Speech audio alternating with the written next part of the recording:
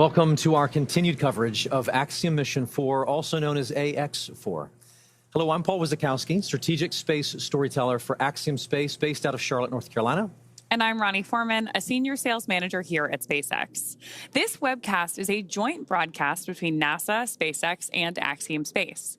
Tonight, we'll all be walking you through the events of the Dragon spacecraft approaching and docking with the International Space Station. Our coverage today will continue through the welcome ceremony that awaits the AX4 crew once they are on board the ISS. The AX4 mission officially took flight yesterday, June 25th, when the Axiom Space crew lifted off from Kennedy Space Center's historic Pad 39A at 2:31 a.m. Eastern. This is the inaugural flight of the latest Dragon in SpaceX's fleet. Shortly after reaching orbit, Commander Peggy Whitson announced the name of this Dragon, calling it Grace. Our four-person crew for this mission is slated to conduct up to 14 days of efforts aboard the International Space Station. The crew is currently inside Dragon, and they are now positioned just outside the keep-out sphere around the International Space Station, approximately 420 kilometers above Earth. And so right now, we are awaiting the approach initiation burn that will be the first of several steps that incrementally guide them to the zenith docking port, or the space-facing port of the International Space Station. The Crew 10 Dragon spacecraft will be there to greet the Axiom Mission 4 crew when they arrive as well. NASA Crew 10 astronauts Anne McClain, Nicole Ayers, JAXA, or Japanese Aerospace Exploration Agency astronaut Takaya Onishi, and Roscosmos cosmonaut Kirill Peskov arrived at the International Space Station on Sunday, March 16th. So with that, let's head over to NASA's Zakrzewski for a closer look at Dragon's flight to the International Space Station. Hello, Paul and Ronnie. It's great to be with you, and welcome Dragon Grace and the Axiom Mission 4 crew aboard the International Space Station. I'm joining you from the International Space Station Flight Control Room here at NASA's Johnson Space Center in Houston, Texas. This is where mission operations are coordinated 24/7 to ensure the health, safety, and success of the orbiting laboratory, and it's an exciting place to be, especially on a morning like this. Right now, our flight control team behind me, led by Flight Director Allison Bollinger, and the Athena flight team is actively monitoring all systems aboard the International Space Station as we prepare to welcome Axiom Mission 4. We're just a few moments away from the approach initiation burn to take Dragon and the crew closer to the orbiting laboratory, and the teams on the ground have pulled go already and have tested out and continuing to test out big communications loops, which connects the teams here in Hawthorne, Houston, Dragon Grace, and the International Space Station. For Dragon, they have 16 Draco thrusters aboard to be used to help navigate the spacecraft to its destination, the orbiting laboratory, each providing 90 pounds of force to help it get to its final destination. It's been quite the journey for the crew since launching yesterday morning, starting with the phase burn that happened shortly after launch. Now, it's the first of 5 major burns, that is the phase burn, which happens at the highest point or apogee of Dragon's first orbit and occurred about 46 minutes after launch. It raises the lowest part of the orbit, the perigee, helping Dragon get closer to the space station's path. And then the boost burn would quickly take place.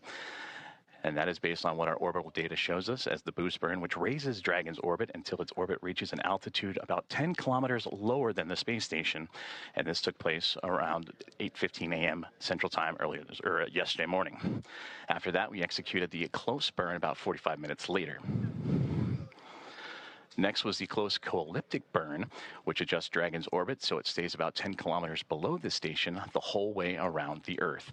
Now, co-elliptic just means that both orbits of both the Dragon Grace and the International Space Station are nearly the same shape and the same speed. Several hours later, the transfer burn was then executed, and this is the 4th maneuver in which the transfer burn raises Dragon's highest orbital point to just about 2.5 kilometers below the space station. And then finally, the co-elliptic burn would round everything out, and that would occur just shortly before we came on the air, or earlier this morning, I should say, and that helps Dragon maintain a consistent orbit with the International Space Station. And this keeps Dragon in a stable orbit about 2.5 kilometers beneath the space station as it lines up for approach. Now, docking time has been updated as Dragon is moving quickly. Certainly the crew happy to get to the International Space Station, and that docking time currently approximately 5:18 a.m. Central Time. So that all sets things up for the approach initiation burn, and that's where Dragon begins its final climb in that stair step towards the orbiting laboratory. Now, this happens about 2.5 kilometers below and 7 kilometers behind the station. And about 45 minutes before all this happened, and just before we came on the air with you this morning, teams in SpaceX and Hawthorne, as well as NASA here in Houston, started integrated operations, working together to guide Dragon in. During this phase, they activate Dragon's navigation systems and turn on the C2V2, or Common Communications for Visiting Vehicles, a comm system that links Dragon with the space station crew. The approach initiation burn moves Dragon into a spot about a quarter mile, 400 meters directly below the station. It also brings Dragon into a safety zone called the approach ellipsoid. And that is a large invisible oval around the station that measures 4 kilometers by 2 kilometers by 2 kilometers. Now, before entering the approach ellipsoid, Dragon must be on a 24-hour safe trajectory, which means if it lost control due to the thrusters, it wouldn't be able to drift into that area for at least a full day.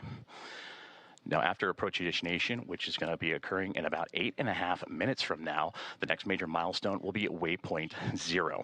And once Dragon arrives at 400 meters below station, it'll be known as waypoint 0, and that's where the first checkpoint will begin for our approach.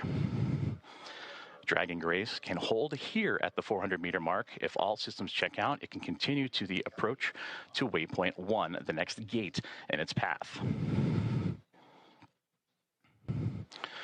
And then shortly, the NASA and SpaceX teams will do a no-go poll to move Dragon inside the keep-out sphere, another checkpoint that consists of an imaginary sphere around station with a radius of 200 meters. Flight controllers here on the ground use this to monitor all arriving and departing vehicles, and this is another chance to confirm that all the guidance and navigation and control systems are working correctly on Dragon Grace before moving closer to station. All of this carries a similar requirement on the orbital trajectory of Dragon, and if Dragon were to somehow lose control of its thrusters, and the space station would be safe for 4 orbits or about 6 hours rather than the 24-hour required to enter the approach ellipsoid. So as you can see on your screen, from waypoint 0 to waypoint 1, that's where we move to the next gate, in which waypoint 1 will swing, the Dragon will swing up and over the International Space Station and arrive at an approximate distance of about 220 meters.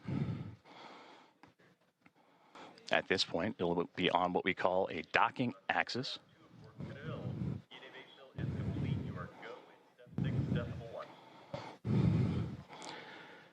And at this point, it will be on what we call the docking axis, which essentially means it's just directly in front of the docking port for Dragon. And that's where the crew is heading, to the space-facing port of station, the Node 2 Zenith port on the Harmony module. And from there, that's where Dragon will be docked for all of our crew missions. And so far, this is where one of 2 docking ports and international docking adapters are located and installed for these new commercial spacecraft flights, as well as other future spacecraft that use the International Docking Standard. As Dragon Grace and the Axiom Mission 4 crew continue to push forward and look to go right to the front step of the International Space Station, the next gate will be waypoint 2. And once Dragon is only 2 meters away at waypoint 2, the spacecraft focuses on aligning and fine-tuning its docking system with that international docking adapter on the International Space Station. From that point, we may hear out the call-out CHOP, which stands for Crew Hands-Off Point, and that happens a little less than 30 seconds or so before docking. At this point, any aborts will have to be done automatically by Dragon.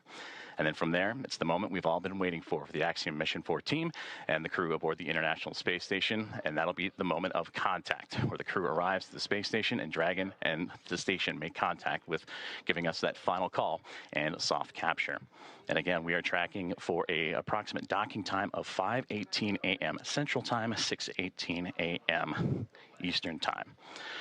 Once soft capture is made, the soft capture ring that connects the two will then retract until the sensors indicate it's time for the 12 hooks to drive in place to give us a hard capture and firmly secure Dragon to its new home and the space station. The Expedition 73 crew, namely Anne McLean and Nicole Ayers, aboard the International Space Station, got up earlier this morning, and they have already begun procedures to welcome the Axiom Mission 4 team, and they will manually pressurize the vestibule or area between the Dragon hatch and the station hatch And meanwhile, the umbilicals that provide the power and communications and data connections from there are being sure to be put in place. And then it's time for leak checks and hatch opening, which we're currently lined up to come about 2 hours following the docking. And again, that docking time, 5:18 a.m. Central. When Dragon docks there, it'll be 5 spacecraft docked to the station with 11 crew members making its way on board the orbital outpost, and that'll bring the total number of visitors to the International Space Station to 288 since 1998. Many key milestones are coming up, and the crew aboard the International Space Station is looking forward to welcoming Axiom Mission 4. Of those milestones, we're continuing to monitor the approach initiation burn, and you can hear communication starting to happen between the big loop, and you'll hear it numerous times. It's coordinated ahead of this coverage, in which SpaceX and NASA teams coordinate a single line of communication for the two teams, as well as the Dragon spacecraft and the International Space Station. Part of the procedures to reach the milestones, and the 4 crew members inside Dragon, they don their launch and entry suits to provide an extra layer of protection and pressure as they get ready for all these dynamic operations, and they should be able to be seated and ready to roll for the approach initiation burn. These procedures have the crew seated in their respective seats and the umbilicals plugged in to provide cooling and communications, and the suits are worn for the most dynamic parts of Dragon's journey. As we mentioned, the approach initiation burn coming up here in just a couple of moments.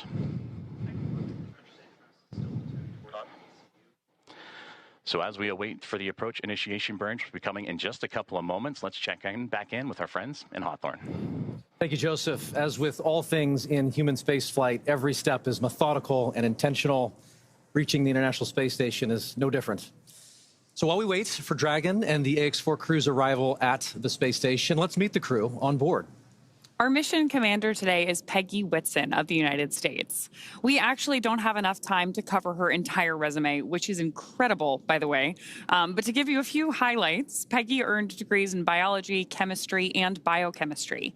She was the first female commander of the International Space Station and has spent over 675 total days in space. Dragon on Dragon to ground.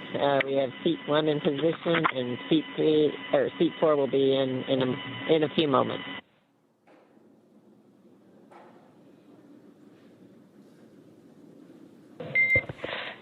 And Peggy, I copy on Dragon to ground. Seat 1 is in position, and seat 4 is almost there. I've got a quick update for you on the big loop configuration. ISS side is troubleshooting some audio packets with the C2V2 unit that's currently active. So I'll get back to you with more words when we have next steps there.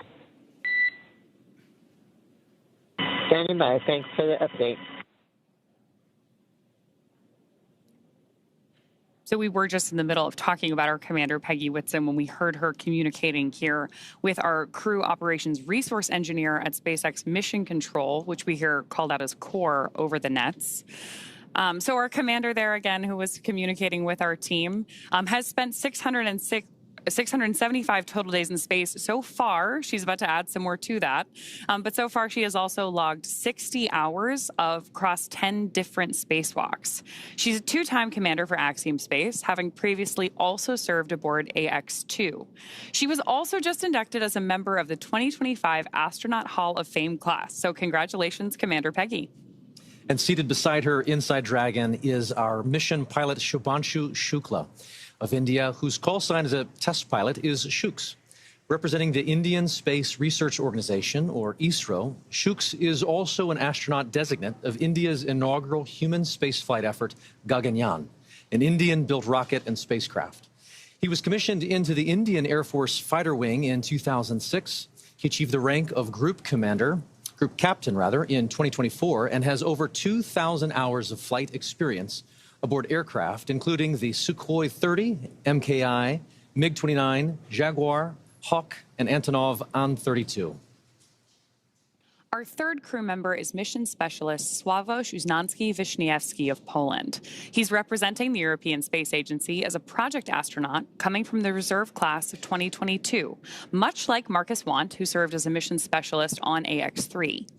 A scientist by trade, Sławosz has earned his Master's of Science with honors from Łódź University of Technology in 2008. He also has a Master's of Science from the Université de Nantes in France and a graduate engineering diploma from the Polytechnique Nantes in the same year. He also spent 2 years as the engineer in charge of the world-famous Large Hadron Collider in Switzerland, beginning in 2018. And rounding out this incredible crew is mission specialist Tibor Kapu of Hungary. He represents Hungarian to Orbit Astronaut Program, or HUNOR. The program aims to send Hungarian astronauts to the International Space Station for scientific research and technological development, as well as to inspire young people. He graduated from the Budapest University of Technology and Economics, earning a degree in mechanical engineering, followed by a master's degree specializing in polymer technology. In 2023, Tibor emerged as one of 4 Hungarians selected from a pool of 247 candidates for the HUNOR astronaut program. He has invested a notable amount of time in his career focused on space radiation protection while awaiting his acceptance to HUNOR. Together, they are the crew of AX-4, Axiom Space's 4th private astronaut mission to the International Space Station. This mission represents the return to spaceflight for 3 nations, but it also highlights the growing opportunities for nations and entities around the world to conduct meaningful work in low Earth orbit. And this is an incredible crew. They have spent 10 months of training together. They reported to Houston last August and have been kind of shepherded through a variety of training efforts since then, all leading up to this moment.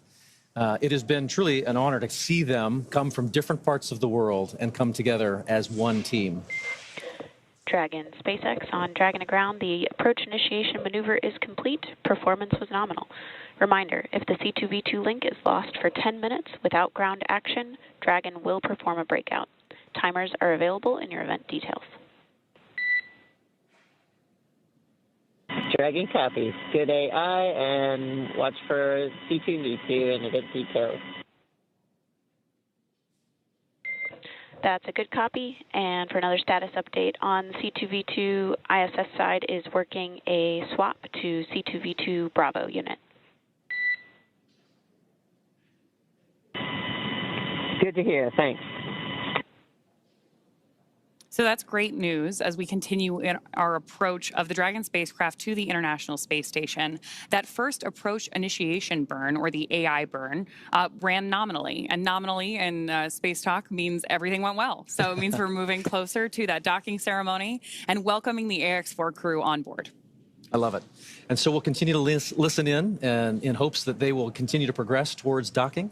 Obviously, there's a lot of action that has already taken place over the last 24 hours, and we'd love to share a little bit of that pre-flight effort with you that built up to launch and then towards docking. So yesterday, June 25th, the AX-4 crew was driven from quarantine to Kennedy Space Center. Here you see a photo of them at a handover event. This is a special moment where the Axiom Space Operations crew officially hands over the crew to SpaceX before they go to the Falcon Support Building to suit up. This was a moment where they got to spend a few minutes with their loved ones, with family and friends, and pause in the midst of all the operational choreography and just take in a moment about what they were about to do and to celebrate it and enjoy just this moment with loved ones. And then as this concluded, they got into the SpaceX Teslas that took them out to the Falcon Support Building, at which point they were officially in the hands of SpaceX. I always think these walkout moments are so cool. Human spaceflight is really about the people on board and the people behind them. And you get this great opportunity to see their families, their friends, all the teams supporting them from around the world.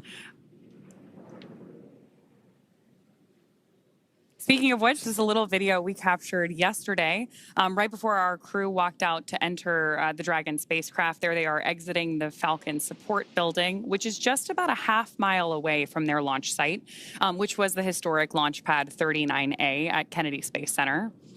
That walkout moment is so iconic. It is part of every tradition of spaceflight. I love seeing it. So is this, actually. We've got a member of our closeout crew there with our 2 of our astronauts headed over to the pad in those 2 iconic Teslas. We've got our commander there looking very happy. Those smiles. Yeah, the crew getting to see Falcon 9 from the base before riding that elevator up to space. You can see we're also introducing a new tradition here. Each of our crew members has a boarding pass. Peggy's is gold because she is a frequent flyer on the Dragon spacecraft. So they're presenting those to the closeout team before signing the white room wall. And then ingressing or entering the capsule and getting ready for liftoff. We did have an on-time liftoff yesterday at 2:31 a.m. Eastern. And ever since then, so now for more than 24 hours, our AX-4 crew has been on their way to the International Space Station. Those boarding passes, as you just mentioned, are a SpaceX fun Dragon tradition that in adds seat to the downing and layers audio of... config. We can confirm we have intercom checks for all 4 seats now.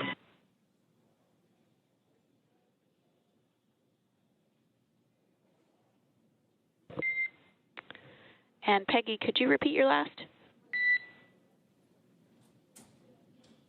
Just wanted to verify we had successful intercom checks, step 5.2, and suit downing and audio config. And we're just moving on.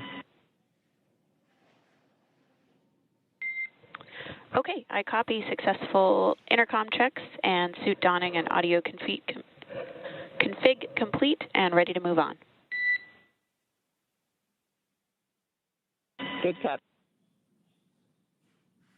So you'll hear us continue to talk from mission control here at SpaceX and the big loop, right? We've got NASA in the loop now, too, as we approach the ISS, to our crew on board to perform comm checks. And SpaceX Dragon suit downing and audio config is complete for all 4 crew members. And to provide status updates. SpaceX copies 4.010 suit donning and audio config complete for all 4 crew members.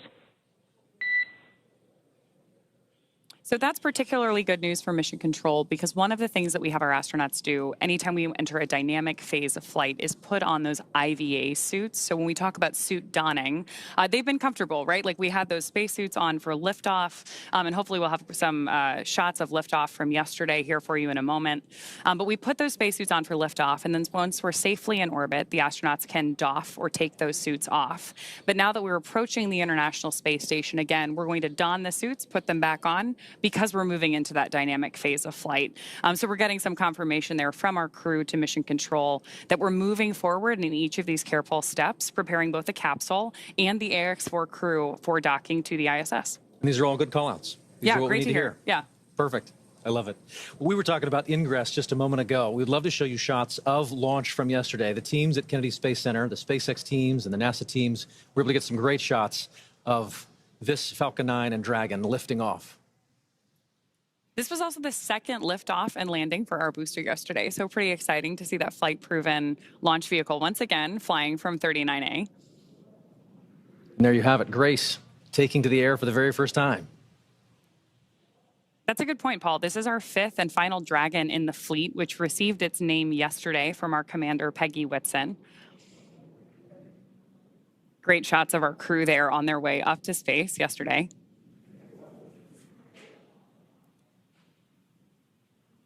Flying with them with their zero-G indicator named Joy, and Joy has become a defining characteristic of this crew. As you saw there, the smiles and the joy on the faces of the crew members as they experienced launch, felt that acceleration, and then ultimately the lack of acceleration, the silence of microgravity at the end of all of that ascent. We then got to see them hours later on an on-orbit event as they were experiencing microgravity for the first time just a few hours ago. Dragon SpaceX and here's a lovely on Dragon moment. to ground. ISS has completed their swap to the Bravo unit for C2V2. We're ready to try again for the big loop comm checks. If you could change your seat to destination back to ISS, and we'll give it another shot. Inward.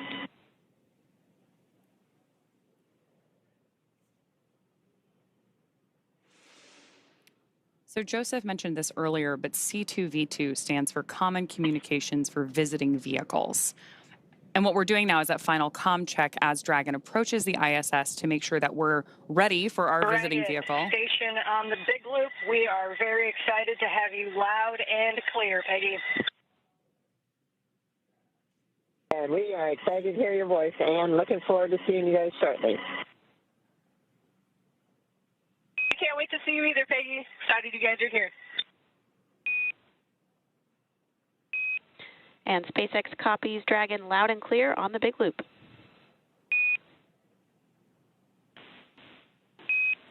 And Houston copies SpaceX, ISS, and Dragon on the big loop. And we have you loud and clear also, Houston. So that was an awesome illustration of the big loop. You just heard astronauts on board the ISS talking to astronauts on board Dragon, confirmed by Mission Control here in Hawthorne, and then confirmed again by Mission Control in Houston. That is why they call it the big loop. We're literally going around the world. It's great. We are. Everyone checking in, confirming that we're good, that we're ready to progress. And so obviously we'll continue to listen in, and hopefully that continues to call out what we need to hear to continue forward.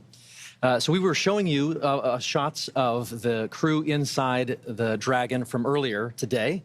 This is the four of them with their spacesuits off, as you mentioned. They doffed the spacesuits. This is in their other attire. And this was each of them taking a moment to speak to their country in their own language, as well as just acknowledge what it was like to see Earth Dragon, for the first time SpaceX out those windows. On the big loop, you are go to begin your suit leak check procedure 4.011. 4.011 is in work.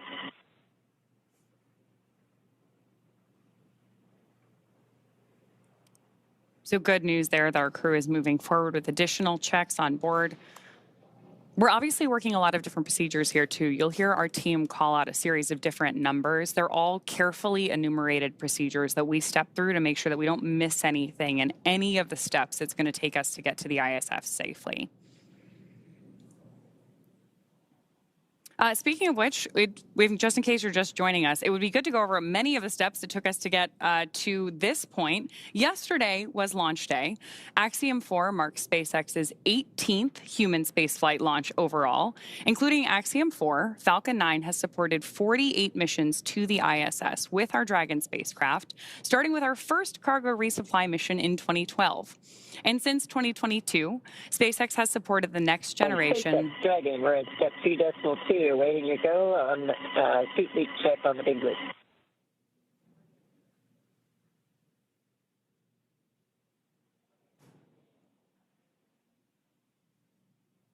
We're moving through that suit leak check procedure now. Dragon, SpaceX on the big loop, you are go to initiate suit leak check. That's in work now.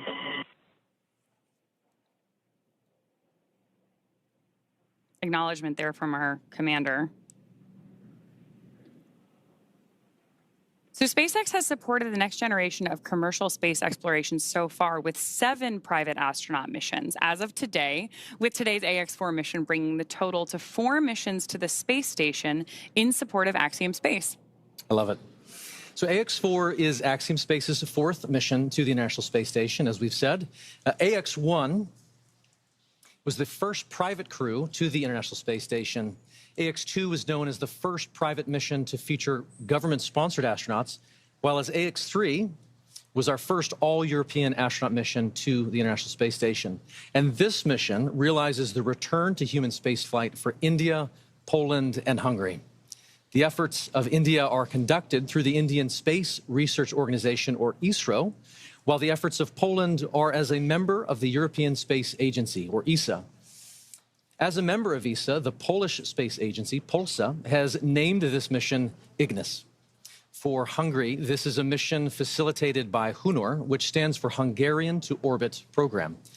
And this mission is the first mission to the space station for India, Poland, and Hungary. And after more than 40 years, this is each country's second government-sponsored human spaceflight ever. Missions like these are significant for a number of reasons. Each of these commercial missions builds on the last, but they facilitate a sizable amount of public and educational outreach.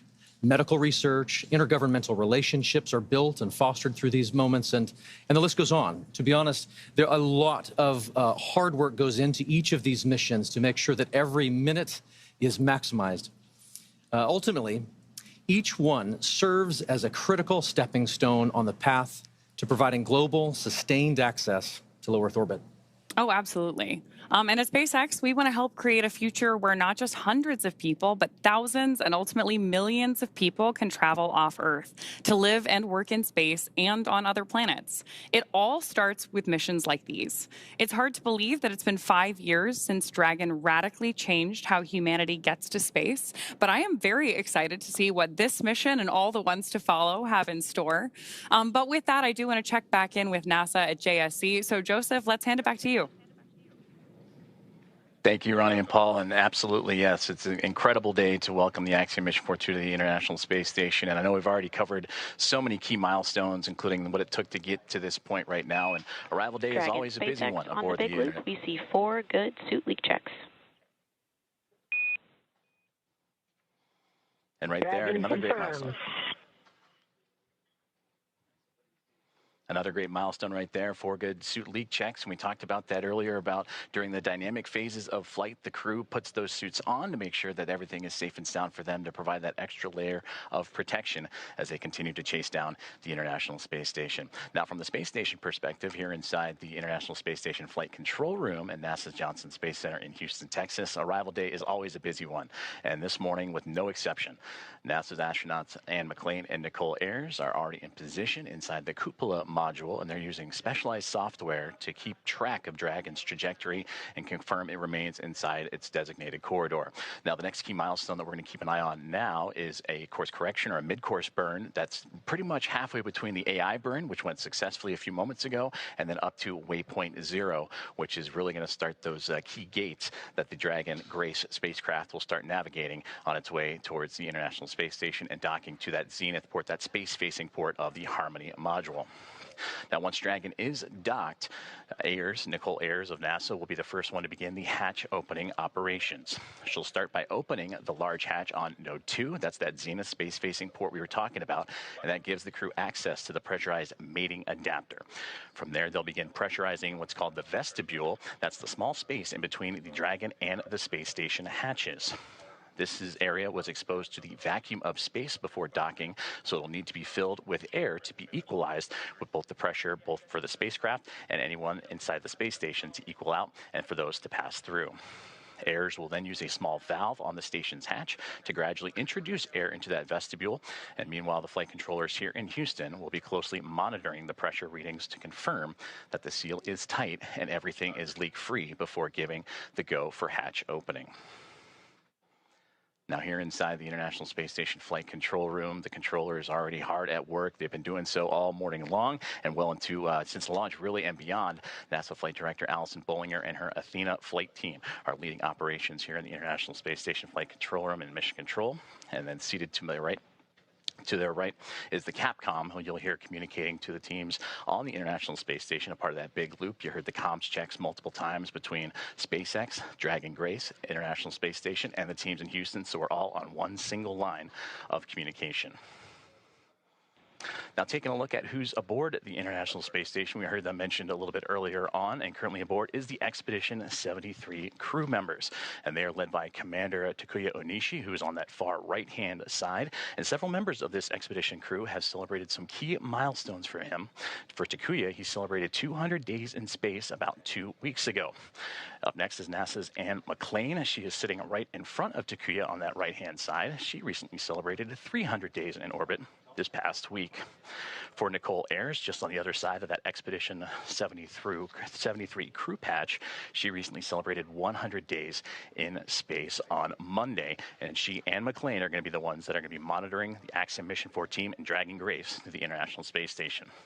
Then NASA's Johnny Kim, a flight engineer. He is on the back left-hand side of that image. Kirill Peskov of Roscosmos, a flight engineer, celebrated 100 days in space on Monday, and Sergei Ryzhikov, flight engineer, right there in the center. And then you have Alex Zubritsky, a flight engineer of Roscosmos as well. So flight controllers here in Houston have also begun the process of feathering the station's solar arrays and looking to get that multi-step procedure designed to protect the arrays from thruster plume exposure during Dragon's final approach. Now, taking a look at the updated timelines and what we're looking forward to, we're about 7 minutes away from that AI mid-course burn, and from there about 27 minutes from that waypoint 0 mark. And then from that point on, the space station and Dragon will continue to close the gap between each other. And then about 1 kilometer away will be the two vehicles, and that'll be in about 13 minutes from now. So again, a lot happening surrounding Dragon Grace and the Axiom Mission 4 crew, as well as those aboard the International Space Station. We mentioned earlier that this will become a team of 11 that'll be joined together, and after docking, which right now is continuing to be adjusted, and working closer to about 5:22, approximately 5:22 a.m. Central Time. And then we'll have the hatch opening, which we just walked through the procedures of having to equalize the pressure between Dragon and Space Station so those could pass through. And then we'll have the welcome remarks shortly thereafter. So still a lot of key milestones coming up for everyone on board.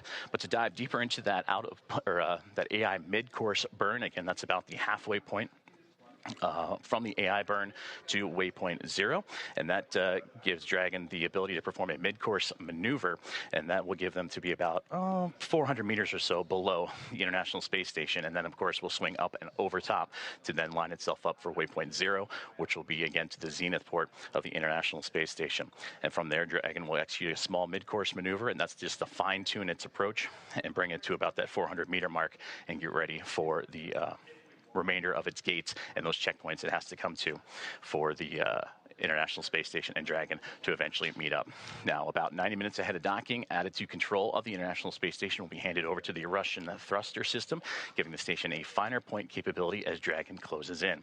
We're looking forward to welcoming the Axiom Mission 4 astronauts aboard the International Space Station. Now, as we continue to get ready for that approach initiation burn, or that mid-course burn in about 5 minutes or so, we're going to continue to check in with our teams in Hawthorne and here on the ground in Houston. As you can see right there, the process that it took for Dragon to get to the International Space Station, starting about 45 minutes after launch yesterday with the phase burn, and then that stair-step approach to get to the front door of the International Space Station with those 5 key burns leading into the approach initiation.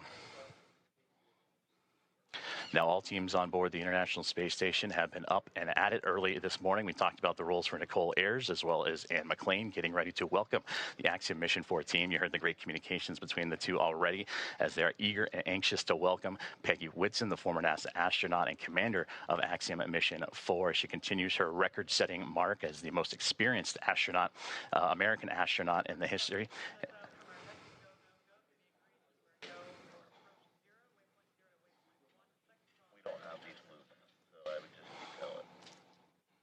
Currently listening into the loops of here, the teams on the ground as they're getting ready to do a go, no-go for waypoint 0 and Dragon's continued approach to the International Space Station.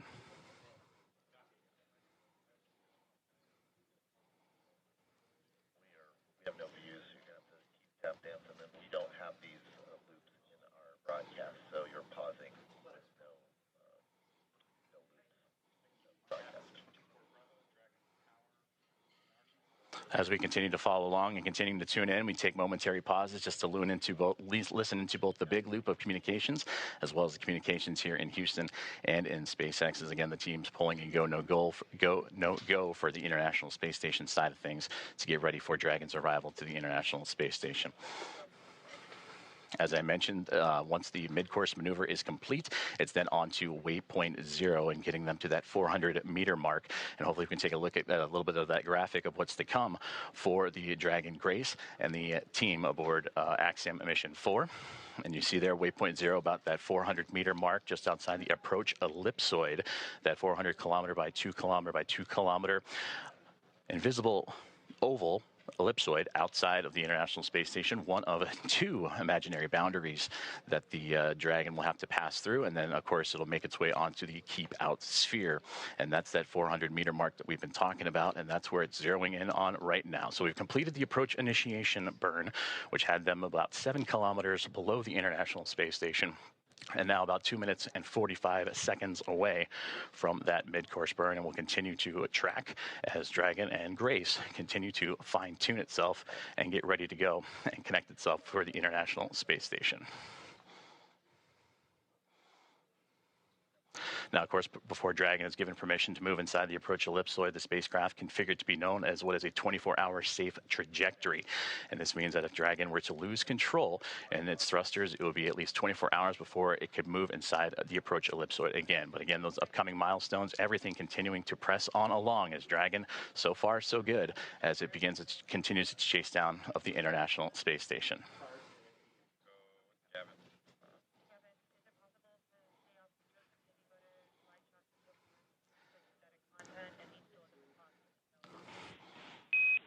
Now this maneuver continues on the big loop.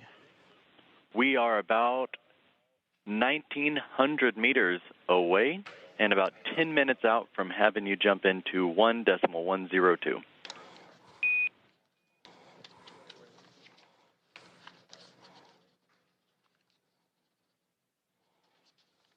Great call outs there, as you heard the team saying, about 1,900 meters away, all that separates the Dragon and Grace spacecraft and the International Space Station. Now, as Paul and Ronnie have mentioned, that this is the 4th private astronaut mission, the first since January of 2024, and that was when Axiom Mission 3 would arrive aboard the orbiting laboratory. Now, from AX1 through AX4, once they are aboard, the teams will have welcomed 14 different... Copies, 10 minutes. Houston Station, copy 10 minutes until step 1 of the procedure. And continuing to track about now 55 seconds away from that AI mid-course burn. And was saying from AX1 through AX4, the International Space Station will have welcomed 14 different private astronaut crew members representing 11 different nations, and showcasing again how private astronaut missions truly expand access to the space station for more nations, people, and opportunities. And we'll continue to tune into all of the loops here inside of the International Space Station flight control room as we await the AI mid-course burn. And now standing about 20 seconds away as it continues to fine-tune, Dragon Grace continues to fine-tune its path towards the International Space Station.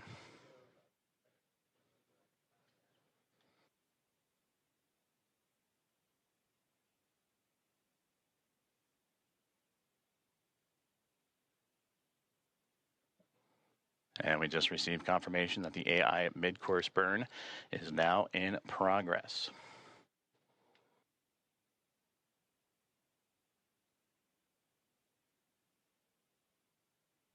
And again, this is done about halfway from our starting point, which was the approach initiation burn, and that'll get Dragon. On its path towards waypoint 0.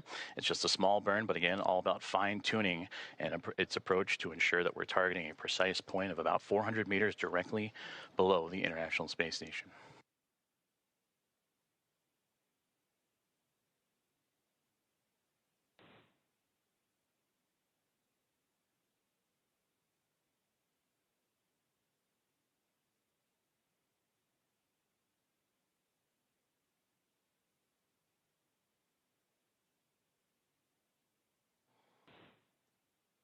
As you can see on your screen, the team on the right-hand side is those working and monitoring the AI mid-course burn, as well as the teams on the left.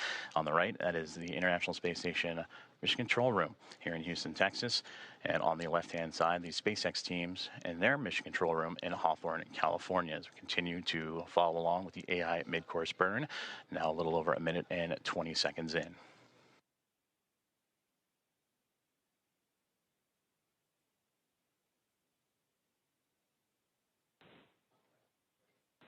And mid-course burn has just been completed, and everything has been reported as nominal. Dragon SpaceX on the big loop, mid-course maneuver complete. Performance was nominal. The trajectory has converged on waypoint 0. So great news there. And Dragon copies on the big loop. And confirmation from Dragon Grace, and you heard Commander Peggy Whitson relaying down to the ground. And now the next milestone that we're zeroing in on is waypoint 0, which will be about 18.5 minutes from now. Is that slow but methodical approach for Dragon Grace and the Axiom Mission 4 team continues to make its way towards the International Space Station. And with that, we'll check back in with Ronnie and Paul back in Hawthorne. Awesome. Thanks so much, Joseph. I'm loving all of these check-ins that we're getting about Dragon's progress on its way to station, how the crew is doing, hearing these call-outs from the nets. But I'm getting really spoiled today because you had great stories about the crew while we were here in kind of like our pre-show warm-up. And I would love to hear a little bit more about how you followed along the AX4 crew in like the 10 months leading up to this. Absolutely. And really like followed their preparations and everything that brought the crew to today. Certainly. And so there's obviously a large team that facilitates all of the operational training flow and helping prepare them for this moment. We have a unique opportunity to document that and follow that story with them quite literally around the world over the course of all of that training. And I think it's just interesting as you get to know each of the crew members, just to understand, like, in the midst of all of this operation, in the midst of all of the timing and the coordination, there's still 4 humans inside Dragon, each with their own personalities, each with their own ambitions and characteristics, and they add to what becomes the mission. In the crew, right? Exactly. Like they become one crew, which is AX4. Yeah. Absolutely. So Peggy, I would argue, is a consummate leader. I mean, if you know anything about her, you likely know she has record after record of human spaceflight, and here we are actually seeing some views of the ISS, of the International Space Station, from Dragon. And yet, as I was saying, with Peggy, if you know her, she obviously has all of these records for human spaceflight, and it is certainly not a surprise at all that she is an inductee into the 2025 Astronaut Hall of Fame. And yet, if you get a chance to get to know her, you quickly realize she's not just about those individual accolades. She is about the team and team efforts. She wants to build teams and take them to space. And so certainly we've had the honor of following her around the world, preparing for 2 Axiom space missions, both AX2 and now AX4. And it is remarkable how she commands every room she walks in without taking over. She just exudes this steady confidence that people respond to.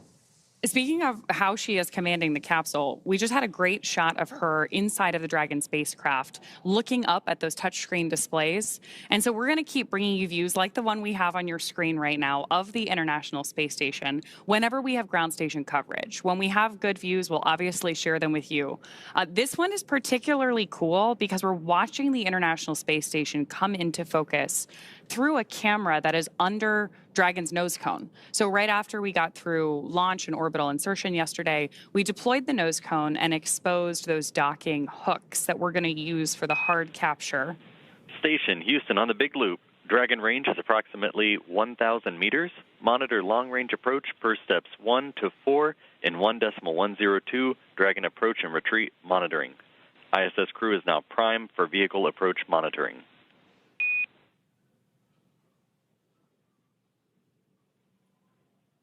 More of those joint communications on the big loop there about that approach that we're watching on our screen right now. It's pretty cool. Absolutely, and it looks as though Dragon is currently underneath the International Space Station. We're looking almost up at it from underneath. Yeah, and we had those great graphics earlier that showed how we're balancing this really careful geometry and approaching each step with these methodical burns.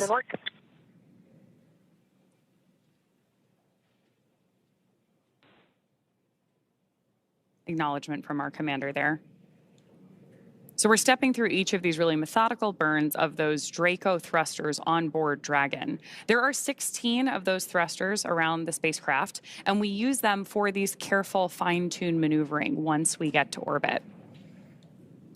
So right now on our screen, we've got our commander, Peggy Whitson, and our pilot, Shubhanshu Shukla. And you got a chance to chat with Shuks in the lead up to this launch too, right? Absolutely. He is such a unique, quiet force. He is witty and smart, and I tell you, 3 steps ahead of any given moment, and you don't even realize it. He's already there.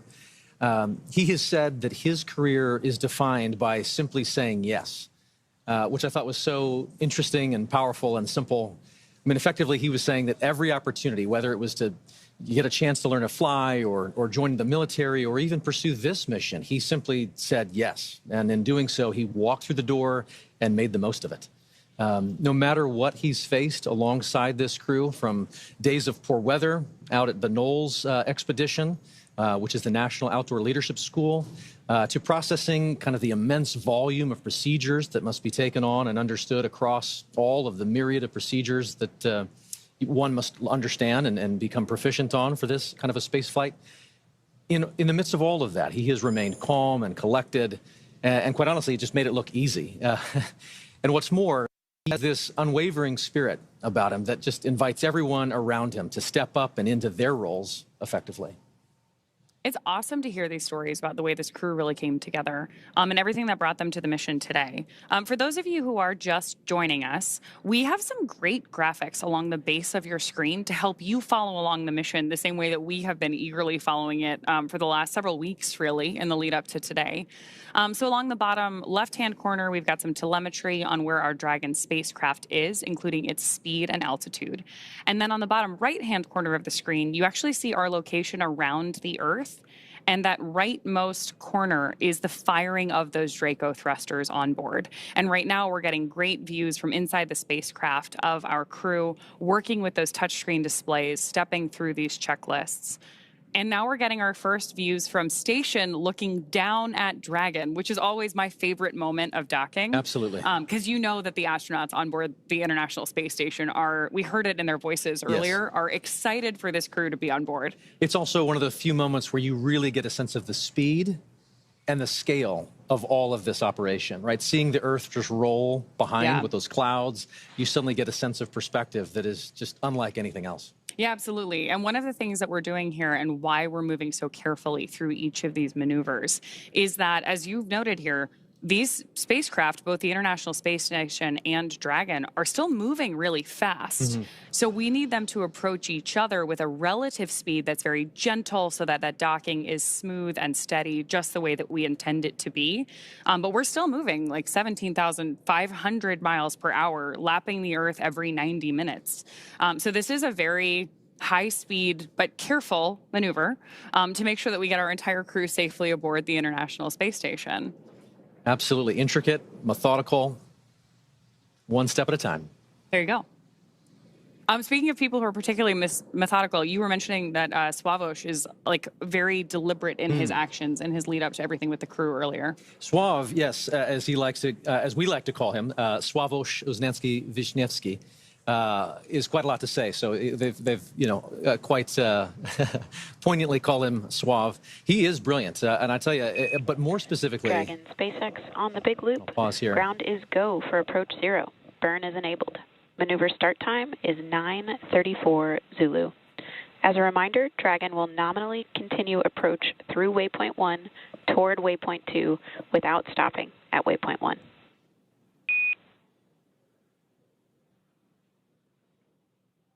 And there we have another. Dragon copies all, and we're go for the approach as well. Another call out between Core and our commander, acknowledged by Commander Peggy Whitson.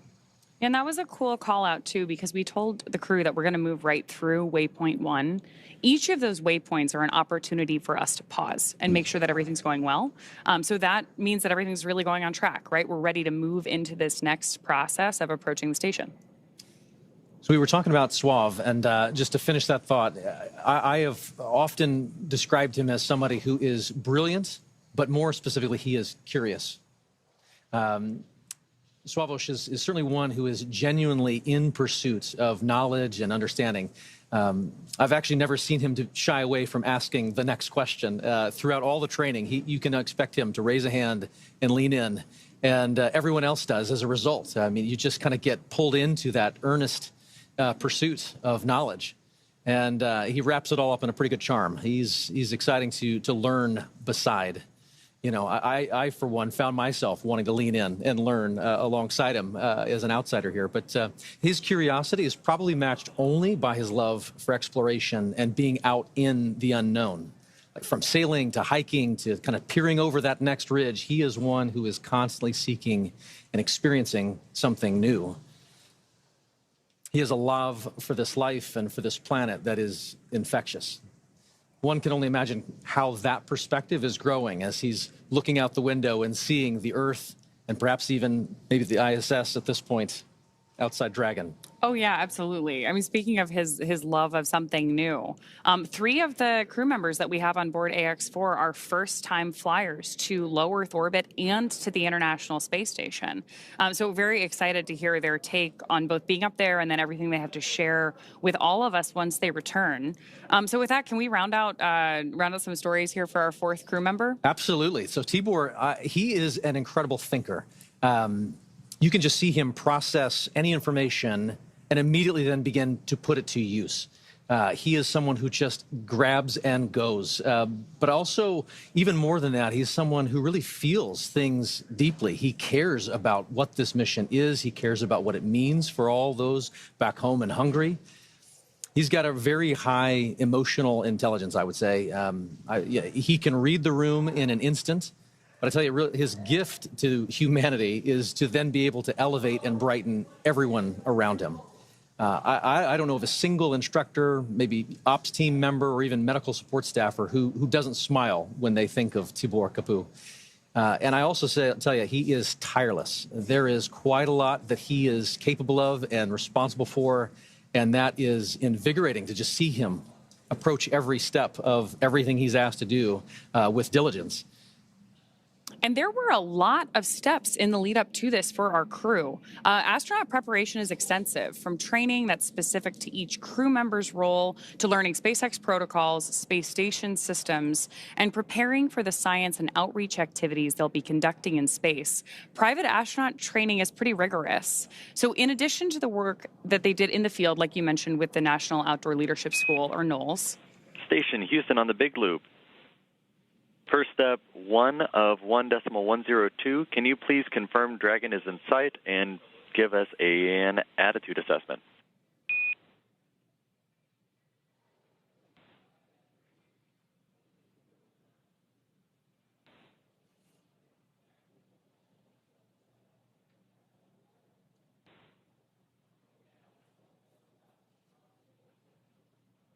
So we are standing by for that update there on the attitude of the spacecraft. Attitude, when we're talking about space travel, means the position of the spacecraft. So with that, I do want to bring it back to the training, because this crew on board AX4 spent 35 days training inside Dragon. To prepare them for flight, our teams at SpaceX spent the last several months teaching the crew about orbital mechanics and how to live inside the Dragon spacecraft. Well, this was more of a review for Peggy Whitson. For the rest of the crew, as we mentioned, this is their first time flying to space. Our training program includes nearly 100 different lessons covering all aspects of the flight. The crew spent time inside our Dragon training spacecraft to run simulations of ascent, space station rendezvous, which we are doing right now, and reentry. And they also spent time at the launch pad in our suit-up room and working through emergency procedures that would be necessary in the unlikely event of a pad abort. And in addition to the critical training from SpaceX associated with... on the Big Loop, com check. Houston reads you loud and clear.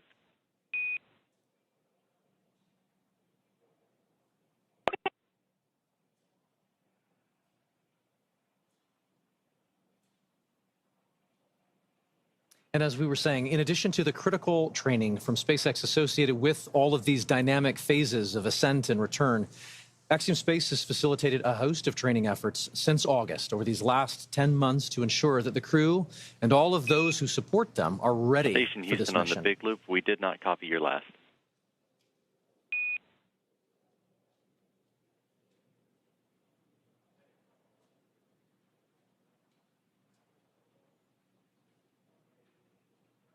Houston Station on the Big Loop.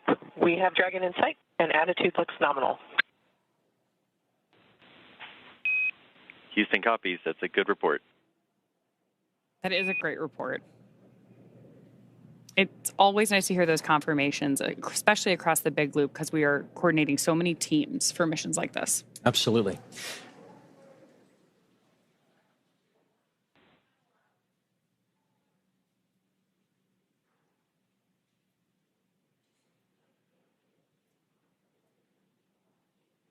Looking at the graphics at the bottom of the screen, you can see where Dragon is over the Earth. And from my vantage point, I believe that is just east of Africa.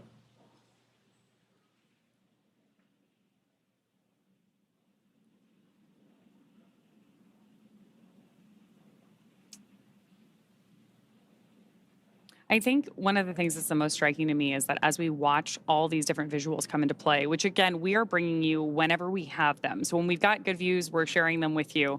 We're really seeing how quickly Dragon is approaching the station. At 429 kilometers above the Earth, they are continuing to raise that elevation, that altitude, and get closer and closer to where they'll be working and living for the next 2 weeks. But again, these visuals just tell an amazing story of where we're going and what we're doing, where low Earth orbit is. It is hard to really comprehend and wrap your mind around the idea of living off planet, and yet visuals like this start to help you make that real. Oh, absolutely. And hearing commentary like we did earlier from that on-orbit check-in, it was great to hear how quickly even the crew was saying they were learning how to do things in microgravity, especially because we have so many first-time flyers on this mission. Hopefully, first time but not the last. We have a repeat with our Commander Peggy Whitson as well. Absolutely. A little bit of joy goes a long way, and overcoming some of those probably initial sensations and adjusting to microgravity. Shubhanshu had mentioned that it was taking a minute to kind of collect himself and find his space legs, but clearly they are all in good spirits and getting ready to get very active on board the International Space Station. Which I'm sure will also be like an acclimation process, right? Absolutely. They've gotten used to Dragon. They've been in flight now for more than a day. All told, from launch to rendezvous at the station, we're looking at about a 28-hour flight. The time is somewhat dependent on the relative position of the International Space Station to our launch site at the time that we launch. But for any time that we're rendezvousing or meeting two spacecraft in orbit, we do have an instantaneous launch window. So we know how long that trip is going to be at the moment that we lift off. And the entire crew operations plan is built around filling that time effectively so that they're well acclimated on board the Dragon spacecraft while they approach the International Space Station. But then as soon as they get on board, we'll do our welcome ceremony. And I'm sure there's an orientation for them as well. Absolutely. So they have an effective 2 weeks while they're up there. And the clock starts as soon as they get on board, right? You just mentioned the welcome ceremony. So there will be a moment once they've crossed the hatch and are officially on the International Space Station where they get to meet the other expedition crew members, have a moment to meet and greet, acknowledge the moment with a little bit of ceremony and tradition. There might even be some pinning of astronaut pins to go around. But then they get right to work. Certainly, I know that there are steps where they take to just kind of acclimate to the station, where the commander is going to take them around and make sure that they're clear on roles and responsibilities. But then again, the red line begins, and they are chasing it for the next 2 weeks, trying to accomplish a host of research efforts and outreach events. It's a full couple of weeks ahead of them. We also have a full couple of hours here ahead of us before we get to that part. Yes. We are less than a minute away from approaching waypoint 0. So I do want to check back in with NASA. Joseph, why don't you give us an update on where our spacecraft is relative to the ISS? Thank you very much, Ronnie and Paul, as we here in the teams at the International Space Station Flight Control Room tracking the arrival to waypoint 0 for Dragon Grace and the Axiom Mission 4 team, which they have just now hit that mark, which means approximately 400 meters directly below the station. And we can see those wonderful views now, and you can really see that high resolution of Dragon Grace continuing its methodical approach to the International Space Station. We're still tracking a docking time of about 5:18 a.m. Central Time, 6:18 a.m. Eastern. And you mentioned the hatch opening, and then as well as the welcome remarks shortly to follow. Hatch opening roughly about 2 hours or so after the initial contact and capture. And then when the hooks drive, the 12 hooks that are on the bulkhead there of the SpaceX Dragon will connect itself and create that hard mate, sealing itself to the orbiting laboratory. And once the pressure checks and seals will be done, then everything will be pressurized and ready to go. So waypoint 0 has been achieved, and now they're making their way on to waypoint 1. But you heard earlier on the loops that they have received the go to proceed past waypoint 1 and head straight on to waypoint 2.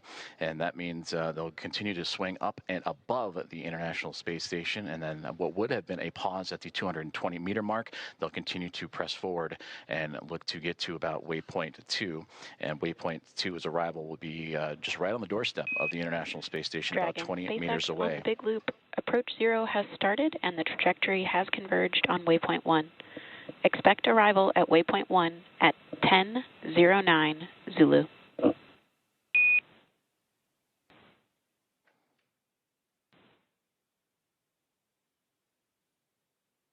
Expecting arrival at waypoint 1 at 10:09 Zulu.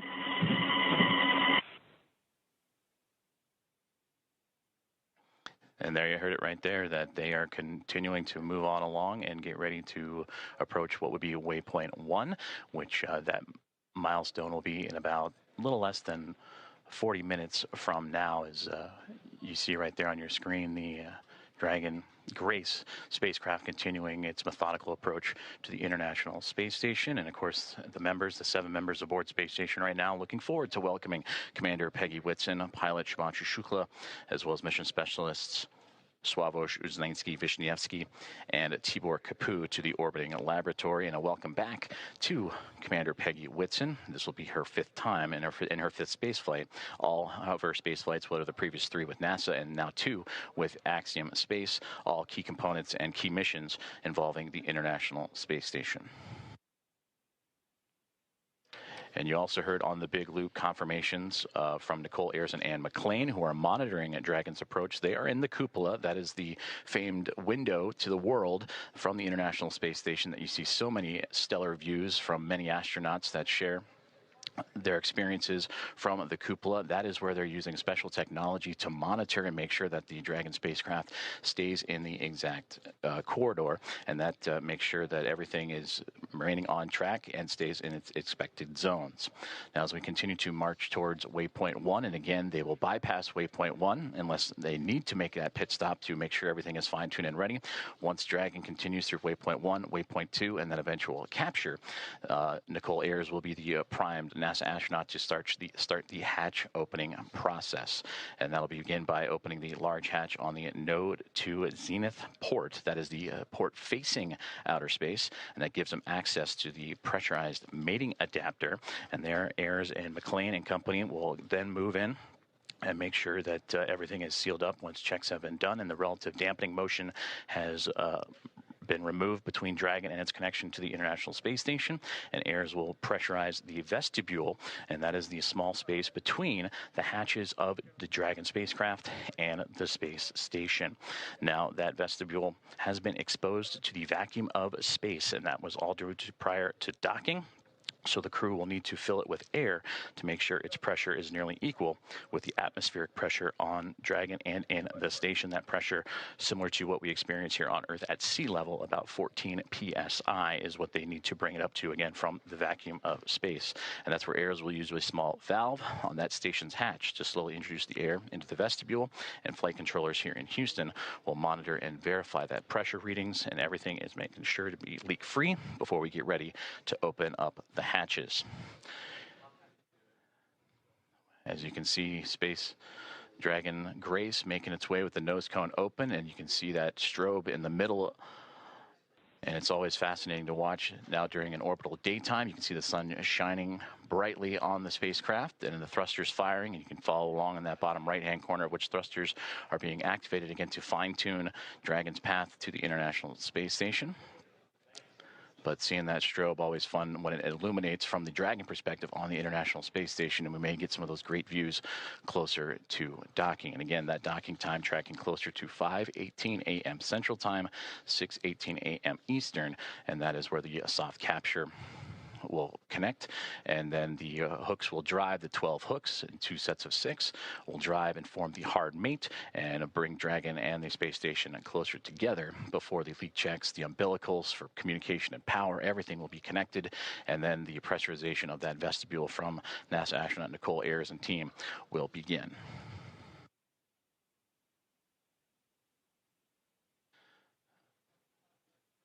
About 36 minutes from now, Dragon spacecraft will reach its waypoint 1 mark. And again, that's where the spacecraft will swing up and above the International Space Station, as it'll be docking to the space-facing or zenith port of the Harmony module.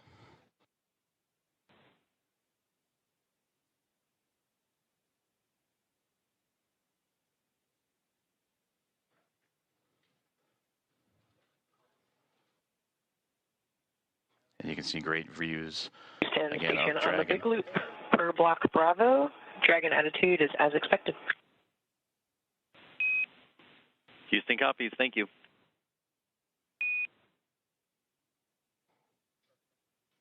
And great communications there. Is everything going to plan for Dragon Grace? And you can see those thruster firings, those plumes of gases that are helping the spacecraft navigate its way from waypoint 0 to waypoint 1. And as mentioned, it's going to go up and over top of the International Space Station and then align itself to that zenith port. And then it'll make its way onto waypoint 2.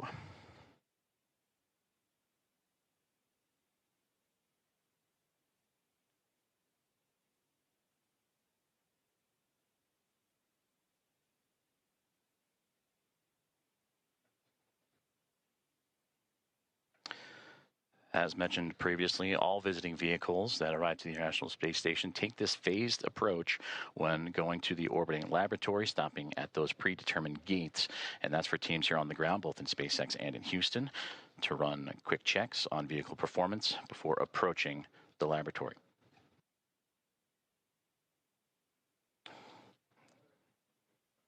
And there you can see that strobe effect that we were talking about just a moment ago as it illuminates the views from the International Space Station looking at the Dragon Grace spacecraft as it continues its methodical approach to the station, as they are now just in the southernmost regions of Australia and making its way into the Pacific Ocean.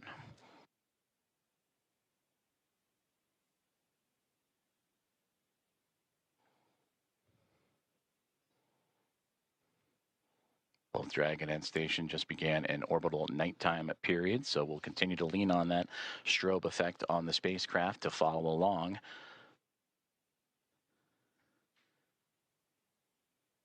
As Slow and Steady continues to win the race for these docking operations between Dragon and the International Space Station, and of course always requires a great deal of precision to make sure that we're keeping the spacecraft and the crew safe. And there's a great look inside of Dragon Grace, and then the view from the spacecraft now looking to the International Space Station, and those slight glimpses of daylight left before both the orbiting laboratory and the spacecraft completely enveloped in darkness during the orbital nighttime period. You can see the radiators. That's what's most prominent in the view of the International Space Station.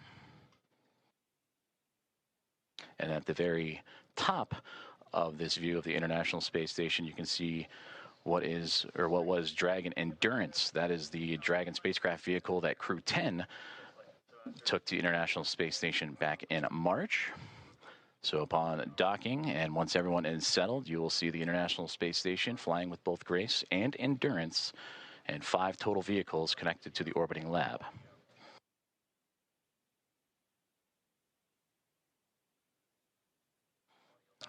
View inside of the Dragon spacecraft, and you see from just over the shoulder of Peggy Whitson and Shubhanshu Shukla, the commander and pilot, as they are continuing to monitor the progress of the spacecraft. And there, the final faint views of the International Space Station before the orbital nighttime period. And as mentioned, these two chasing each other just off the southeast coast of Australia as we speak.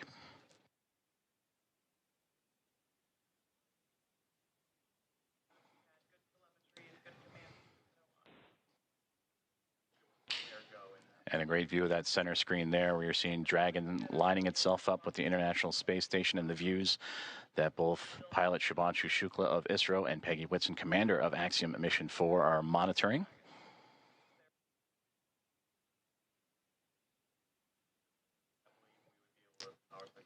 Now approaching about 31 minutes until we reach waypoint 1.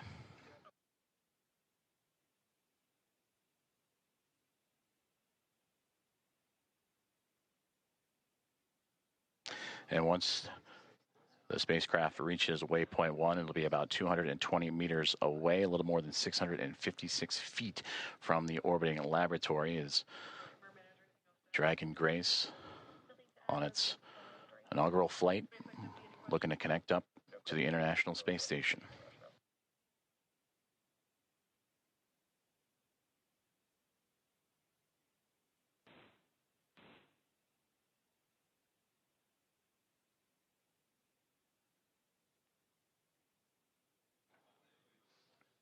before we reach waypoint 1, which will be in about 30 minutes from now. The teams here on the ground, about 10 minutes outside of that milestone, will conduct a go, no-go poll, which we've been talking about throughout today's broadcast, just that step-by-step process, that slow and steady methodical maneuvering of the spacecraft to connect to the orbiting laboratory.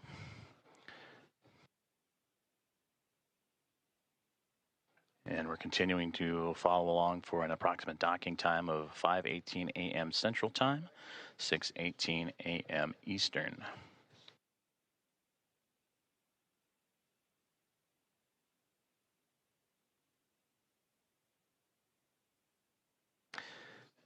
And the only light you're seeing from that shot was bouncing off of the International Space Station and what it provided, but now inside Dragon Grace and its Axiom Mission 4 crew of Peggy Whitson, commander, Shubhanshu Shukla, pilot. That's who you see in the field of view there, just that over-the-shoulder shot as they monitor Dragon's maneuvering towards the space station, but also joined alongside by mission specialist Sławosz Uznański-Wiśniewski and Tibor Kapu, respectively, of ESA and Hungary.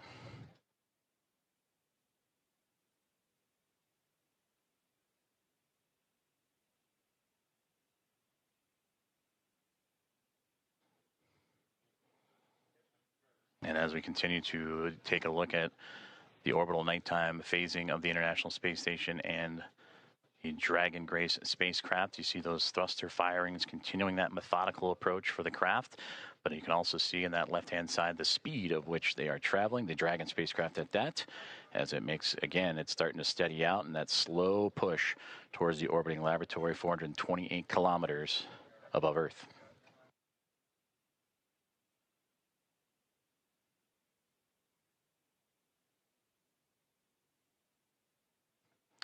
Once aboard the orbiting laboratory, the Axiom Mission 4 crew will participate in about 60 research investigations representing 31 countries, and more than 24 of those experiments supported by the ISS National Laboratory.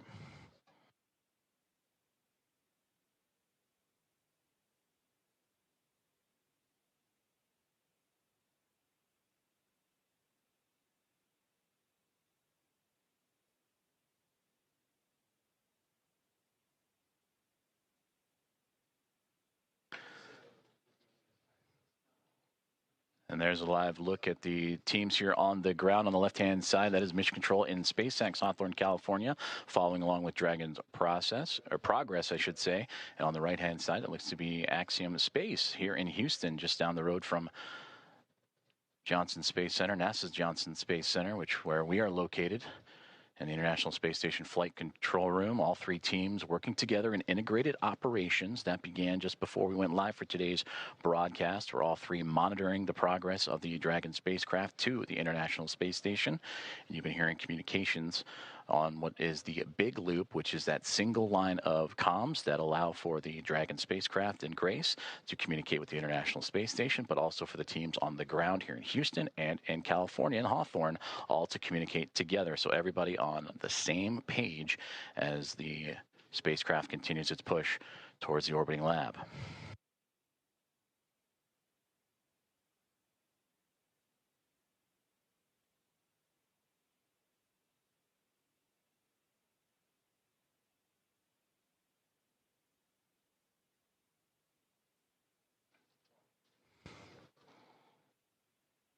We are about 26 minutes away, a little bit north of that, until we reach waypoint 1 for Dragon Grace. As you can see, some of that telemetry and data populating the screens inside of the spacecraft that the team on board are carefully monitoring.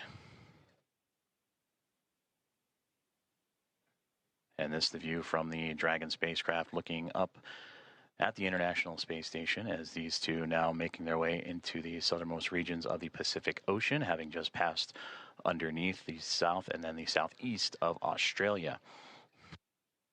They will continue into an orbital nighttime period until they reach roughly about the east coast of North America, and then you'll get some of those great views of the sunlight radiating over top of both of the craft.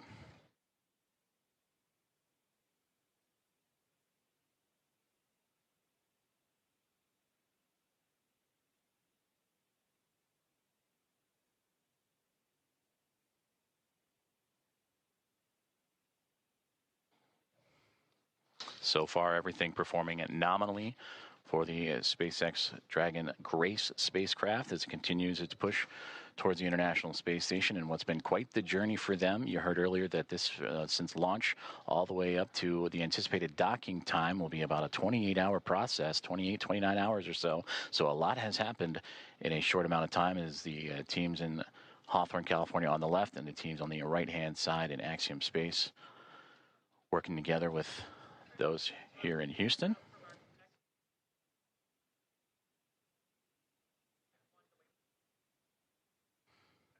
And those teams right now communicating with each other on those internal communications loops that we monitor and follow along with as they now prepare the teams for waypoint 1 about 24 minutes from now. The go no go for that will be in about 15 minutes or so. And we'll keep an ear out for those comms as, again, Dragon starting to slow down its approach towards the International Space Station, a very methodical journey that all started shortly after launch, what was yesterday morning at 1:31 a.m. Central Time, 2:31 a.m. Eastern. That saw the Axiom Mission 4 team reach orbit and begin its journey to track down the International Space Station, the 4th private astronaut mission, and the first since January of 2024, when Axiom Mission 3 would join the expedition aboard the orbiting laboratory.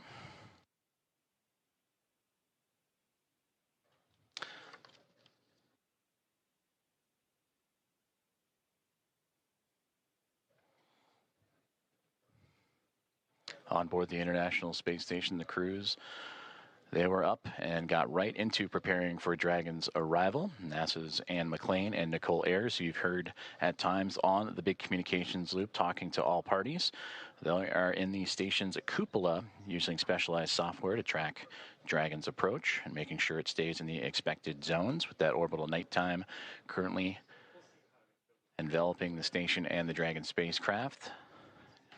They're keeping a close eye, and of course from the space station perspective, and we'll see it as we receive video communication, that strobing effect, that strobe light on the front, and that forward nose cone of the SpaceX Dragon to help illuminate its path and help keep track.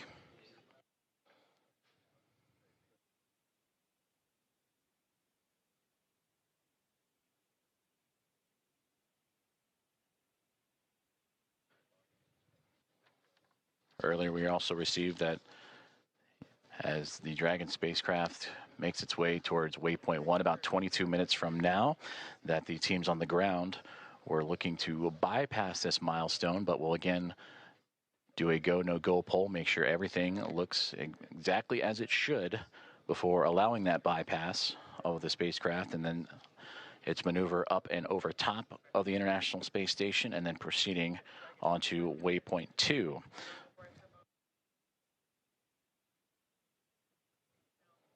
And a great graphic of the International Space Station, and just below it, the Dragon spacecraft is, again, they are making their journey across the Pacific Ocean, traveling over 26,000 kilometers an hour and 420 plus kilometers above the Earth's surface.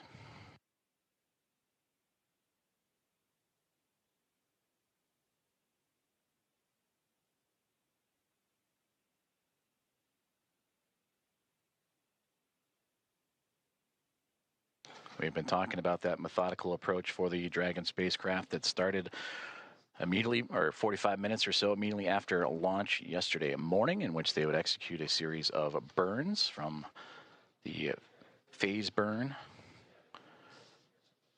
to the boost burn, co-elliptic, or close burn, transfer, and co-elliptic burn. Those 5 burns allow for the stair-stepping of Dragon to climb up in altitude, but also to close the gap, the distance between the International Space Station and the spacecraft itself.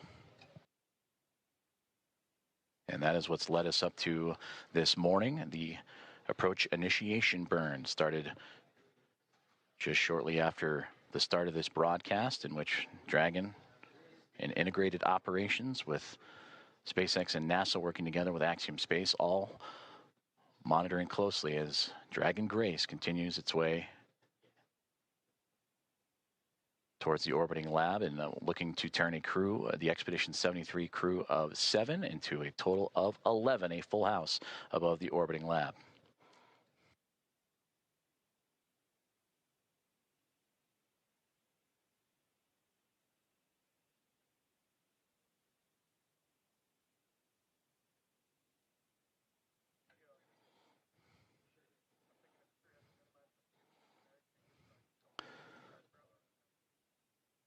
Now inside 20 minutes to the waypoint 1 arrival.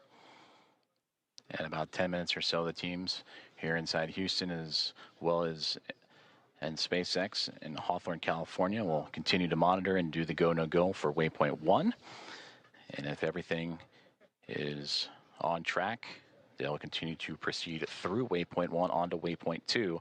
And waypoint 2 has them right on the doorstep of the International Space Station, about 20 meters out when they arrive to that waypoint, a little more than 65 feet away.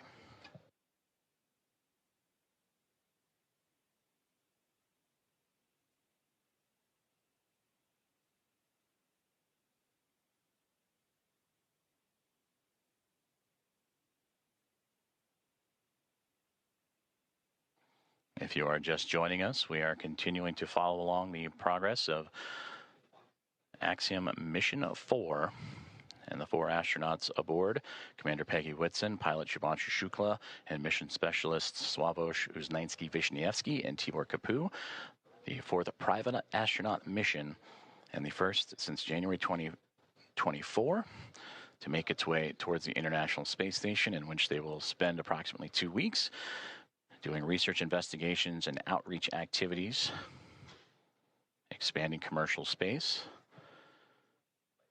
We are tracking a docking time of approximately 5:18 a.m. Central Time, 6:18 a.m. Eastern.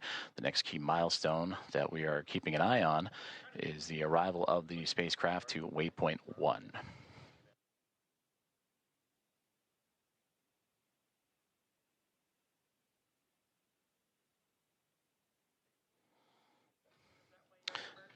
And to gain perspective, waypoint 1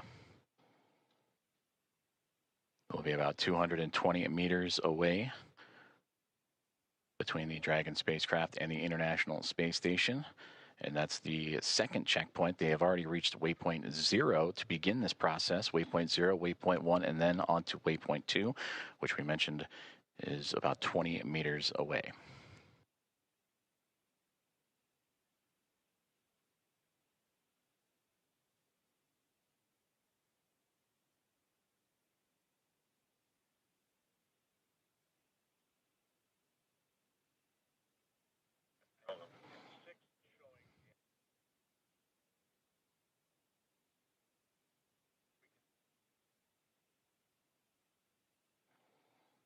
Okay, set down.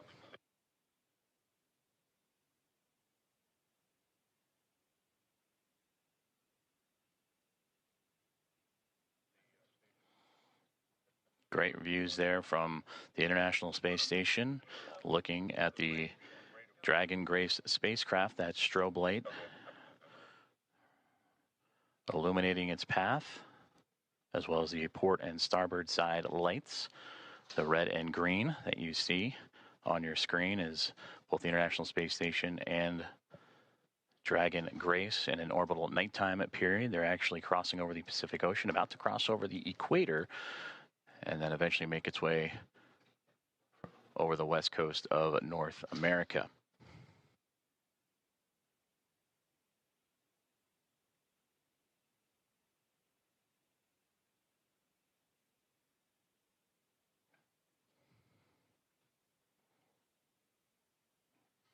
We'll start to see the spacecraft and the International Space Station once again become illuminated with an orbital sunrise. In a few more moments, that'll occur as they continue their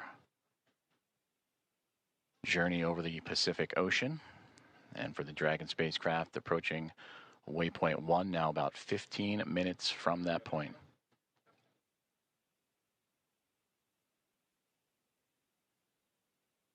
And we'll continue to bring those great views as you see that slow and steady progress of the Dragon vehicle as it continues to track down the orbiting laboratory. And on your screen, you see the speed and altitude, where it is over the Earth in current relation. But on that far right-hand side, that's the thruster firings. And you just see those illuminate every so often as Dragon continues to fine-tune its path towards the International Space Station.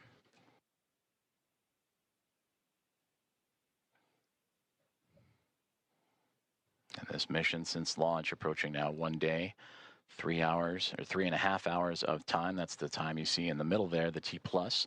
1 day, 3 hours, 28 minutes and 40 plus seconds. As the crew aboard, anxious and ready to join the Expedition 73 crew aboard the International Space Station. And as we take a look at those crew members and introduce them to you, that'll welcome the Axiom Mission 4 team. They're led by Commander Takuya Onishi of JAXA, the Japan Aerospace Exploration Agency, who just recently celebrated about 2 weeks ago his 200 days in space.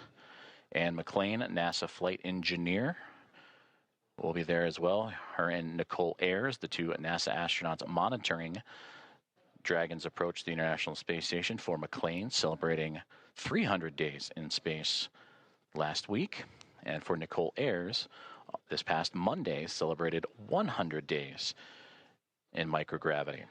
They're also joined by NASA astronaut Johnny Kim, flight engineer, and Roscosmos cosmonauts Kirill Peskov. For Peskov, he would also celebrate 100 days this past Monday as a part of the Crew 10 team. And then Roscosmos cosmonauts Sergei Ryzhikov and Alexei Zubritsky also joining the cadre of 7 astronauts and cosmonauts aboard the International Space Station.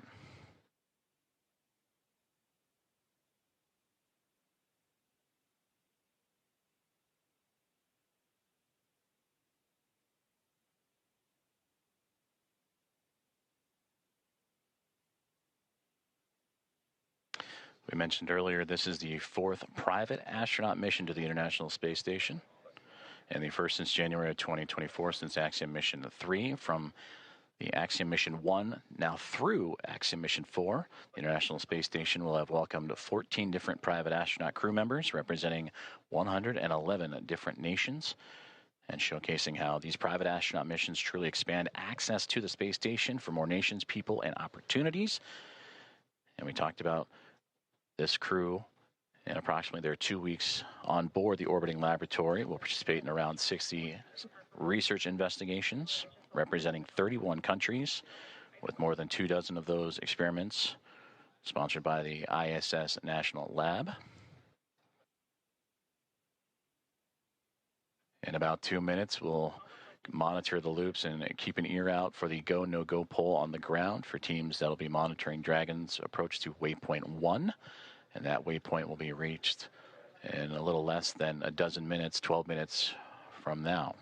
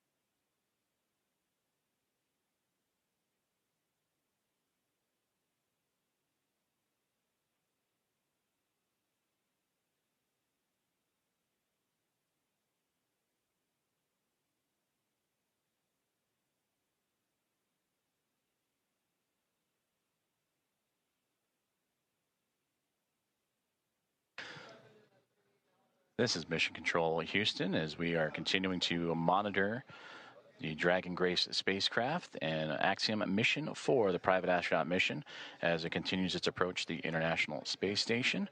They have moved past waypoint 0 and are now on its way to waypoint 1, the second of 3 checkpoints or 3 gates for this journey. for the spacecraft to the orbiting laboratory. We just received update that the new anticipated docking time, approximately 5:30 a.m. Central Time, 6:30 a.m. Eastern, as the Dragon spacecraft and the International Space Station teams here on the ground, both in Hawthorne, California for SpaceX and inside of NASA's Mission Control, Houston, and the International Space Station Flight Control Room, continuing to work together in communication and relay those updated data and projections and trajectory and all the information needed. So again, that docking time has been updated to now approximately 5:30 a.m. Central, 6:30 a.m. Eastern.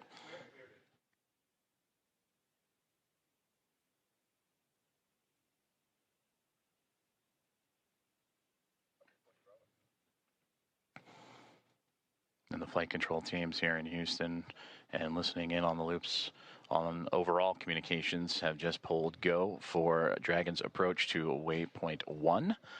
And they will reach that milestone waypoint 1 in about 9 minutes from now.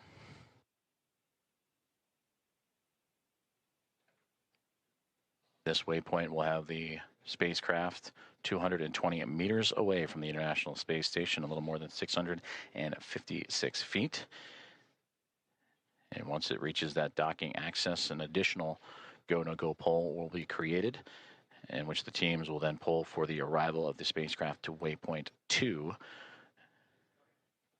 And given the go there, Dragon Grace will move to within 20 meters and little more than 65 feet from the orbiting laboratory.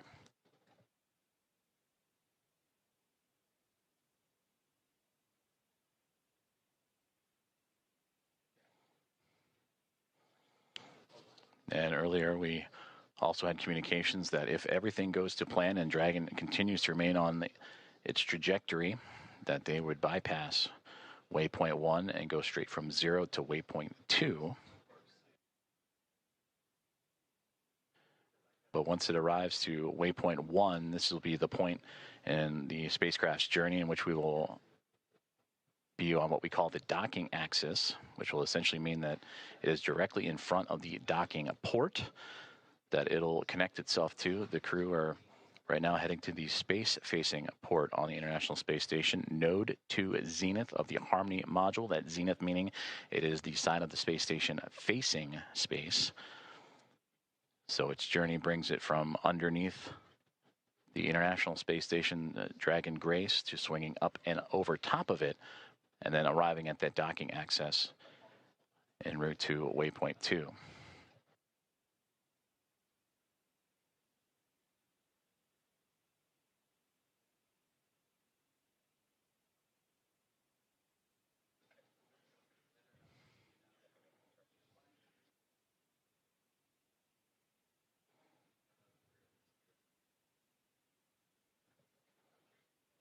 We'll continue to bring views of the International Space Station and Dragon Grace spacecraft as we receive them, as the two continuing their chase to connect up as they're now making their way towards the western coast of North America in an orbital nighttime configuration.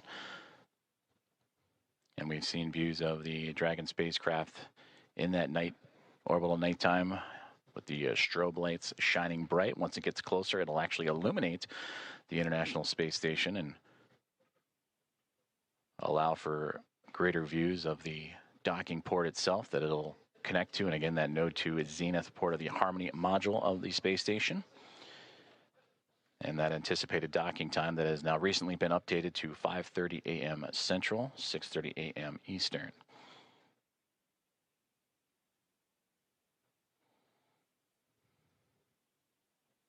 Teams on the ground have pulled go for Dragon's approach to waypoint 1, and that arrival to that checkpoint will be a little more than 5 minutes from now.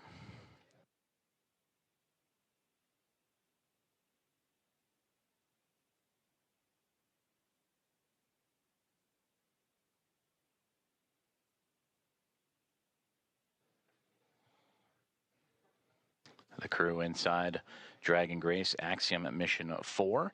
They are in their launch and entry suits and are ready to continue their journey towards the International Space Station. And there you see it, the view from the orbiting laboratory, looking at Dragon Grace. As you see that strobe light we were just mentioning, as it gets closer, will illuminate the side of the orbiting laboratory, as well as the port and starboard lights, the red and green. Crew in their launch and entry suits, providing that extra layer of protection of pressure, and that happens, are in them during these dynamic phases of flight.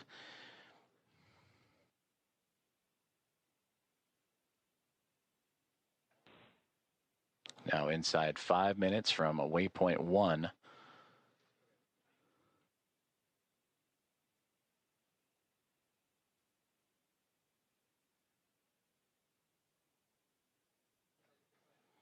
When Dragon docks to the International Space Station, there will be 5 spacecraft connected to the orbital outpost, and we'll bring the crew up to 11 crew members, and the overall total of the International Space Station to 288 visitors since 1998.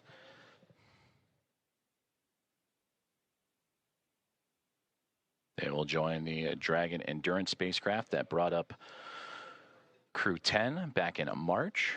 They will also join with the Soyuz MS-27, a spacecraft that brought NASA astronaut Johnny Kim to the International Space Station in early April.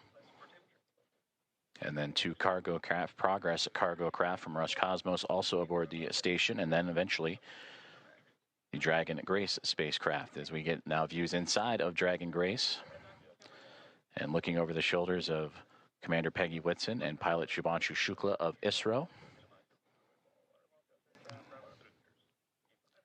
And you see them adjusting their monitors as the approach continues on for Dragon. And then a great view in the middle of the screen there of the path Dragon is taking. Last time we saw inside, it was more towards the left-hand side of the screen, in which Dragon now flying up and over top of the International Space Station. And now we get great views from Dragon Grace, and there's the strobe light. You can see it ever so faintly illuminating the International Space Station as it continues. Station Houston on the Big Loop. Dragon is transmitting docking camera video. Please confirm video and data updating in Dragon Docking Monitor. Also, we have a new docking time of 10:30.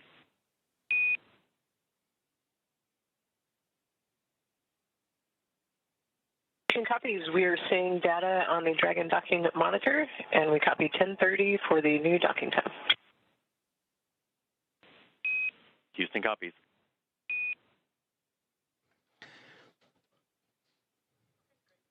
Great communications there on the Big Loop between the teams in Houston and SpaceX, talking to Dragon Grace and the confirmations of the updated docking time. You heard the words 10:30. That's 10:30 Zulu, which Central Time is 5:30, as we had mentioned, 5:30 a.m. Central, 6:30 a.m. Eastern, as we return to that exciting view from Dragon looking up at the International Space Station. You can ever so faintly see the solar arrays coming into view, and that strobe light illuminating the radiators, which are right along that central portion and angling upward.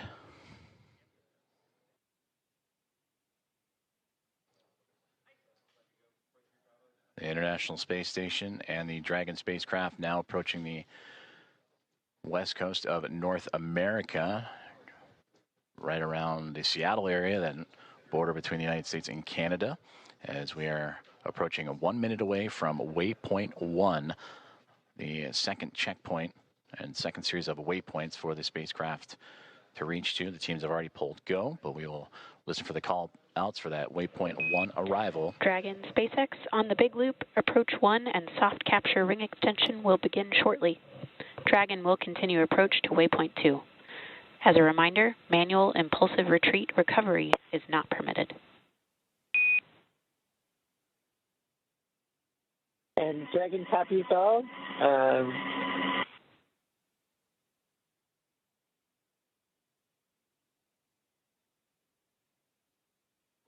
And there you heard communications on the Big Loop about that soft capture ring, and that is the initial contact that will occur between the Dragon spacecraft and the International Space Station, a soft capture, with that soft capture ring then retracting and the 12 hooks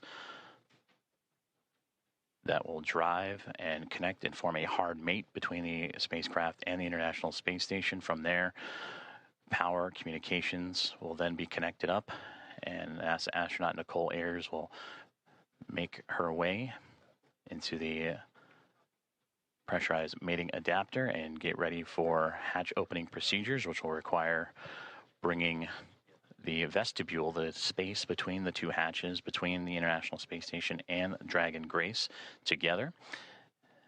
And there we see the orbital sunrise making its way over top of the International Space Station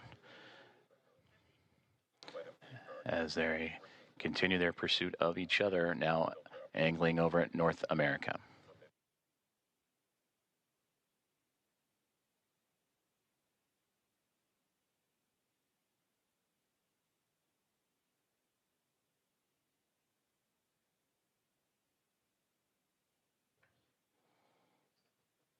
And there in the center screen, if you look at the topmost, the Dragon now perfectly aligned over top of the International Space Station, now looking down at that Node 2 zenith port, and a great view just off the bottom portion there. That is the Dragon Endurance spacecraft that it'll be just alongside of. So Dragon has reached waypoint 0, and on initial comms earlier that the teams on the ground, once reaching waypoint 1, have been allowed to bypass that waypoint and now move on to waypoint 2, which will be in about 9 minutes from now, and targeting docking in about 14.5 minutes from there. Go, no-go polls for docking in about 7 minutes as the teams on the ground continuing to monitor Dragon's progress. And once they arrive to waypoint 2, there will be a pause, make sure everything is lined up just perfectly before that final approach and docking.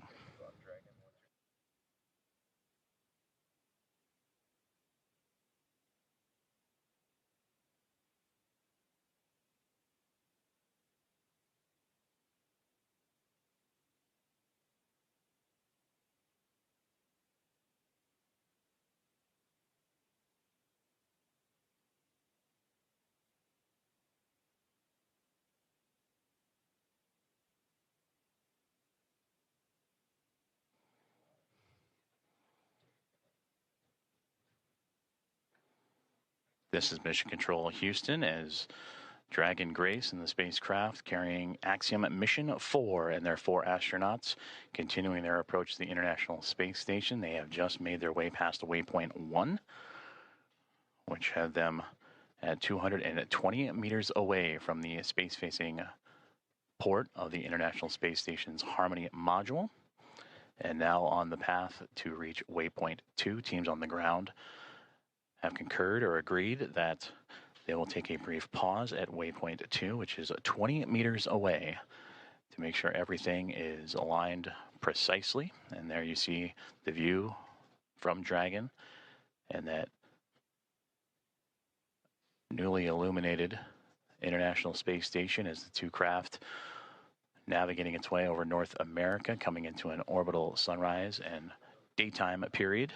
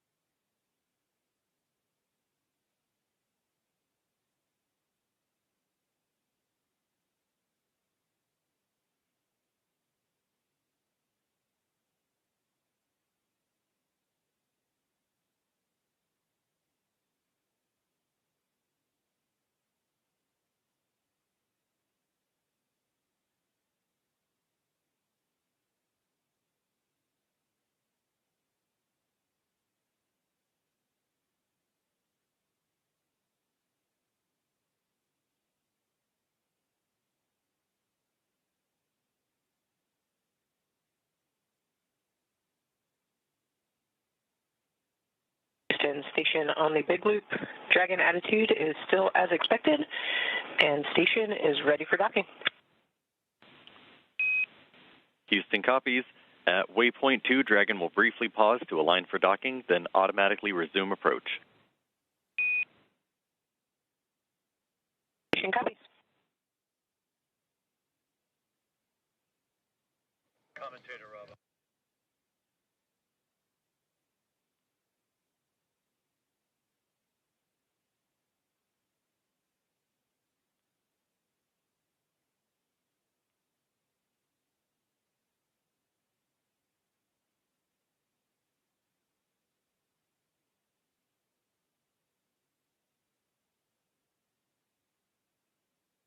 You just heard great communications on the big loop from Station and Dragon, as well as the teams in Houston and in Hawthorne for SpaceX and NASA, as the Dragon Grace spacecraft continuing its approach to the International Space Station, carrying Axiom Mission for Commander Peggy Whitson, pilot Shubhanshu Shukla of ISRO, Sławosz Uznański-Wiśniewski of ESA, Dragon and SpaceX Tibor. soft capture ring extension complete. Dragon will continue through waypoint 2 without a hold. Second copies, no hold at waypoint 2, and good rating extension. Great communications there. They were anticipating a brief hold to make sure everything aligns, but Dragon Grace continuing on what has been so far so good. A great rendezvous with the International Space Station. They will proceed to continue past waypoint 2. And you also heard in the communications with NASA astronaut Nicole Ayers, the station ready for docking.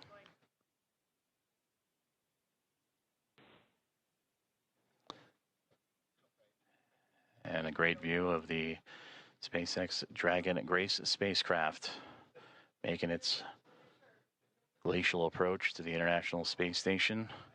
And the view from the space station looking up as it approaches the space-facing or Node 2 zenith port of the Harmony module.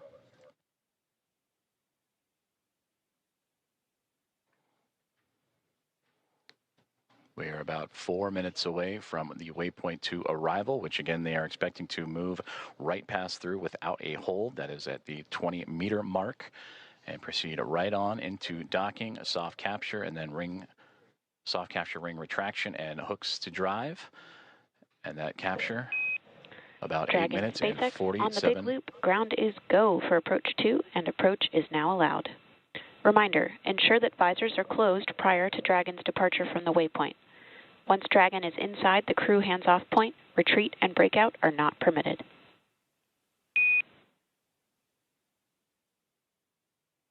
Dragon copies, and we have visors down, and we are go for docking as well. And copy on the approach. Inside 2, chop.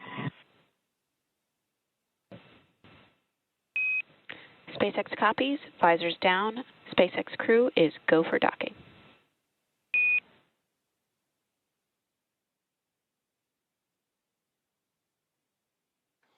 All great communications there, as the communications from the ground up to the SpaceX Dragon Grace spacecraft, as visors are down on the 4 astronauts inside, as they continue their approach to the International Space Station, now nearly 7 minutes away from that initial contact. Dragon and the International Space Station now making its way over the northernmost territories of North America and Canada, and heading towards the Atlantic Ocean, as we are now 7.5 minutes away from the approximate docking time, as Dragon will move smoothly past waypoint 2, about 20 meters away.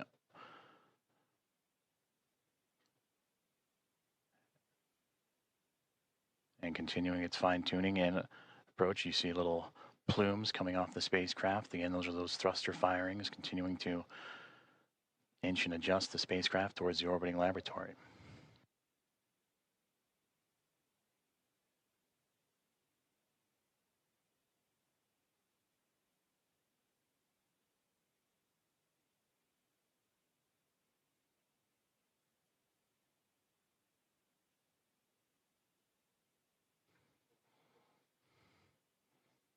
Dragon continuing to get bigger and bigger from the viewpoint of the International Space Station, as waypoint 2 about 90 seconds away, and there it'll be just a mere 20 meters away. And there, the spacecraft will focus on aligning its docking system with the docking adapter, and then fly in to make the initial contact and give us what we will call that soft capture, or the soft capture ring will retract, and then the hooks will drive to form the hard mate. And that capture, or that initial contact, coming in about 6 minutes from now.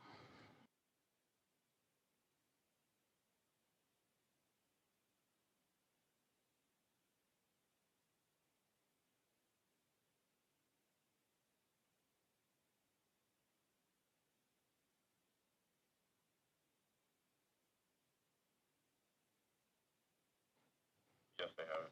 I can press them. They switch it up.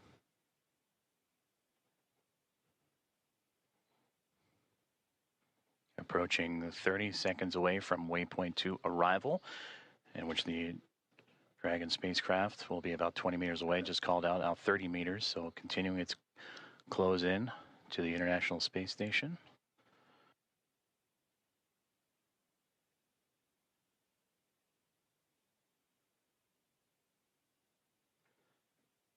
Dragon Grace now 25 meters away.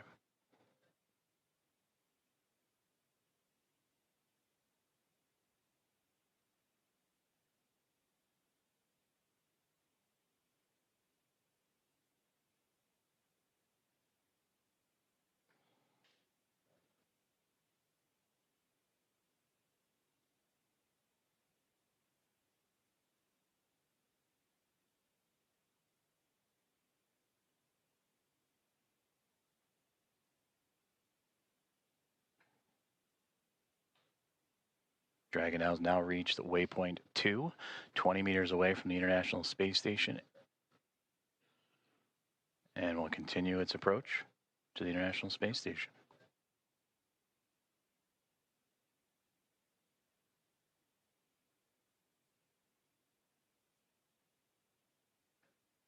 And there you can see a great view of that zenith port, that space-facing port on the International Space Station's Harmony module.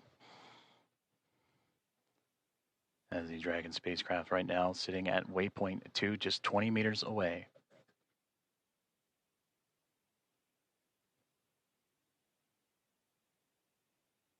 Houston at station for step 4 in block Bravo. Dragon attitude is as expected. Houston copies.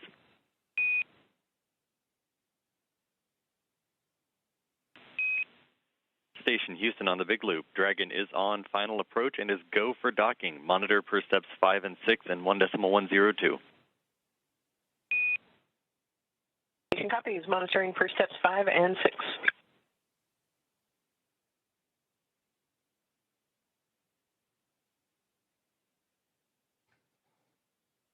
And there you heard it.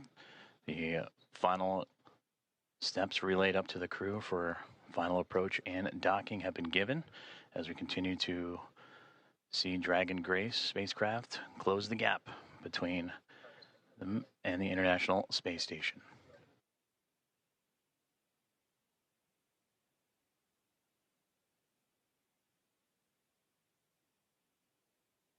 Now, just before the spacecraft reaches the international docking adapter for that soft capture, you'll hear the call out CHOP, or crew hands off point, which Dragon will continue its journey and make that initial connection, that soft capture, in those final few moments.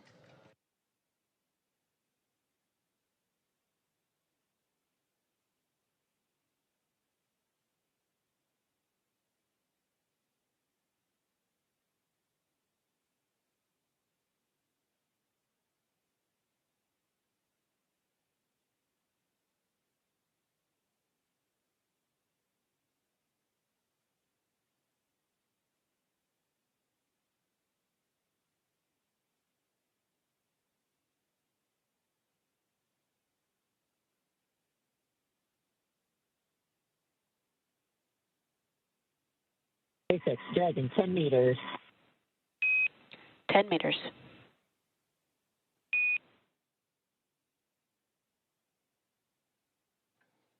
And inside 10 meters, a little less now than 30 feet away, is all that separates Dragon Grace from the International Space Station.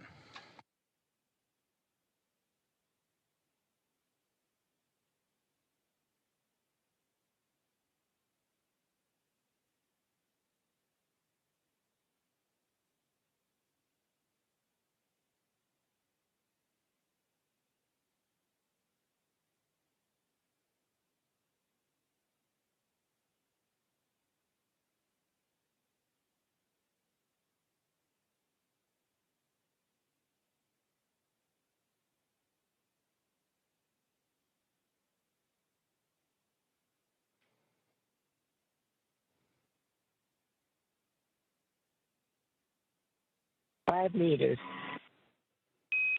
5 meters.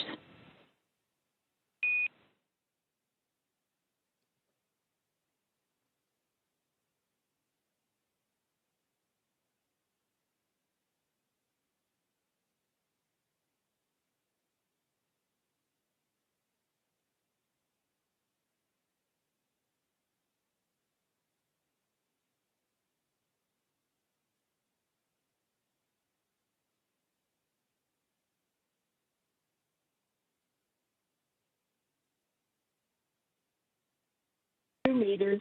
Chop. 2 Houston meters. Station, 2 meters, chop. We have chop. 1 meter. 1 meter.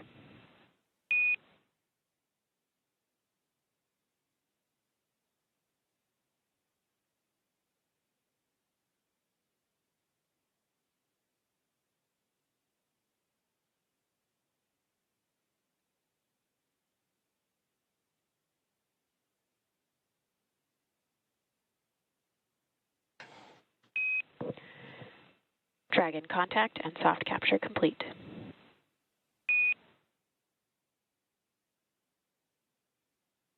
Ready, copy.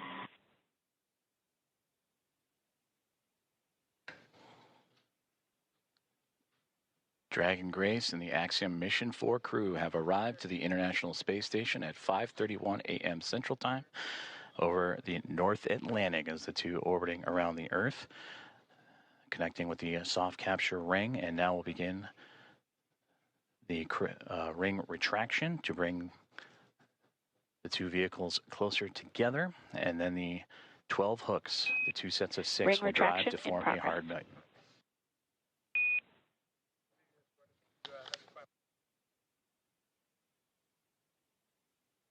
And there you heard there, the soft capture ring is retracting, and then we'll do so until sensors are indicating it's time for those hooks to drive in place and give us a hard capture and firmly secure Dragon to station.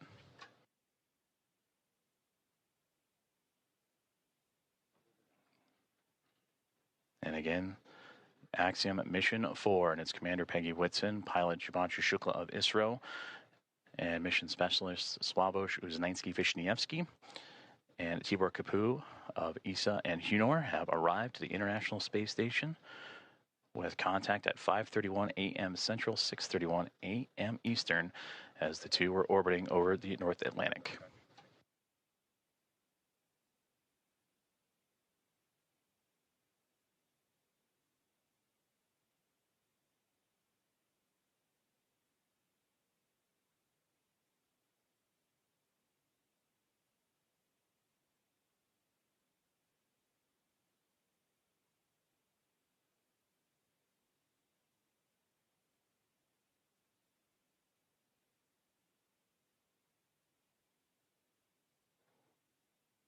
The soft capture ring, that initial contact between Dragon Grace and the International Space Station, continuing to retract, and we'll await for the calls that the sensors read that it'll be time for those 12 hooks on the Dragon to then begin driving and connecting itself to form a hard mate to the International Space Station.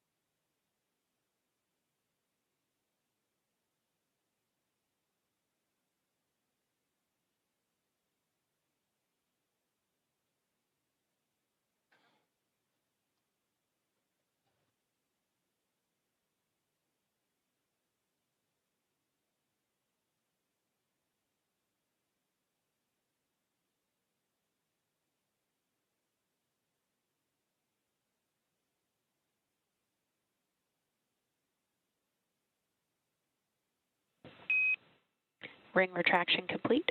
Docking sequence is holding for MCS reconfiguration.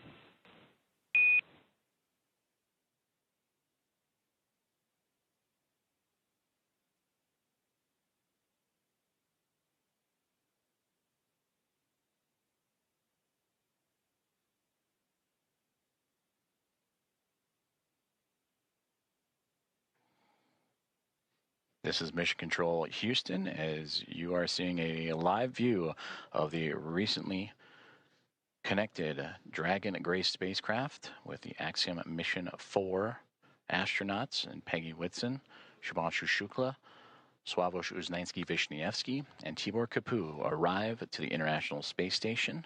Soft capture and contact at 5:31 a.m. Central Time, 6:31 a.m. Eastern, as the two were orbiting above the North Atlantic.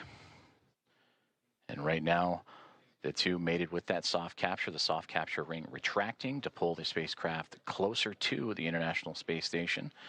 And once given the go, the ring or the hooks around the Dragon nose cone will drive and connect to form a hard mate.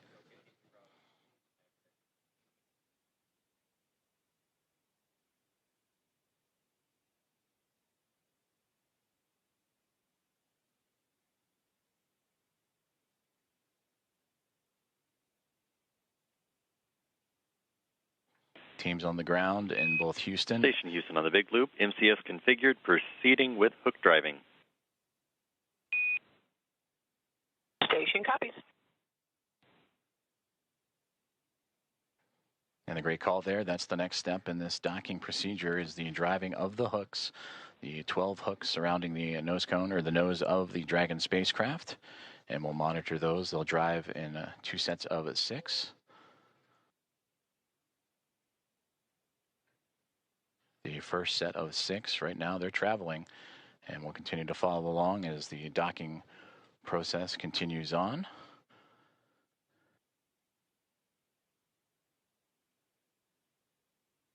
And then after that first set of 6, the second set will drive and connect Dragon to form a hard mate to the International Space Station.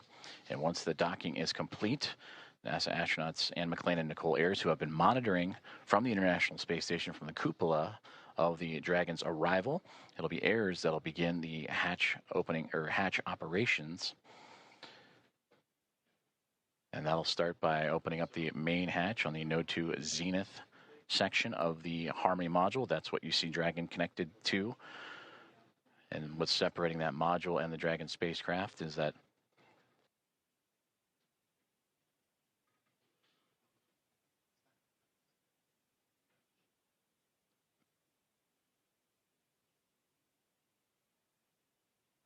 and continuing to monitor that first set of 6 hooks forming that hard mate.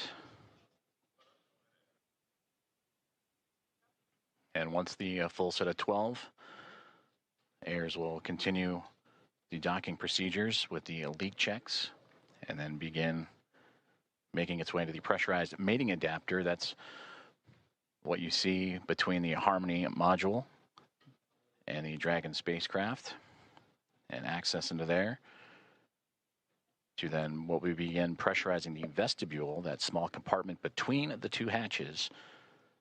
And that vestibule has been exposed to the vacuum of space prior to Dragon Grace's arrival. So the next step is to carefully reintroduce that air and pressure inside so it matches both that of the station and the Dragon spacecraft.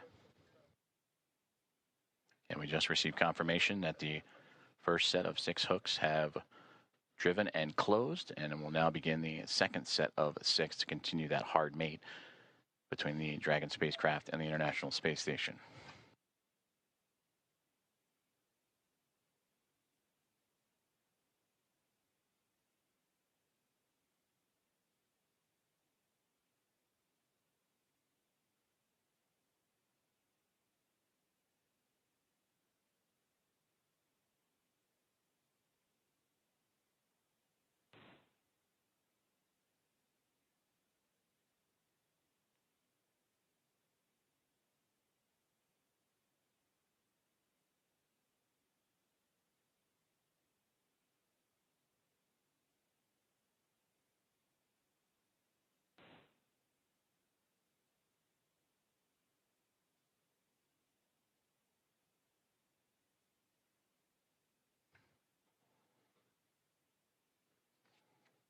If you are just joining us, this is Mission Control Houston, where Axiom Mission 4 aboard the Dragon Grace spacecraft have connected to the International Space Station at 5:31 a.m. Central Time, currently in the process from soft capture to the hard mate to the orbiting laboratory.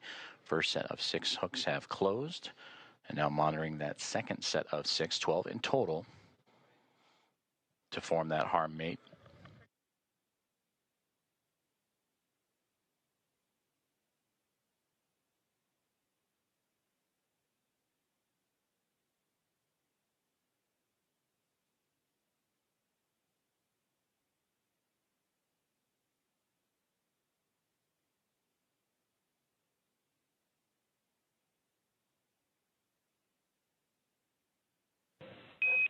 Dragon, SpaceX on the big loop, hard capture complete.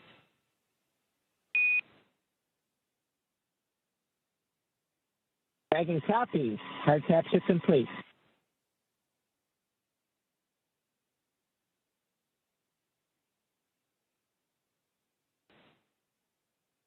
And we just heard confirmation there. All 12 hooks have closed, and that is a hard mate to the Dragon Grace spacecraft and the International Space Station, completing from soft capture to that hard mate. And these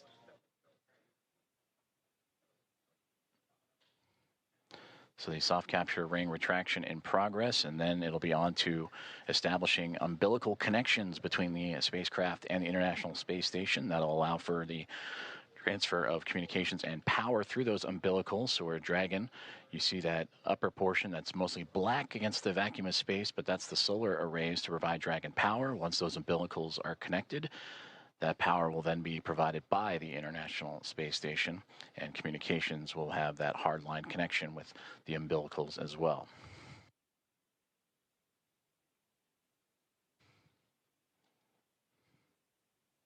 And once those umbilicals have been connected, that'll complete the docking process, and that's when NASA astronauts Anne McClain and Nicole Ayers, namely Ayers, will jump into action and begin the leak checks and hatch opening procedures, and that'll allow the pressurization of the vestibule, the space between the Dragon spacecraft and the International Space Station, to be brought to pressure equal to that of what is inside station and inside the Dragon spacecraft, about 14 psi, what you experience here on Earth as sea level. And then from there, the hatch operations will continue, and the Axiom Mission 4 team will make its way on board the International Space Station with welcome remarks soon to follow.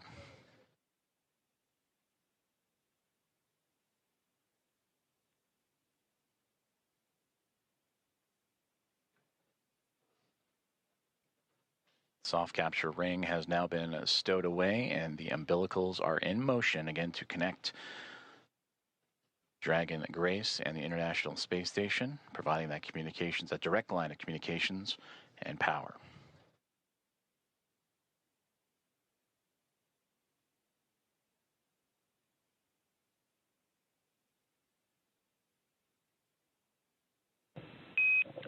Dragon SpaceX on the big loop, docking sequence complete. Ground will be enabling hardline power and comm connections shortly. You are go to DOF suits per procedure 4.012 and begin post-docking cabin configuration per 4.400 in parallel. Dragon copies. Docking complete. 4.012 and 4.400 are in work. And Grace is happy to be on Harmony.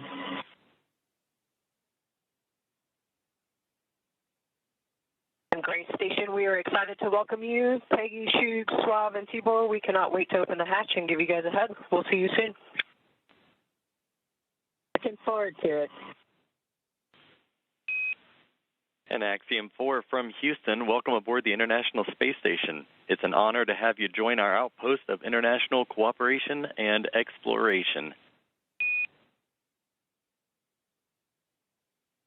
We are honored to be here. Thank you.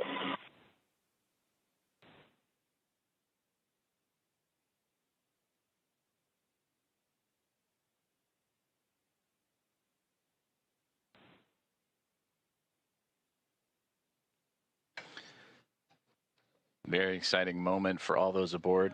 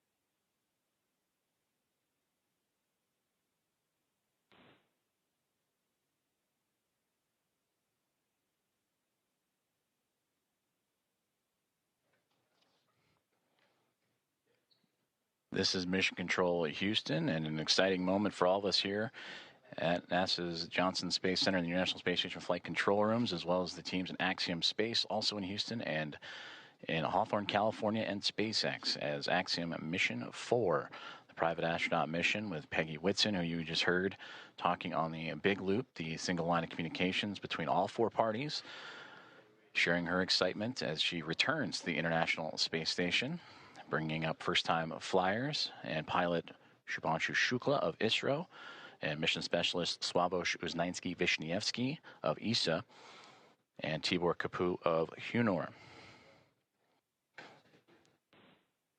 Contact between the two, between Dragon Grace and the International Space Station at 5:31 a.m. Central Time. And now that the hooks have connected, all 12 and umbilicals deployed, providing power and communications. Now the team inside the International Space Station, namely Nicole Ayers, is going to start beginning the hatch opening procedures. And now that we're docked, she will secure some hardware and then move right into those operations. And first we'll open the large hatch at the Node 2 Zenith, or the space-facing port side of the Harmony module, and that's what you see, similar to where that NASA logo is. That's the Harmony module that the pressurized mating adapter is jettisoning up into and connecting to the Dragon Grace spacecraft. And then from there, she'll traverse into that pressurized mating adapter, and we'll begin pressurizing the vestibule, which is that small space between the hatches on Dragon and the space station. And we have talked about this has been exposed to vacuum prior to docking, and we'll need to fill that space with air to make sure that pressure is equal with the atmospheric pressures on Dragon and the International Space Station. Also putting away some hardware in the process, including the docking across. And Ayers will use a small valve on the station's hatch to slowly introduce that air into the vestibule. And flight controllers here in Houston will continue to monitor the pressure and temperature readings inside and verify that everything is A-OK and leak-free before we get ready to open up the hatches.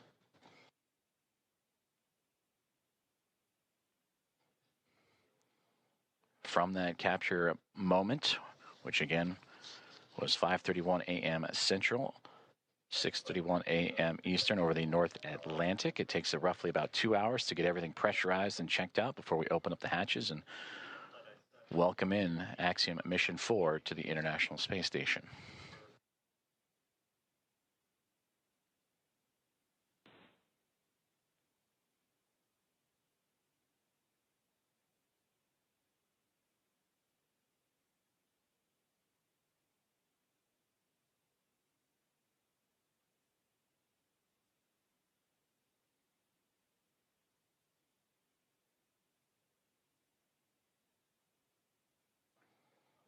Commentator and producer SpaceX Dragon on the big loop.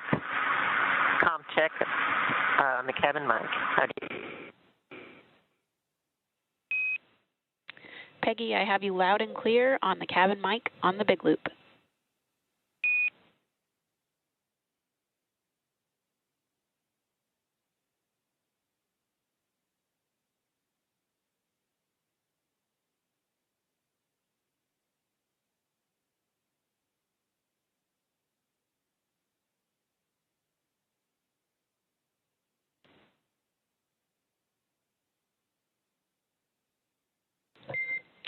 Dragon. SpaceX on Dragon aground. That call on the cabin mic actually came over Dragon aground.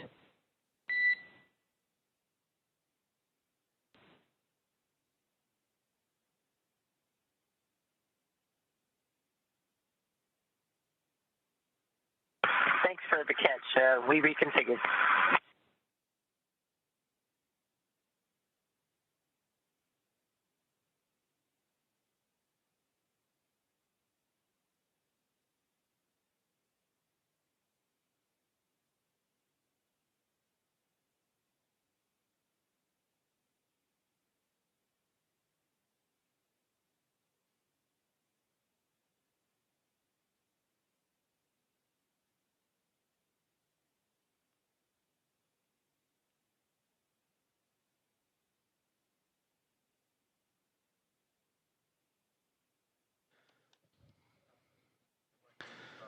This is Mission Control Houston as we continue to follow along the progress of the contact capture and beginning of hatch opening procedures as Axiom Mission 4 has arrived to the International Space Station with contact at 5:31 a.m. Central Time.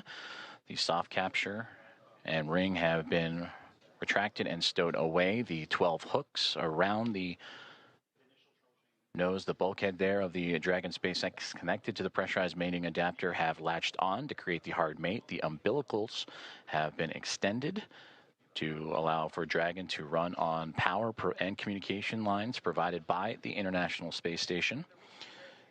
And now looking at approximately 8:35 a.m. Central Time for welcome remarks, and shortly after the Axiom Mission 4 team make their way through the hatchway and into the International Space Station.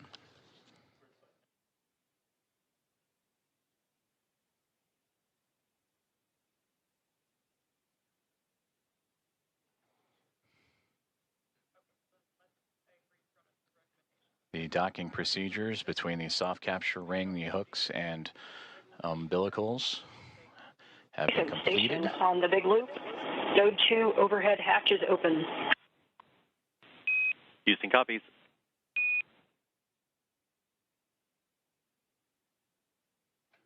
And a good call there down from NASA astronaut Nicole Ayers saying that she has opened up the hatch for the Node 2 Zenith way, the space-facing side of the Harmony module, to give her access to the pressurized mating adapter. And there she will cruise in to begin work on the hatch opening procedures and pressurizing Station and the vestibule. Dragon. Houston on the big loop. We are troubleshooting the big loop audio comm issues from earlier, and the action we're about to take will take down big loop comm between ISS and the Axiom crew for about 5 minutes. We may require additional comm checks after.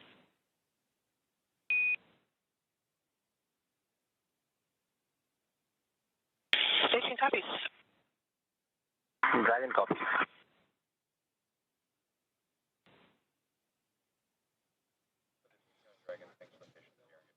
Communications there on the big loop between the teams here in Houston and up to the International Space Station as they troubleshoot some communications, and the big loop that you have been hearing that have connected everyone here inside of Mission Control Houston and the International Space Station Flight Control Room, those aboard the space station and inside the SpaceX Dragon Grace spacecraft, and the teams in Hawthorne, California, those 4 parties, that's the big loop. They will troubleshoot those communications for about 5 minutes and then recheck. But you heard just prior to that NASA astronauts Anne McLean and Nicole Ayers have begun the hatch opening procedures, in which the large hatch at the Node 2 Zenith, that's the space-facing side of the Harmony module, has been opened, and that will allow for them to begin the hatch opening procedures and pressurize the vestibule, which is what, in addition to the comms checks, we will monitor, as Ayers will use a small valve on the station's hatch to slowly introduce air into the vestibule. That's the gap between the Dragon spacecraft and the International Space Station that has been exposed to vacuum. And from there, they will match the pressure, the atmosphere inside both station and Dragon.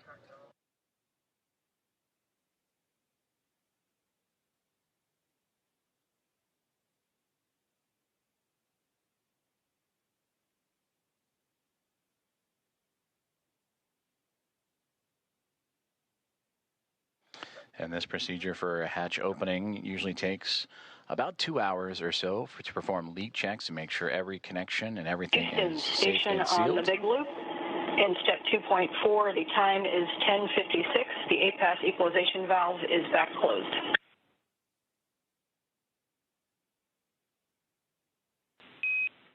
Houston copies. That's a good config. Expect at least 15 minutes before we continue. Station copies. And that communication between the International Space Station and the International Space Station Flight Control Room, and you heard the word APAS hatch. That is the hatch, again, that they will be operating and looking to open up from the space station side. But in doing so, they will need to pressurize, as we've been talking about, the vestibule, and then allow for the atmospheres to match between the Dragon Grace spacecraft and Axiom Mission 4 crew, the vestibule itself, and the International Space Station, all equal throughout to allow for the parties to pass through for the hatch opening and eventual welcome remarks. The contact for Axiom Mission 4 to the International Space Station about a half an hour ago at 5:31 a.m. Central, 6:31 a.m. Eastern.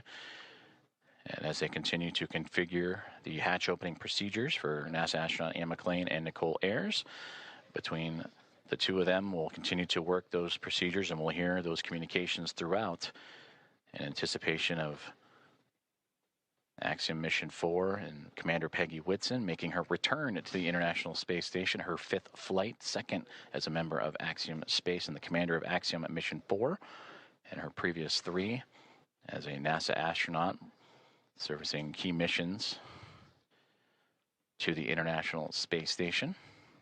And a big part of the coming up in November, 25 years of continuous operations and humans on board the orbiting laboratory. And there she will welcome also first-time flyers and pilot Shubhanshu Shukla of ISRO, Sławosz Uznański-Wiśniewski of ESA, and Tibor Kapu of Hunor for Shukla, Uznański-Wiśniewski, and Kapu, representing India, Poland, and Hungary. This will be those nations' first time visiting the orbiting laboratory.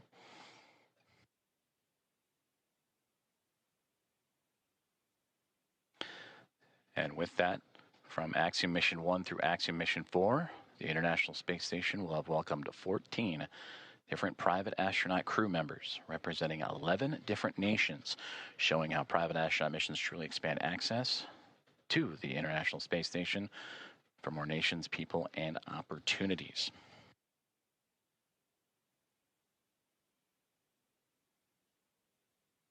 And on your screen, you see the clock counting upwards at the bottom, the T+, that is 1 day, 4 hours, 28 minutes, and now SpaceX Dragon.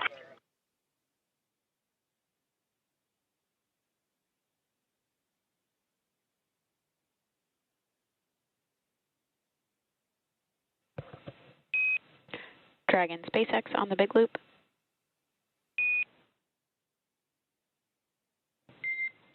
Dragon SpaceX ComCheck on Dragon ground.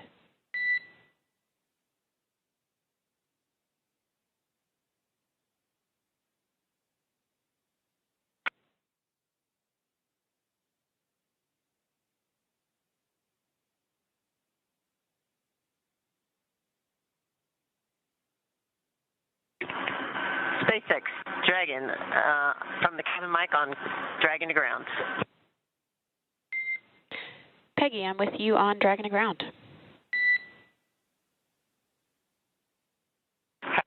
Okay, here. Did you call for me, or did I misunderstand? I was returning your call. Okay, stand by for inventory. Copy, standing by.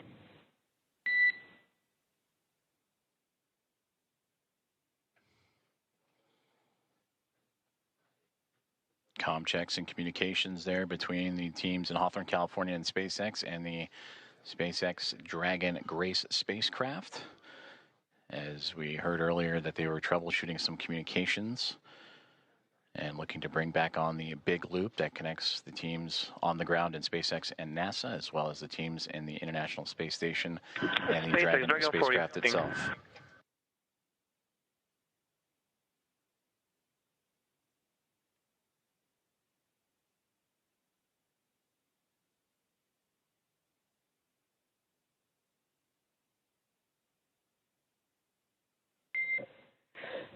SpaceX Dragon 4, inventory reporting on Dragon to ground. And I'm with you on Dragon to ground. We are about to enter a LOS period for about 4 minutes, so we'll need to stand by.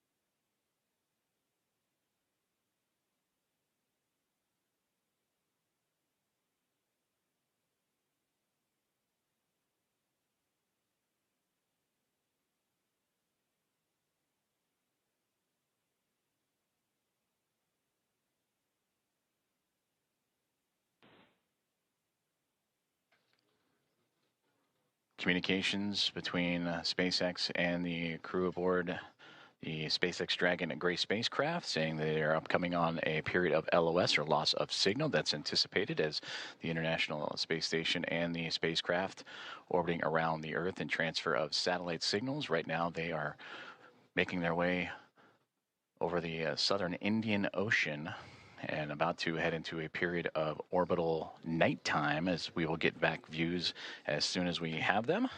And again, the spacecraft carrying Axiom Mission 4 and the 4 private astronauts contact with the International Space Station at 5:31 a.m. Central Time, and expected to continue with hatch opening procedures as they have already driven the hooks, connected the umbilicals for power and communications, and NASA astronauts Nicole Ayers and Ann McLean working on those hatch opening procedures as we speak. And that will allow the crew to make its way from Dragon into the International Space Station, going from a crew of 7 aboard the orbiting laboratory to a crew of 11. And that'll be followed by welcome remarks at approximately 8:35 a.m. Central Time, 9:35 a.m. Eastern Time. Certainly an exciting moment for all of us here in Mission Control, but we want to check back in with our team over in Hawthorne as Axiom Mission 4 has arrived to the International Space Station.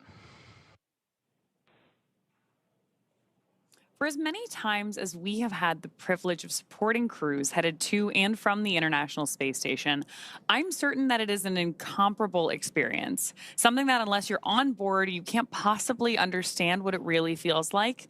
Paul, and I'm confident that you and I cannot do it justice even attempting to tell everyone joining us today about it. So instead, we have invited Axiom Space's own commander, Michael Lopez Alegria, to share from his previous experiences.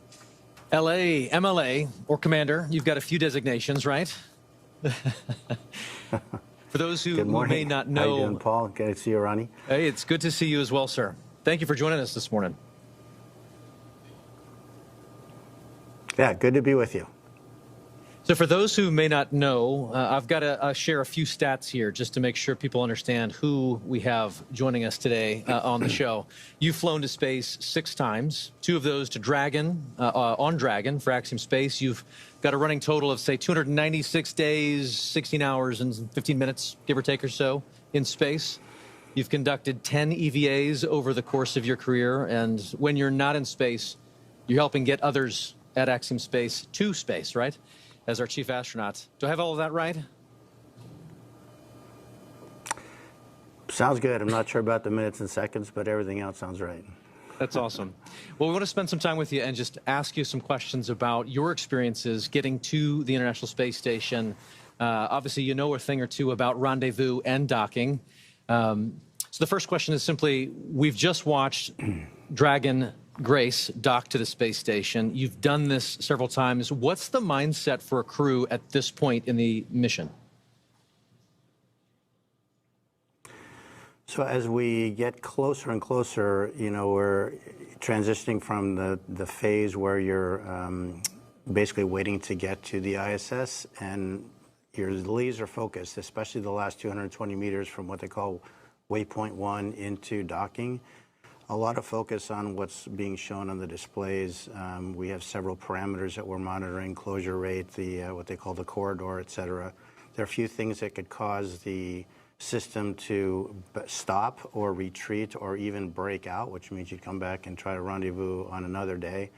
So that's really what's going on, at least technically, I guess, in your mind. Obviously, emotionally, it's a completely different story.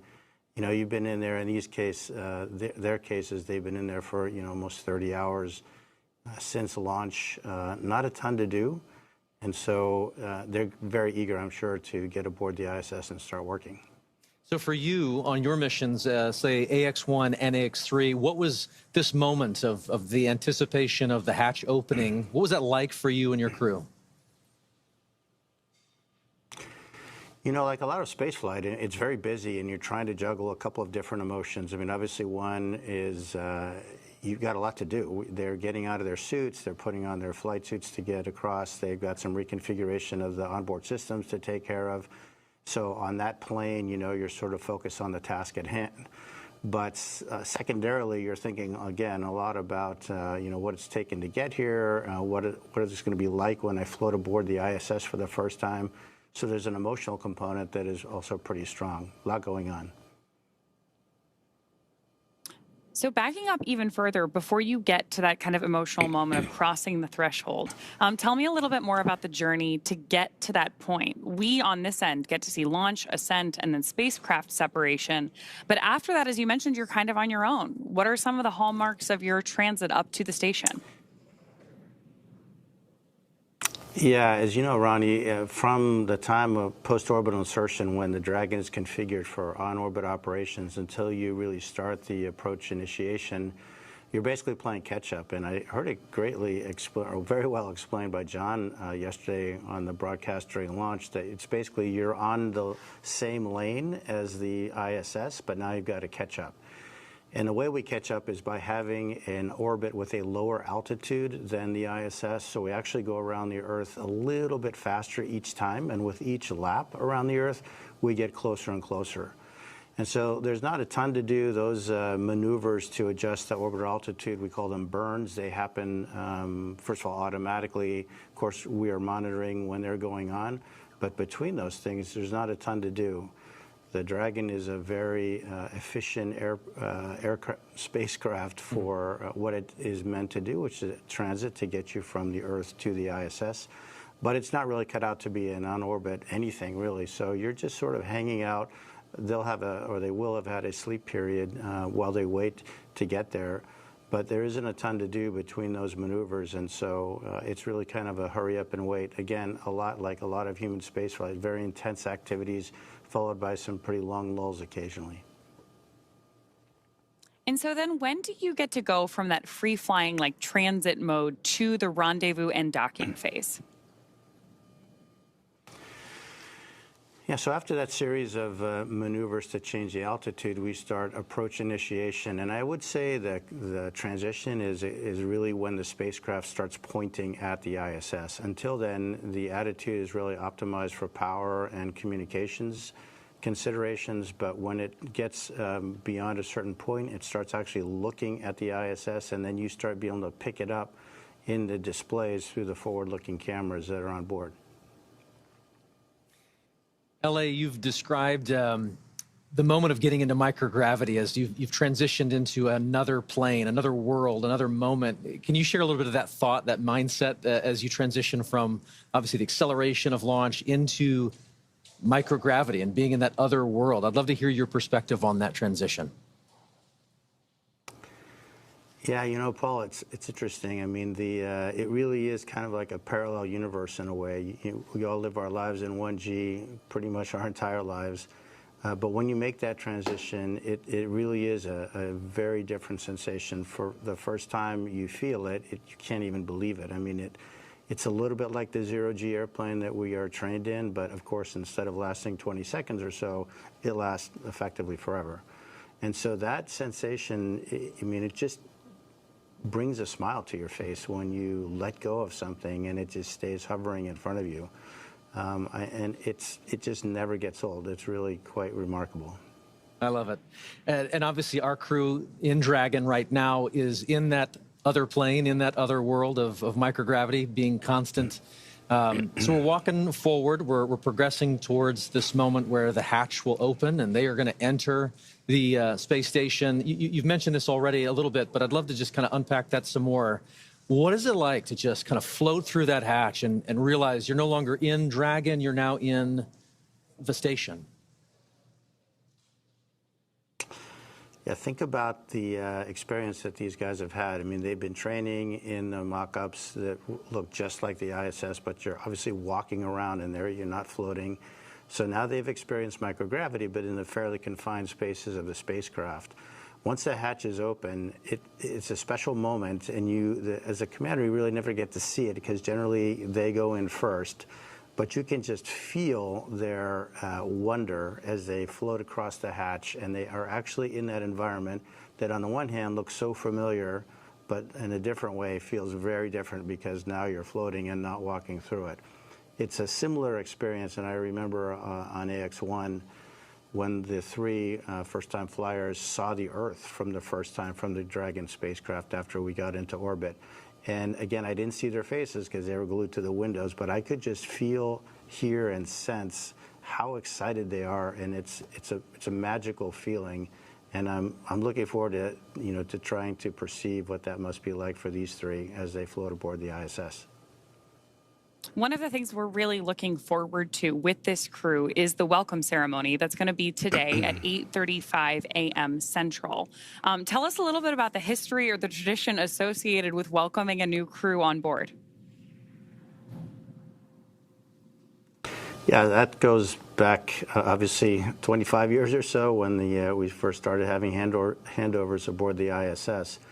But recently what we've done is added a pinning ceremony to that, and that is where Peggy, as a commander, will provide astronaut pins to the three new flyers, Shuk, Slav, and Tibor. And those pins will have a number associated with them, which is the number of orbital astronaut they are. So they will be the 634th, 35th, and 36th humans to have orbited the Earth in the history of humanity. So when you think about it, it's a pretty small number considering humans have been around quite a while. But it's pretty nice, and of course, to be greeted by the onboard crew, all 7 of them, lots of hugs, lots of different languages being spoken, and a lot of smiles.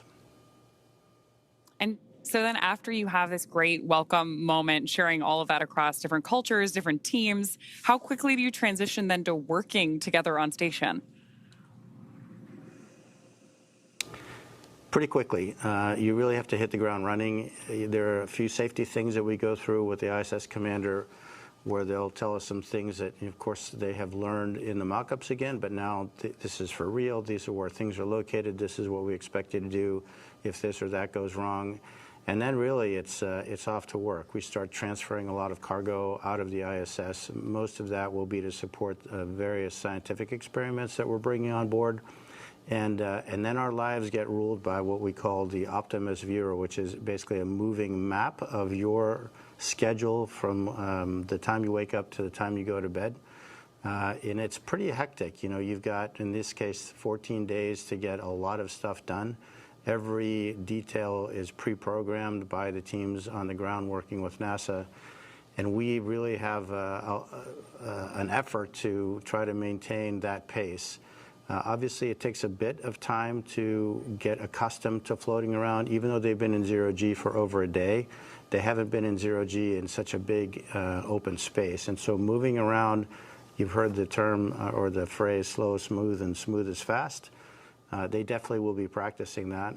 So there's a little bit of time for adaptation. There's quite a bit of time with the safety briefings that I mentioned. But after that, it's looking at Optimus Viewer and really getting started.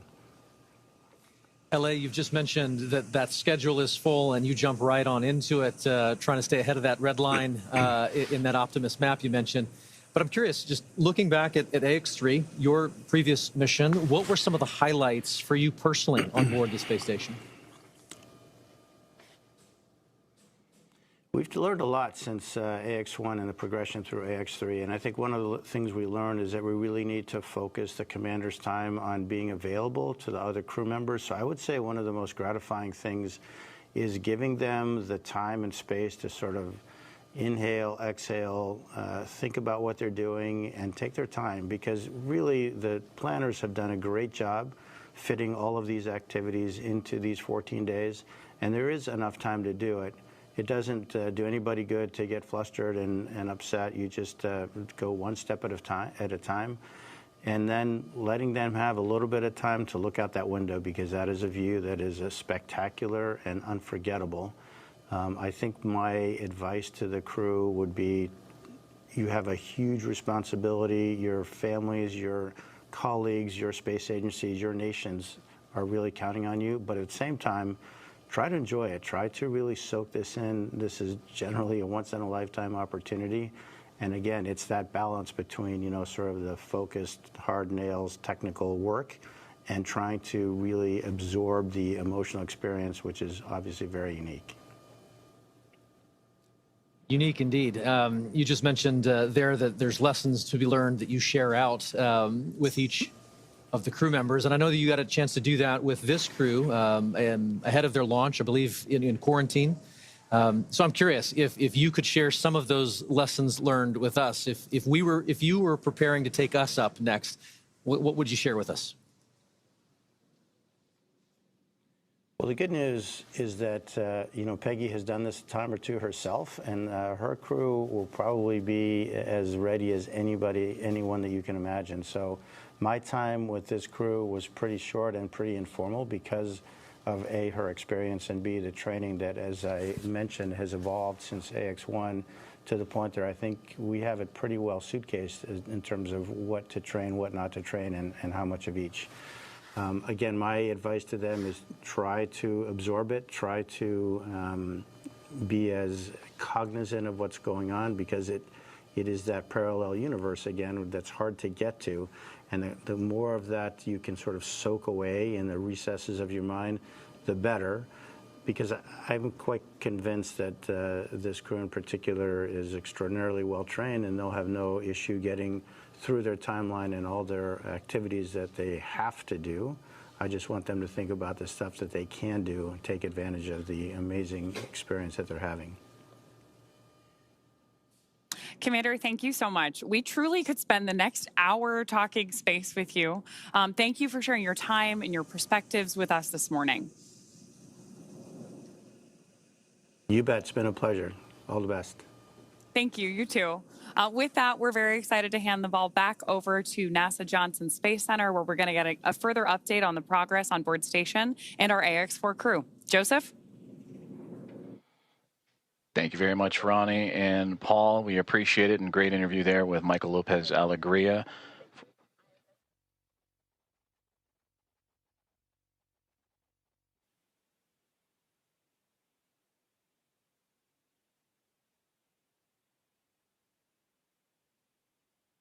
Dragon copies.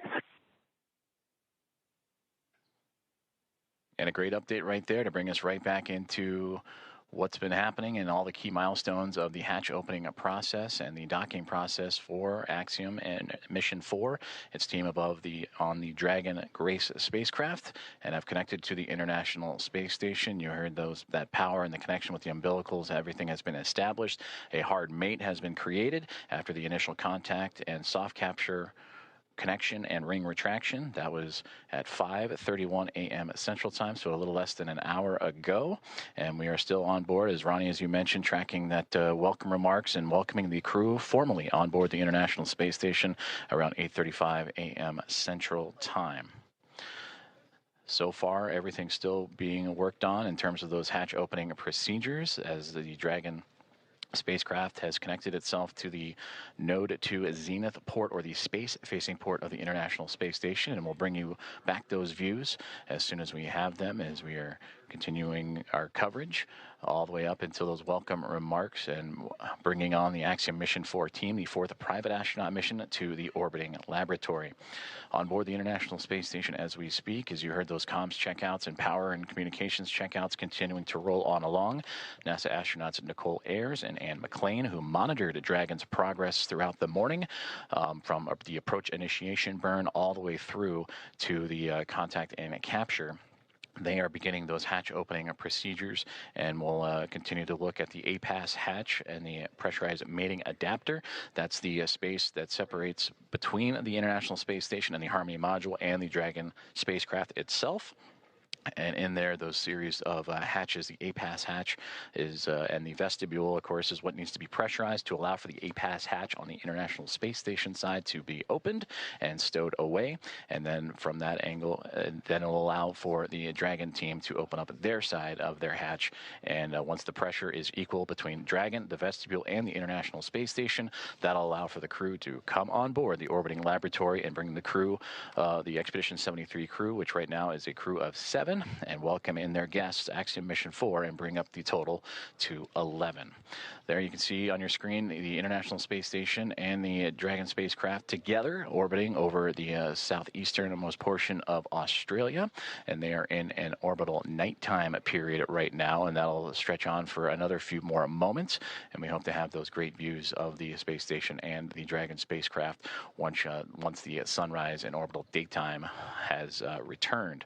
And again, tracking an 8:35 a.m. Central Time welcome remark, and shortly before then, you'll see the crew, and we'll have all that coverage and views of the Axiom Mission 4 team making its way into the orbiting laboratory. And again, a great interview there with Michael Lopez Alegria, commander, former NASA astronaut and commander of Axiom 1 and Axiom 3. And the ISS, the International Space Station, ready to welcome in Peggy Whitson, a former NASA astronaut, on her 5th flight, second with Axiom as commander of Axiom 2 and now of Axiom Mission 4, and bringing in pilot Shubhanshu Shukla of ISRO, Sławosz Uznański-Wiśniewski of ESA, and Tibor Kapu of Hungary, each representing India, Poland, and Hungary respectively. It'll be the first time that those 3 nations have been on board the International Space Station. And that'll bring 14 different private astronaut crew members representing 11 different nations to the orbiting lab, showcasing the strength of private astronaut missions and how it expands access to the International Space Station and low Earth orbit for more nations, people, and opportunities. So we continue to follow along with the hatch opening procedures that Nicole Ayers and Anne McLean of NASA each working diligently through, and we'll continue to provide updates as they arrive.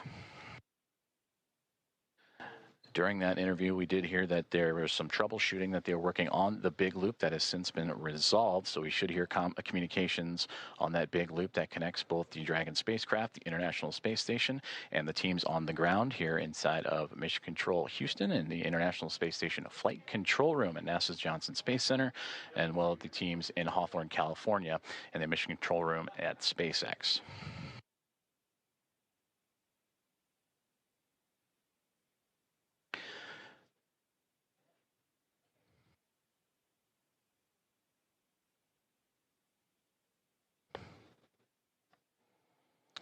Currently on board the International Space Station. Oh. Station Houston on the big loop for PMA.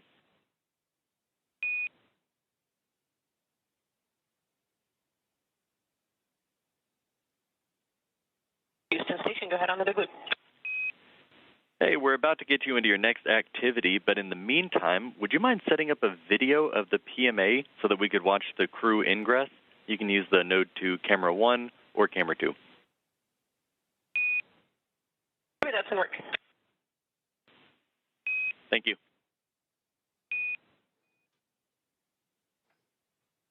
Communications from the ground here in Mission Control Houston up to the International Space Station, that PMA, pressurized mating adapter, and that is where NASA astronaut Nicole Ayers is currently operating in the hatch opening procedures, and they're asking to set up a camera so we can get live views in and witness the Axiom Mission 4 crew as they ingress or enter the International Space Station. So we will keep an eye out for those views coming from that pressurized mating adapter just inside the Zenith, Node 2 Zenith port of the International Space Station, that space-facing port.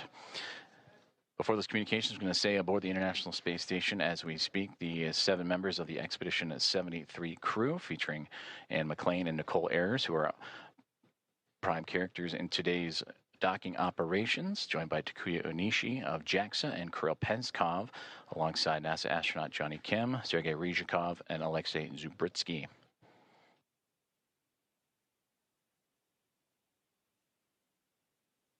You heard during the interview with Michael Lopez Alegria some of those key milestones and celebratory moments that he celebrated in his time as the commander of Axiom Mission 1 and Axiom Mission 3 earlier, bringing those first-time flyers in Shubhanshu Shukla, Sławosz, Uznański-Wiśniewski, and Tibor Kapu into microgravity for the very first time. The International Space Station also featuring first-time flyers Nicole Ayer and Kirill Peskov, alongside with Johnny Kim and Alexei Zubritsky for Ayers and Peskov. They recently just celebrated their 100th day in orbit this past Monday. You actually have both Node 2 cameras on. You guys are welcome aboard. Fantastic. Those are great views. Thank you.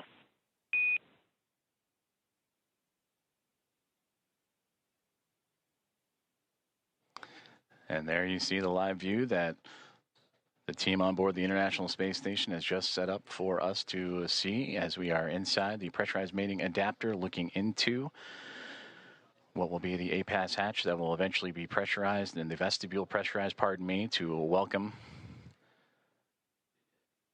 the Axiom Mission 4 crew aboard once everything is equal in pressure from SpaceX Dragon to the vestibule to the International Space Station, and the hatches on the Dragon and Space Station side are open.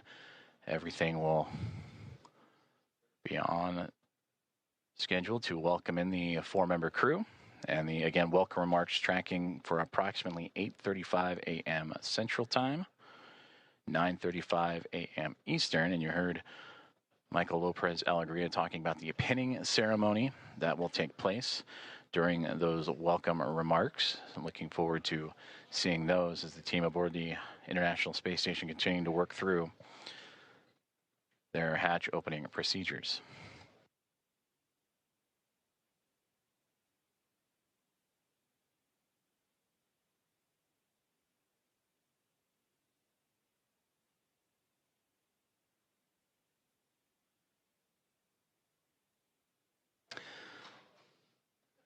Since launching from Launch Complex 39A and NASA's Kennedy Space Center yesterday morning at 1:31 a.m. Central, 2:31 a.m. Eastern, the Axiom Mission 4 crew above the newly named Dragon SpaceX Grace spacecraft have tracked down the International Space Station through a stair-stepping procedure of multiple burns that occurred from just moments or a few moments after launch up until the early morning hours today, to allow them to catch up to the orbiting laboratory and set up for the final approach and docking, and that contact with the orbiting laboratory at 5:31 a.m. Central Time.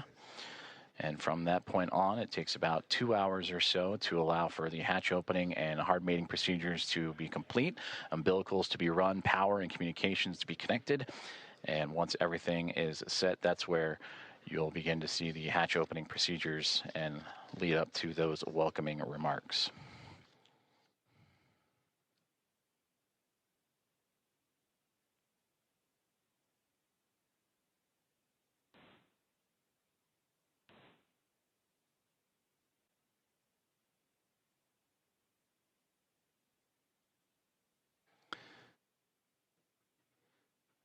And as you're following along with us, as we continue to wait for views of the International Space Station and the Dragon spacecraft as they are in an orbital nighttime period, making their way across the Pacific Ocean and approaching the equator, almost right in the middle of the Pacific Ocean. We'll get those views back from the exterior cameras.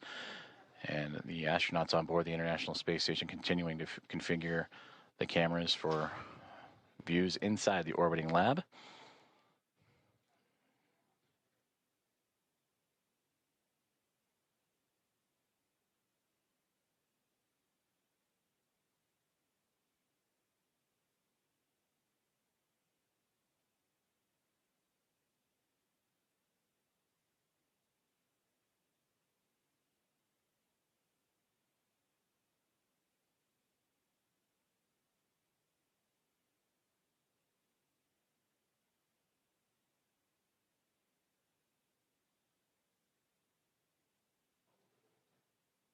If you are just joining us, you are watching live coverage of the docking of Axiom Mission 4 to the International Space Station, the 4th private astronaut mission to the orbiting lab and the first since January of 2024. Docking has occurred And that was exactly an hour ago, 5:31 a.m. Central, 6:31 a.m. Eastern. And now with Axiom Mission 4 attached to the International Space Station, docking and leak checks and hatch procedures and opening procedures continuing to move along. The crew aboard the SpaceX Dragon Grace spacecraft going through their procedures, as well as the 7 members of the Expedition 73 crew who are in the middle of their workday, and namely NASA astronaut Nicole Ayers and Anne McClain, who oversaw today's approach monitoring from the cupola of the International Space Station, that window to the world that you see so many wonderful views from. And Nicole Ayers currently working in the space-facing hatch of the Harmony module, where on the other side of the APAS hatch and vestibule is the Dragon SpaceX spacecraft. Ayers will use a small valve on that station's hatch to slowly introduce air into the vestibule. That's the space between the Dragon spacecraft and the International Space Station. That area has been exposed to vacuum of space, so that needs to be brought up to 1 atmosphere, or about 14 psi, what we know here on Earth as the pressure at sea level. And the flight controllers here in Houston will continue to monitor that pressure and temperature readings inside and verify that everything is leak-free before we go ahead and open up the hatches.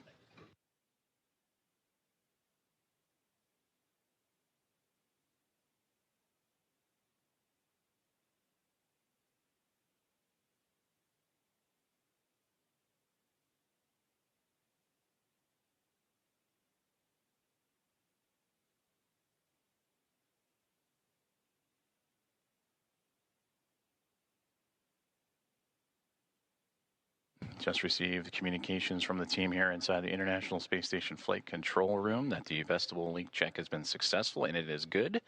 So they will continue to move forward with the hatch opening procedures. And again, you heard in the interview with Michael Lopez Alegria, slow is smooth, smooth is fast, as these teams making sure everything is sealed up and safe as they continue through hatch opening procedures.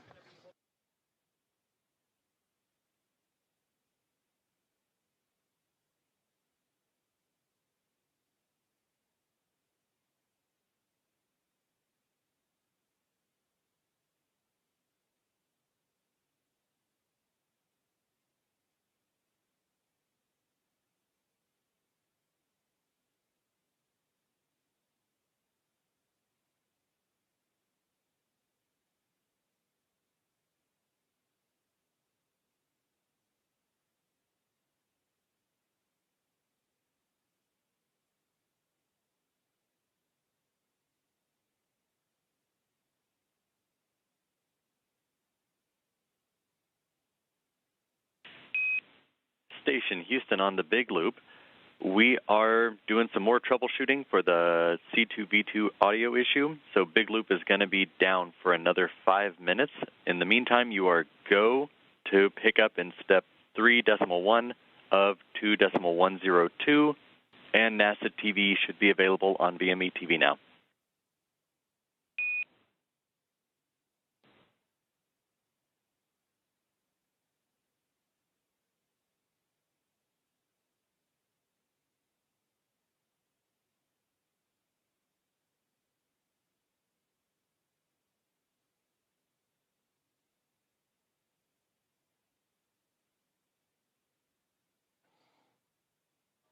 There you heard communications radioed up to the crew aboard the International Space Station on the Big Loop that they are continuing with troubleshooting of that communications as we are looking live up towards that node to zenith hatch in the Harmony module, and you see several members of the Expedition 73 crew in and out of the field of view. That is Nicole Ayers going into the pressurized mating adapter and continuing hatch opening procedures, and she is wearing the long-sleeved navy polo, and the red polo that just flew by, that is Expedition 73 Commander Takuya Onishi. We've also seen glimpses of Anne McClain in the field of view, as well as certainly everybody aboard the International Space Station anxious and excited to welcome Axiom Mission 4 with Commander Peggy Whitson, pilot Shubhanshu Shukla, mission specialist Sławosz Uznański-Wiśniewski, and the mission specialist Tibor Kapu aboard the orbiting laboratory.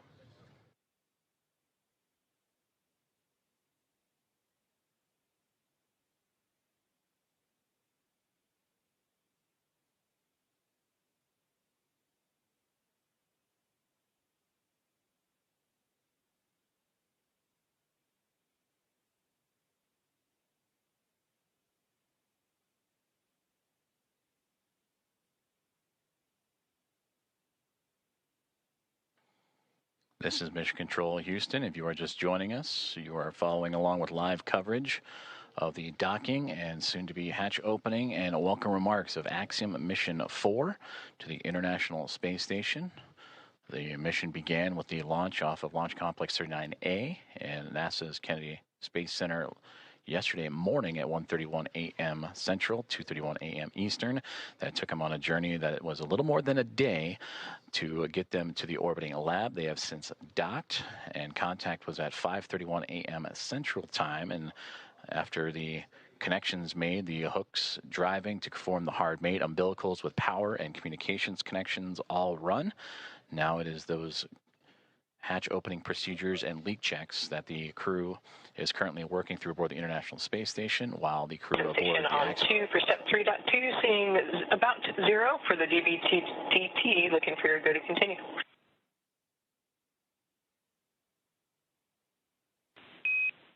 We see the same. You're good to proceed.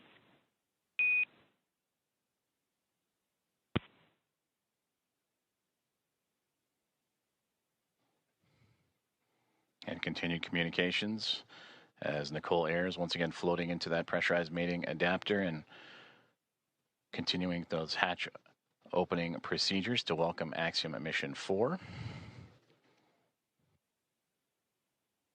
The target welcoming remark ceremony time, 8:35 a.m. Central.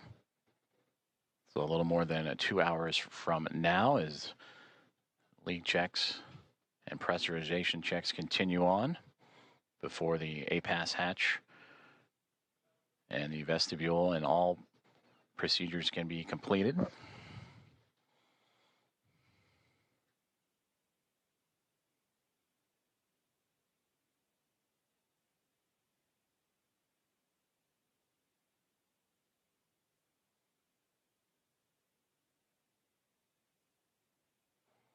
And a great view of some of those procedures as Nicole Ayers again. You can see her with that right hand turning the crank and working on that hatch to continue those procedures.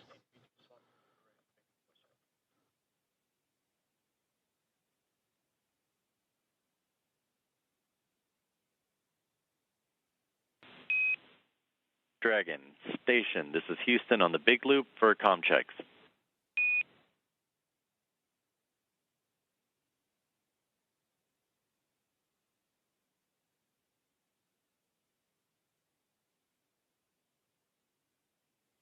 Dragon has you loud and clear.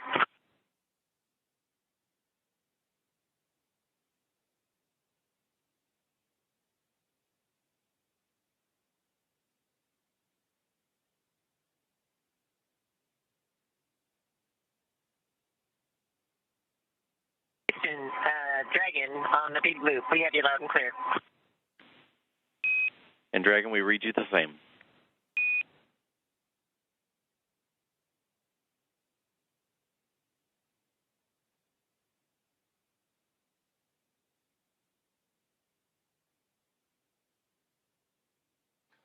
Great communications checks there as the teams on the ground continuing to work on those communications between the International Space Station and the ground, as well as the teams here in Mission Control Houston and Dragon, as we are watching live inside of the International Space Station up into the Node 2 Zenith hatchway as NASA astronaut Nicole Ayers continuing with her hatch opening procedures.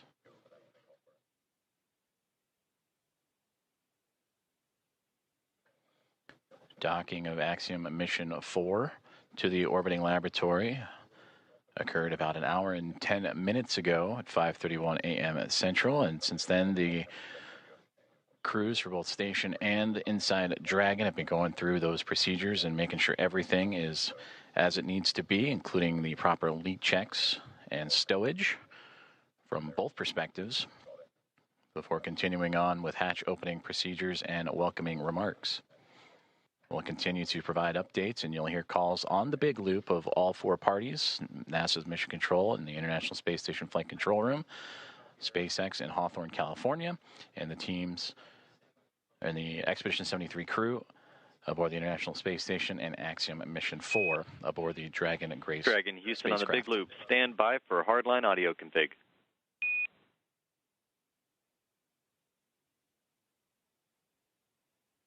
Dragon copies.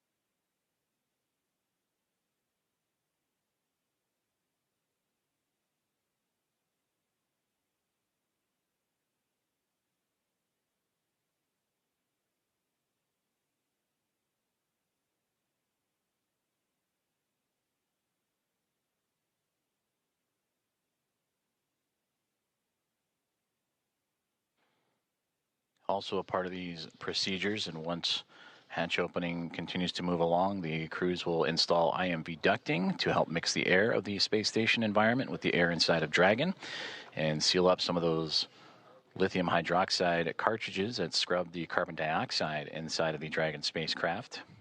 And that was on their ride to the International Space Station.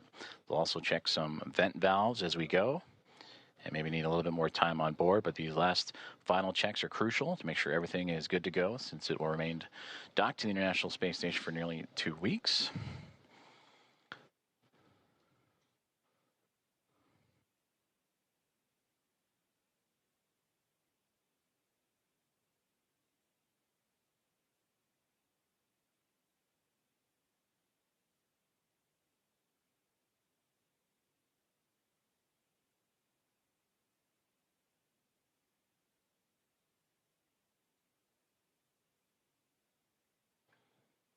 With the arrival of Axiom Mission 4 and the Dragon Grace spacecraft, newly named and given by Peggy Whitson, commander of Axiom Mission 4, shortly after launch yesterday morning, that now brings 5 spacecraft to the International Space Station: 2 Dragon spacecraft, a Soyuz MS-27 spacecraft, and 2 Progress vehicles, cargo vehicles, attached to the orbiting outpost.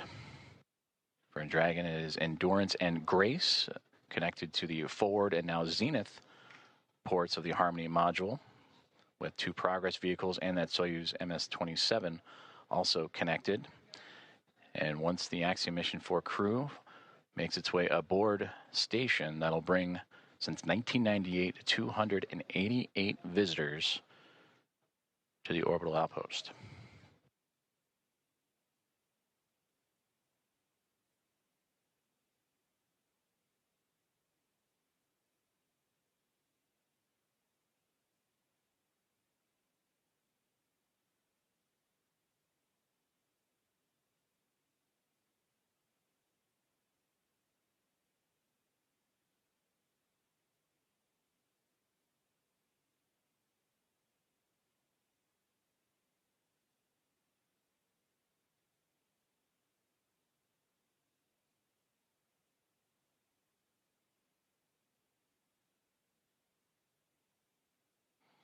Nicole Ayers, NASA astronaut, has returned to inside the pressurized mating adapter and working on the APAS hatch and hatch opening procedures,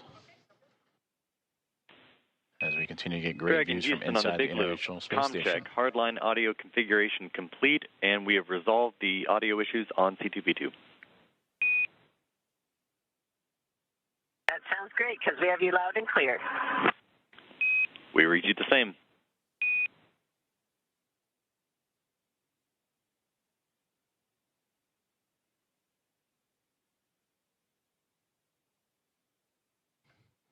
And that was a good communications checkout from the teams on the ground up to Dragon Grace on the C2V2 line, common communications for visiting vehicles, and that communications line connecting all parties.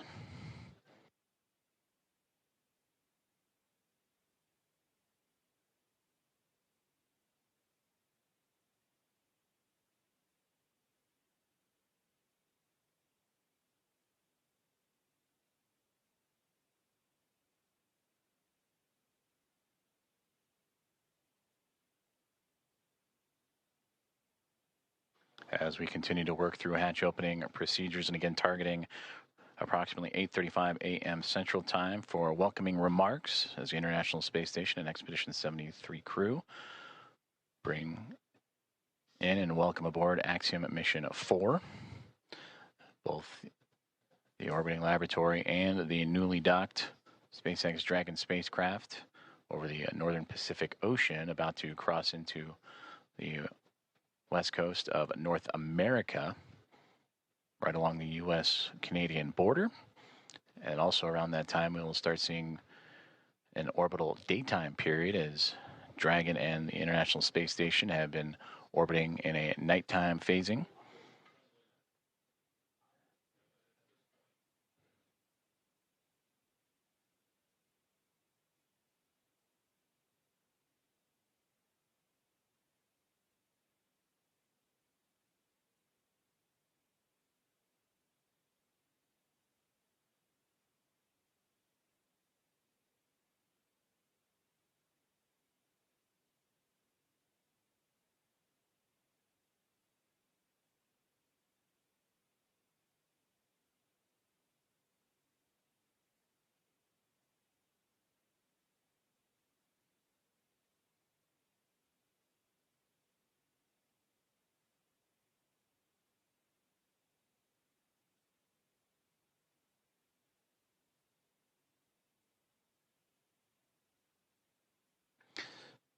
Currently experiencing a satellite handover period, and we'll continue to bring you the live views from the International Space Station, both inside or exterior.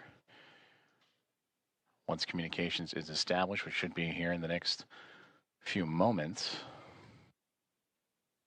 Until then, you can see on this map where exactly we're talking about, where the station and Dragon orbiting over the Pacific Ocean and about to cross over North America and over the northernmost territories of Canada.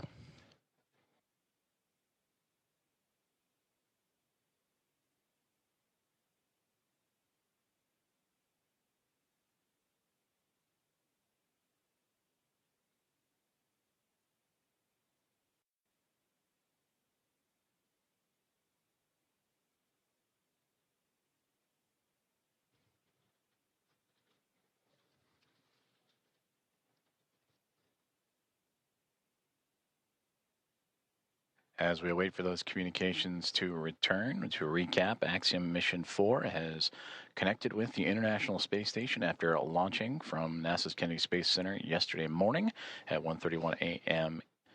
Central Time to connect with the space station at 5:31 a.m. Central this morning. So a little more than a day's transit, and where it would execute a sequence of burns to raise its altitude and close the distance between Dragon spacecraft, Dragon Grace, and the International Space Station through a phase burn, boost burn, close burn, transfer burn, and then eventually the co-elliptic burn, to make sure that the spacecraft is on the same pathway as the International Space Station and able to make its way up and over top of it to connect to the space-facing port of the Harmony module, the Node 2 Zenith port.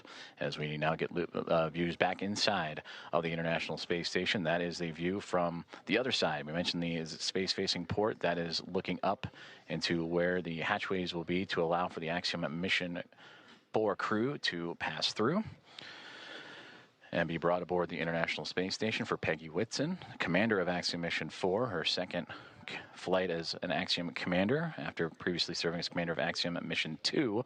This is her 5th flight and return to the International Space Station, where she continues to build on an impressive career. The most experienced United States astronaut entered the mission with 675 days to her credit and will certainly add to that record-setting total in her time aboard the orbiting laboratory, and bringing up pilot Shubhanshu Shukla of ISRO, Sławosz Uznański-Wiśniewski of Polsa, and Tibor Kapu of Hunor.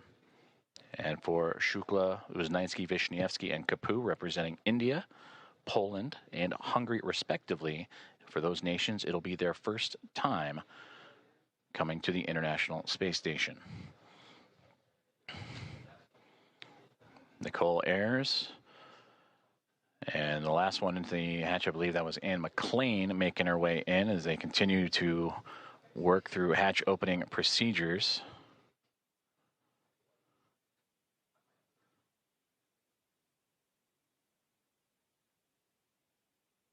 In the middle there, that is Expedition 73 Commander Takuya Onishi of JAXA.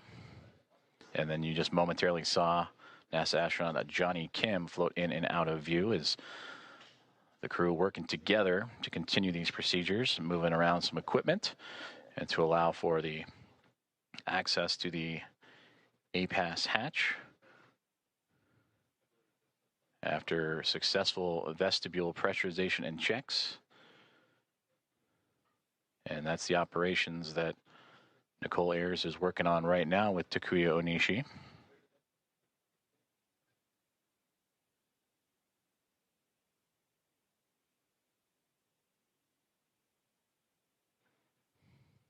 And Johnny Kim with camera in hand to document these procedures.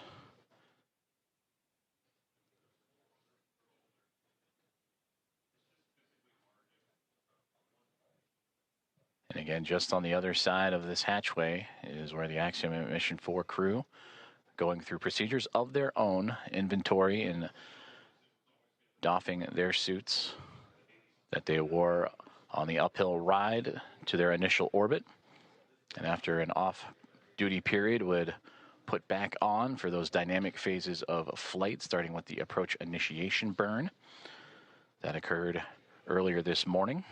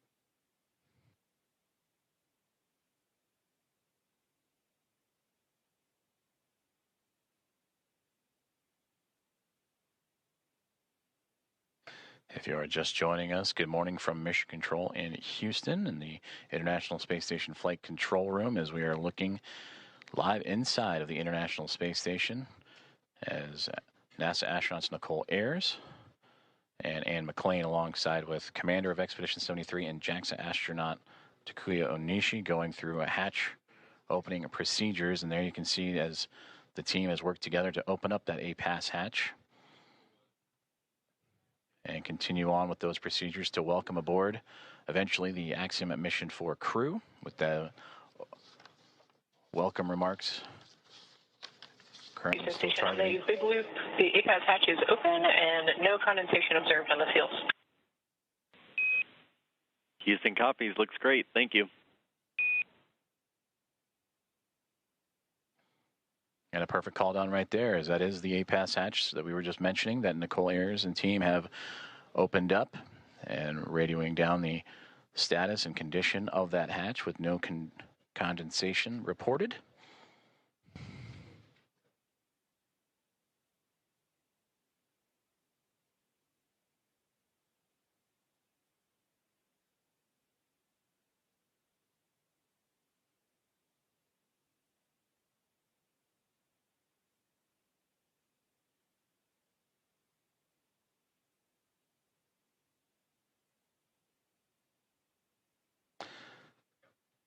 And as Nicole Ayers continues to work on that hatch, you'll also see that hatch be covered up to give an extra level of safety to allow for the Axiom Mission 4 team to pass smoothly without having to worry about any additional hazards as they pass through the vestibule and pressurized mating adapter and eventually into the Harmony module of the International Space Station.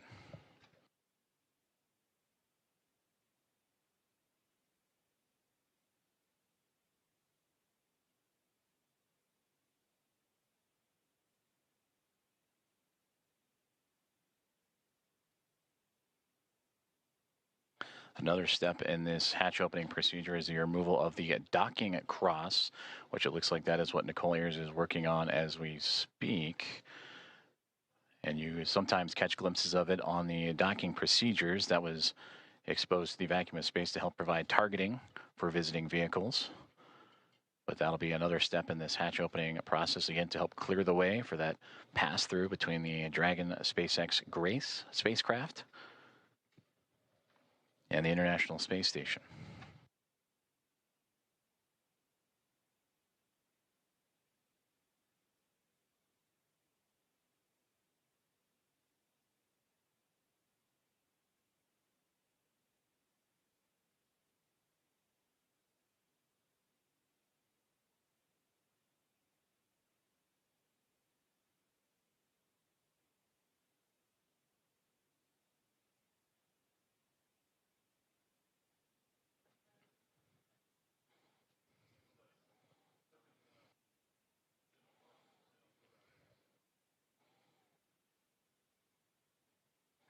Hatch opening procedures continuing to move along for the teams aboard the International Space Station and Axiom Mission 4 as we draw closer and closer to the anticipated hatch opening and eventual welcome remarks. And we thank you for tuning in and joining us this morning as we are live from the International Space Station Flight Control Room in Houston, Texas, monitoring Nicole Ayers as she continues to work through those step-by-step procedures. As the hatchway, there you see the large square structure just off to the right-hand side of our field of view with that window in the middle was Station opened up. Houston on the big loop. Just want to clarify, we want the standoff cross stowed in the standoff cross cover bag.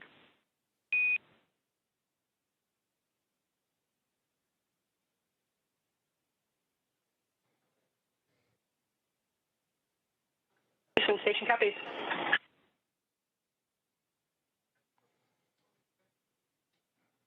And that's the teams here on the ground assisting the astronauts on board the station with those hatch opening procedures. As again, that zenith hatchway we were just mentioning before the comms opened to the right that allowed Nicole Ayers and team to pass through. And that docking cross that was just removed will be inserted into its own bag. And there is NASA astronaut Ann McLean to join Ayers in the hatchway and continue on with those procedures as they now look to cover up the APAS hatch, which was just opened a few moments ago, to provide an extra layer of safety and protection for astronauts passing through.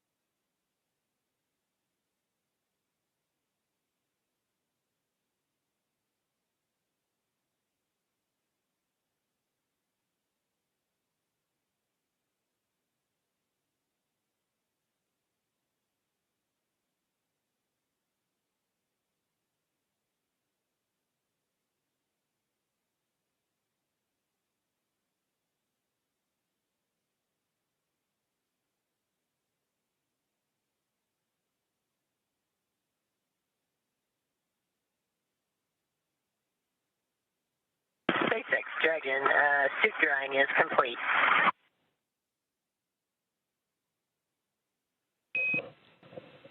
And Dragon, we copy on the big loop, suit drying complete.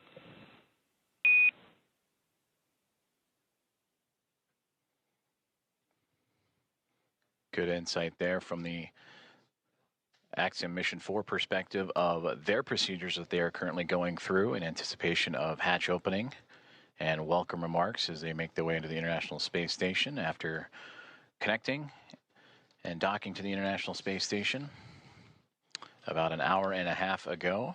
5:31 a.m. Central, 6:31 a.m. Eastern. They went through their procedures, inventory, and stowage, and doffing of their suits that they wore from launch yesterday morning from Cape Canaveral, Florida, and NASA's Kennedy Space Center, and then during the dynamic portions of operations, and are now settling into their flight suits that they will bring in and wear as they cruise into the International Space Station. And that's the view we see from the orbiting laboratory is NASA astronaut Anne McClain and Nicole Ayers working through their procedures for hatch opening. The APAS hatch is open after successful vestibule pressurization and checks. They are now covering up that APAS hatch. And SpaceX Dragon in step 5 of 2.102. We're waiting your go for hatch open. Dragon, SpaceX copies on the big loop. You are standing by for hatch opening. We are waiting for hardline connections to be complete. I'll call back with a go. Okay, thanks. Sorry to rush you.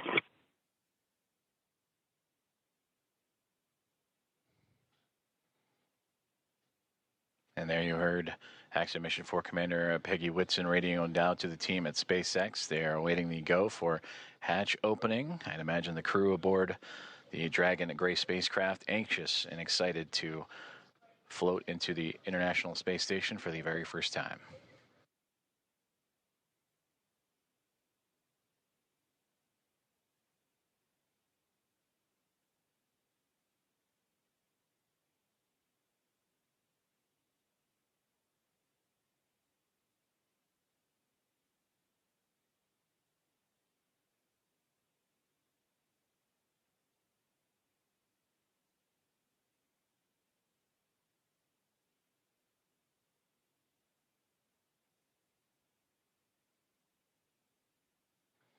And you just saw that orange ductwork or hose-like piece of equipment that Anne McClain and Nicole Ayers were just operating with. That's a part of helping mix the air between the International Space Station and the Dragon spacecraft.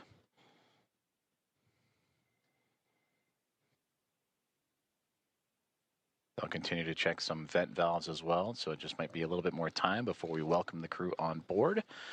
But these final checks, again, critical to making sure that everything is good and sealed tight with no leaks and no issues, as Dragon Grace will be docked to the International Space Station for approximately the next 2 weeks.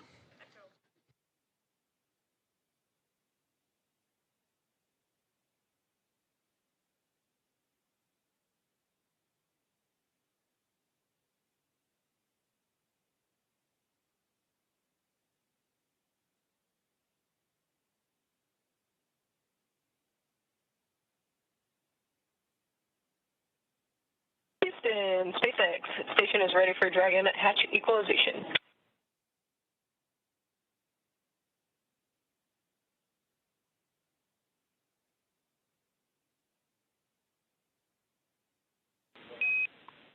Houston, copy. Stand by.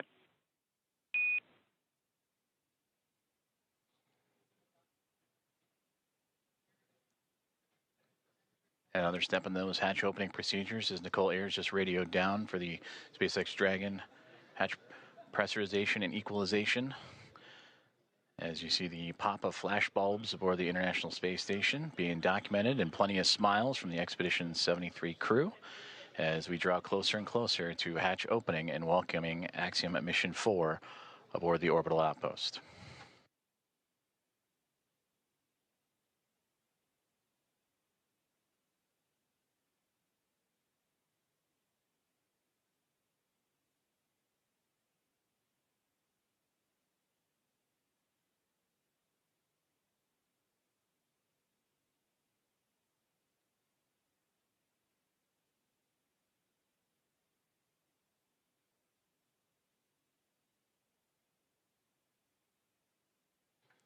Meanwhile, here on the ground inside NASA's Mission Control, the International Space Station Flight Control Room, anticipation also building up as the room starting to fill with NASA leadership, as well as the Athena flight team continuing to work through the hatch opening procedures.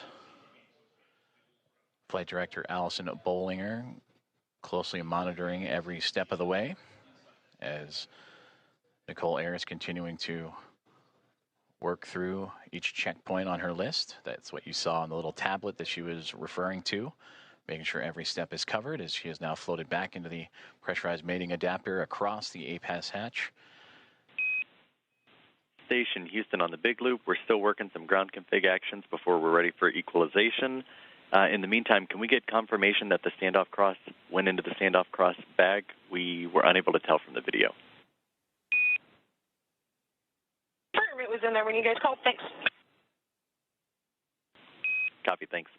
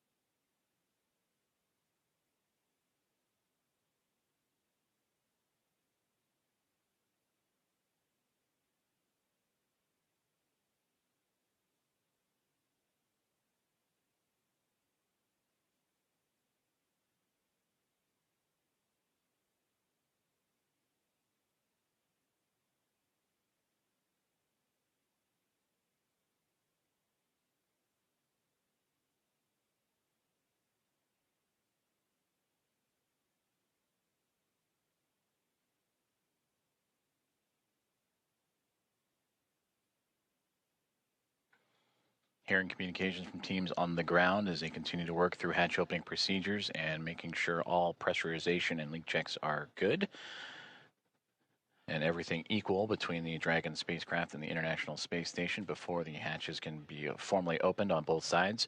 You can see into this hatchway, the space-facing port, or into the space-facing side of the Harmony module aboard the International Space Station and the International Docking Adapter that welcomed the connection of Axiom Mission 4 at 5:31 a.m. Central Time earlier this morning.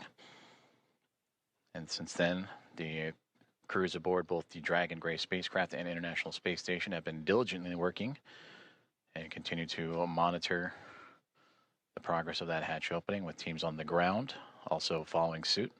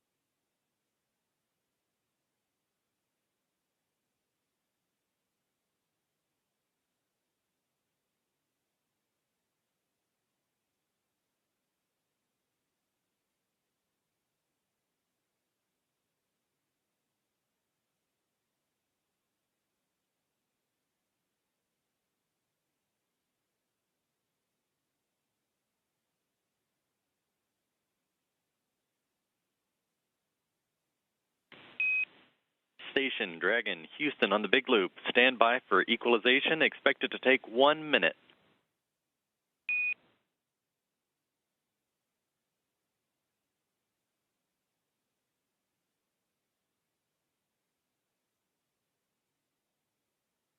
Station copies 1 minute. Dragon copies 1 minute.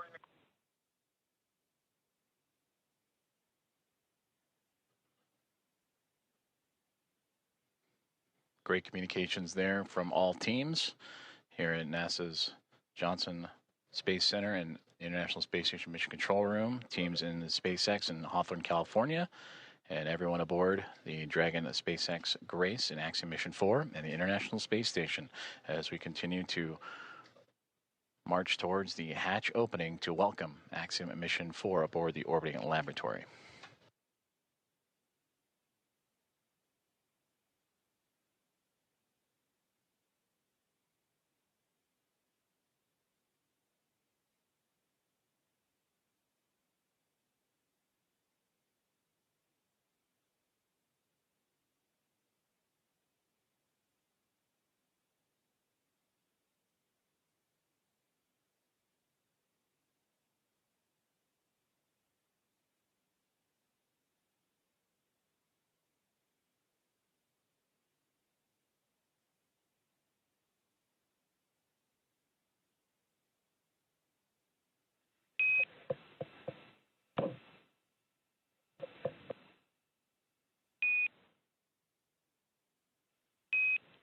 Dragon SpaceX on the big loop, you are go for hatch opening per the decal, followed by the remaining actions in Procedure 4.400, Section 6.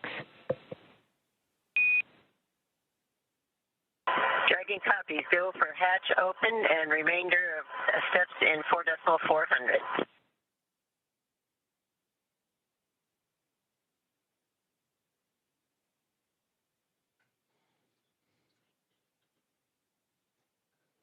We are go for hatch opening is what you have just heard. And if you are just now joining us, you are tuned into live coverage of the arrival of Axiom Mission 4, the International Space Station.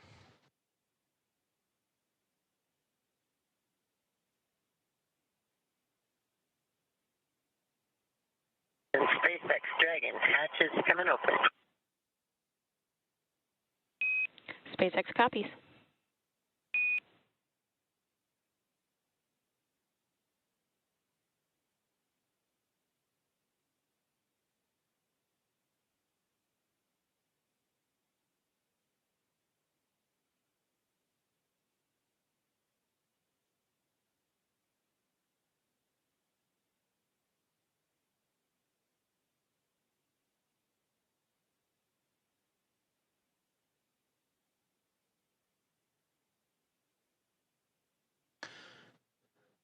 Expedition 73 crew anxiously awaiting as we just received the go for hatch opening to welcome Axiom Mission 4 into the International Space Station.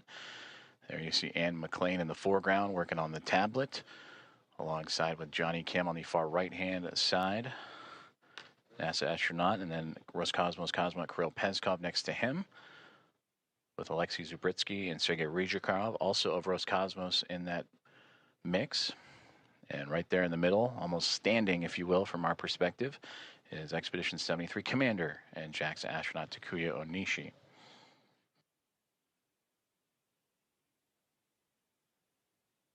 From this view, they are looking up. SpaceX Dragon, hatch is open at 12:14, and we're requesting the go for the LIO change.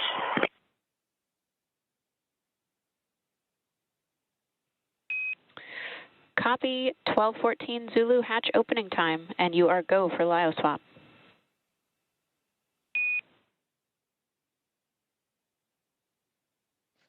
And there you heard that the hatch is open and confirmed at 7:14 a.m. Central Time, as the hatches are open between SpaceX Dragon Grace spacecraft and the International Space Station. Again, 7:14 a.m. Central, 8:14 a.m. Eastern.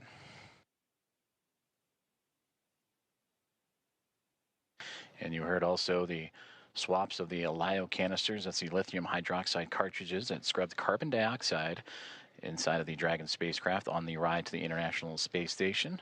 Also, Nicole Ayers out of view, but if from this perspective, looking up, she is operating with the Axiom Mission 4 team to help refresh the air and cycle air between the two craft as they continue a few more procedures before floating across and into the orbiting laboratory for the first time.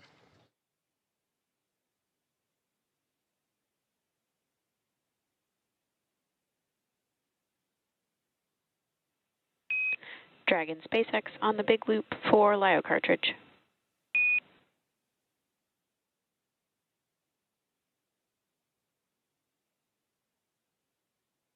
Go ahead for LIO cartridge. Just looking for clarification on your next action there. We're tracking LIO cartridge sealing per 2.102 step 6.5. Oh, okay. And in my procedure, I had for the instructions on the decal for section.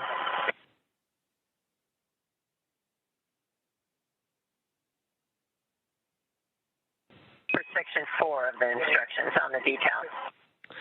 And copy that, Peggy. We'll defer to the instructions in 2.102. Okay, that's where we are.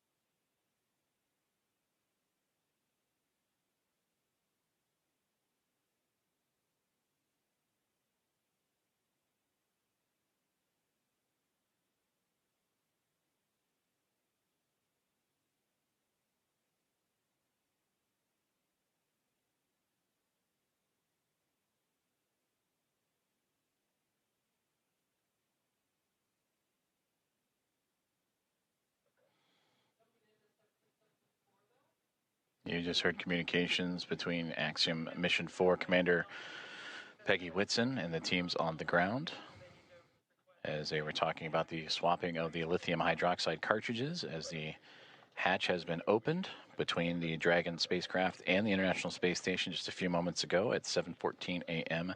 Central Time. And this is a view inside the International Space Station, looking forward, if you will, as the astronauts and cosmonauts aboard are looking up. That is towards the space-facing port of the Harmony module. That's where they are in now. If you were to keep going forward, if you will, that is the forward port, which currently is occupied by Dragon Endurance from Crew 10.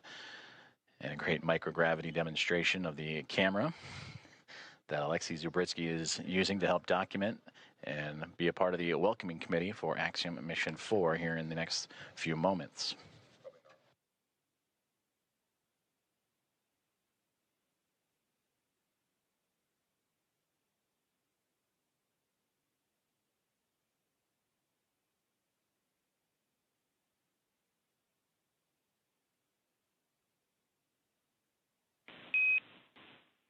Dragon, Houston on the big loop. Just to confirm, we want to make sure IMV duct installation is complete before we do LiO cartridge sealing. Yes, the IMV duct installation is complete. My bad, I didn't get it reported. Houston copies.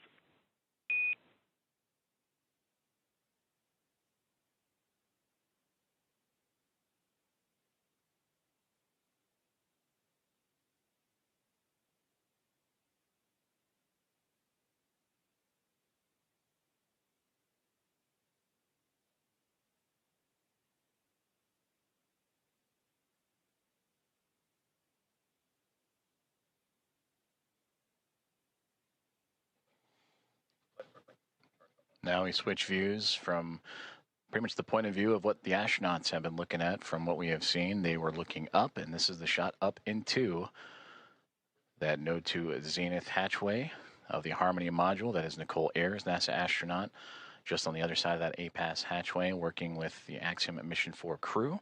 You heard them talking about IMV ducting and LiO cartridges. That IMV ducting helps mix the air of the International Space Station environment with the air inside of Dragon. And then also looking to seal up some of those lithium hydroxide cartridges that are used to scrub carbon dioxide from the air in the spacecraft on their journey to the International Space Station. And that journey started yesterday morning, 1:31 a.m. Central Time, 2:31 a.m. Eastern, as they would launch on the SpaceX Dragon, newly named Grace spacecraft, on a Falcon 9 rocket from Launch Pad 39A at NASA's Kennedy Space Center, and would chase down the International Space Station earlier this morning at 5:31, nearly 2 hours ago. 5:31 a.m. Central, 6:31 a.m. Eastern, a little bit more of a day's transit. Houston and SpaceX Dragon arrival configuration is complete.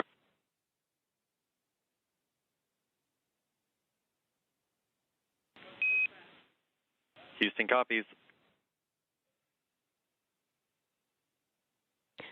SpaceX copies.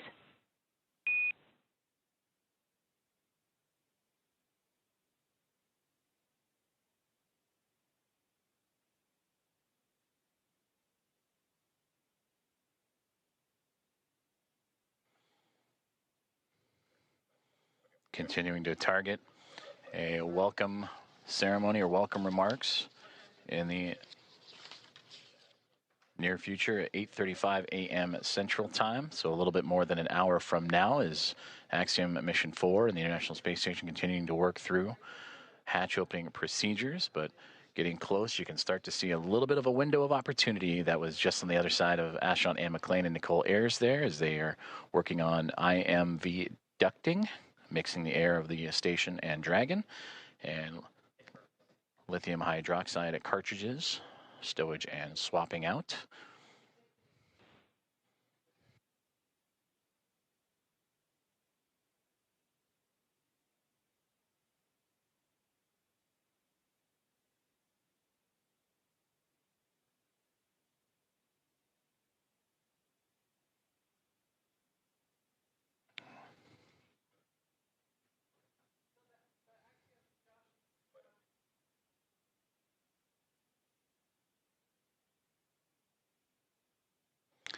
So Anne McLean and Nicole Ayers are starting to clear out the hatchway, and we are going to see the first views of Axiom Mission 4. Commander Peggy Whitson, the first one across the A-Pass hatch, receiving great big hugs from Nicole Ayers and the Expedition 73 crew. Axiom Mission 4, welcome aboard the International Space Station. Pilot Shubhanshu Shukla is the next one to come across, representing ISRO. It is his first space flight for Peggy Whitson, her return to the International Space Station on her 5th flight, second as a member of Axiom Space.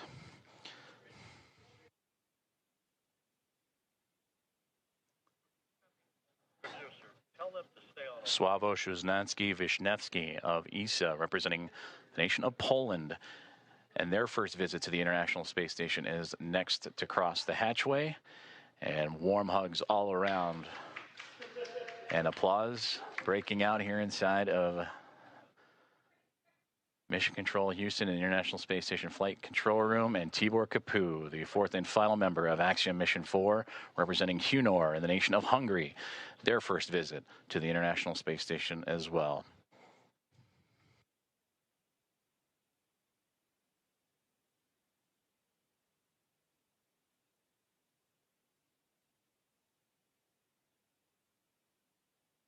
Great big hugs and handshakes across all members of Expedition 73 and Axiom Mission 4 is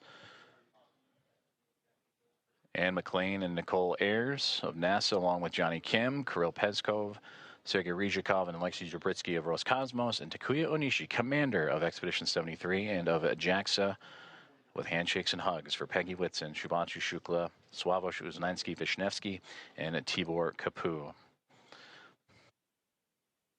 And with their arrival to the International Space Station, that now makes 288 visitors to the orbiting laboratory.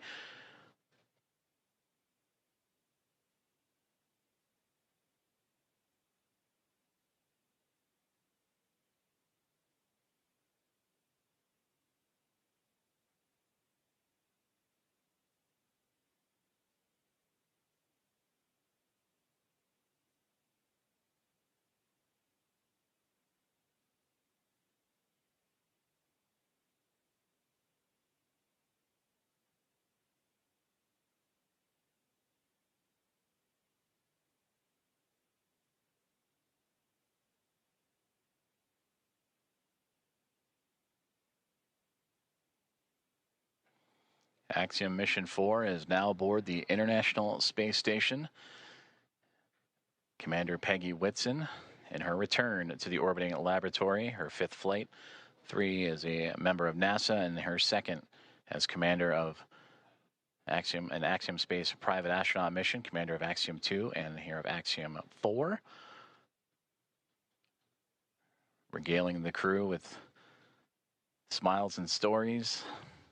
To her left, or our left from her viewpoint, to her right, Sławosz Uznański-Wiśniewski of ESA, Shubhanshu Shukla to her left of ISRO, and Tibor Kapu on that far right-hand side of our viewpoint.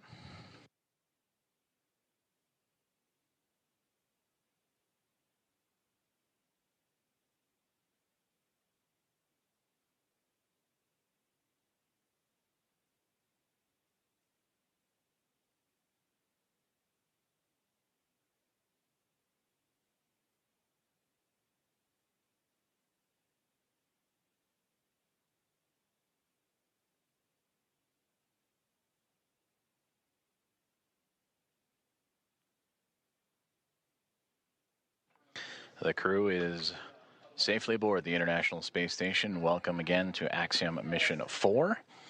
And we are continuing to target a formal welcome remark from the crew and being joined by the Expedition 73 team as well. That'll be at approximately 8:35 a.m. Central Time.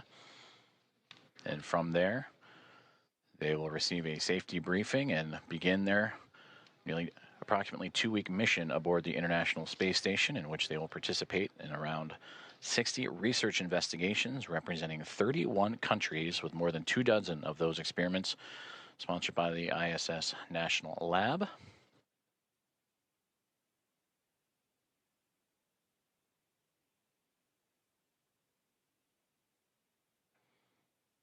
And there they all are, waving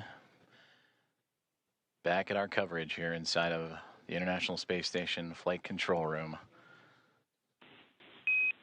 Station Houston on 2. Thanks for the wave. Great to see everybody.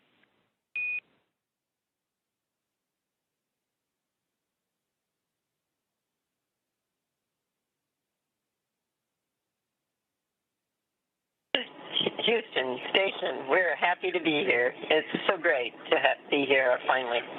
It was a long quarantine.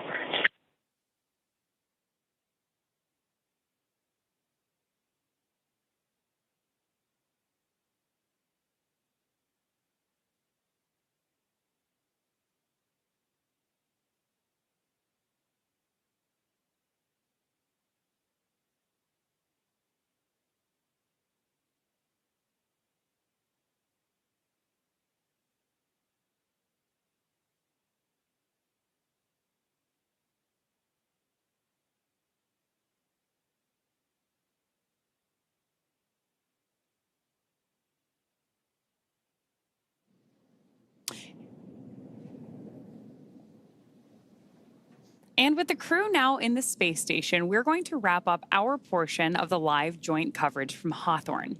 It's been an honor to support Axiom Mission 4 thus far, and we wish the crew a successful time on the space station. We're, of course, also looking forward to joining AX4 again when it's time to return home. Ronnie, from launch to docking, it has been an absolute pleasure sharing this desk with you. What has been years in the making for India, Poland, and Hungary is now well underway. Axiom Space and NASA's joint coverage will continue from here through to the welcome ceremony as Peggy, Shubhanshu, Sławosz, and Tibor start their 2 weeks aboard the orbiting laboratory.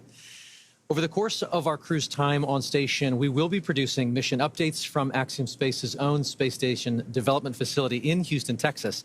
So we invite you to follow the progress of AX4 on axiomspace.com and through Axiom Space's social media channels. So with that, on behalf of SpaceX, Axiom Space, and NASA, thank you all for tuning in to watch. While our stream on X is coming to a close, coverage of the welcome ceremony now continues on NASA Plus, axiom.space/live, and Axiom Space's social channels. With that, we'll turn it back over to you, Joseph. Have a great morning, everyone, and go AX4. Go AX4. Thank you very much, Paul and Ronnie, and thank you for joining us on this morning's broadcast as we continue on with our live coverage of the arrival of Axiom Mission 4 to the International Space Station, the fourth private astronaut mission to arrive to the orbital outpost and the first since January of 2024.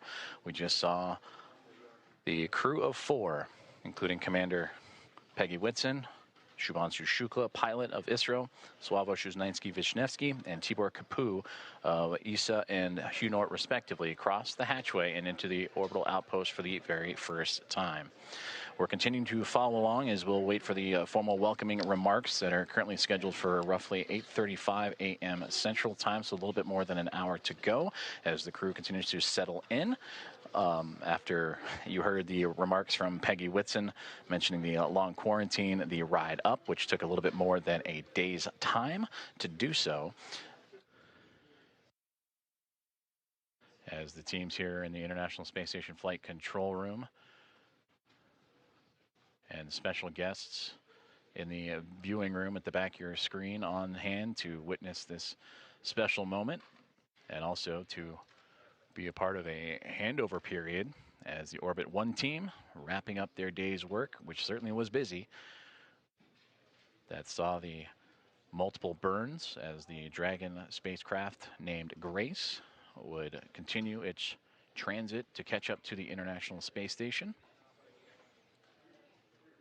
And ultimately docking at 5:31 a.m. Central Time with that initial contact. The soft capture turned to hard capture and mating.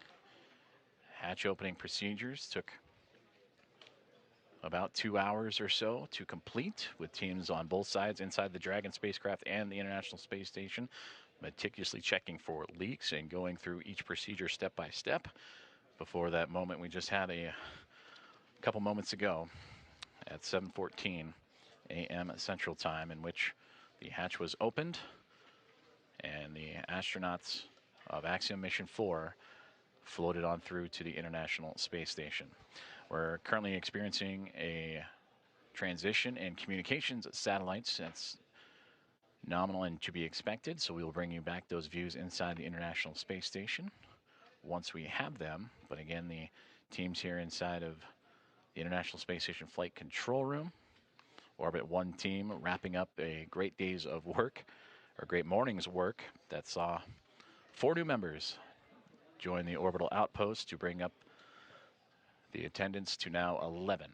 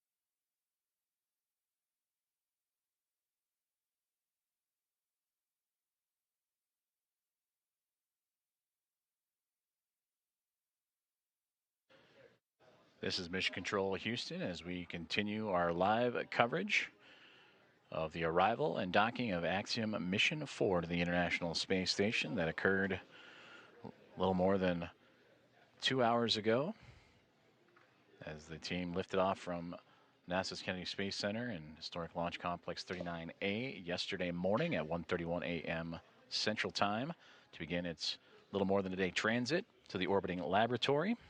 And just a moment ago, the hatches were opened, and welcoming in Peggy Whitson, commander of Axiom Mission 4, Shubhanshu Shukla, pilot representing ISRO, in the nation of India, Sławosz Uznański-Wiśniewski of ESA, and the nation of Poland, and Tibor Kapu of Hungary, as they have joined the crew aboard the International Space Station, and we will bring you those views as soon as we have them, as we are currently transitioning between communications satellites. We are targeting a formal welcome remark and ceremony coming up at 8:35 a.m. Central Time, in which the team on board the International Space Station will go through the proper voice and audio checks and visuals to perform that ceremony.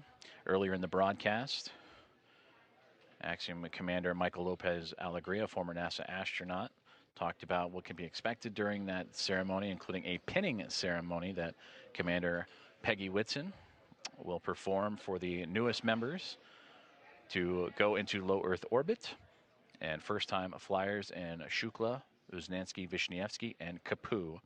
And for those 3 representing India, Poland, and Hungary, they also represent the first visitors from those nations to the orbiting laboratory.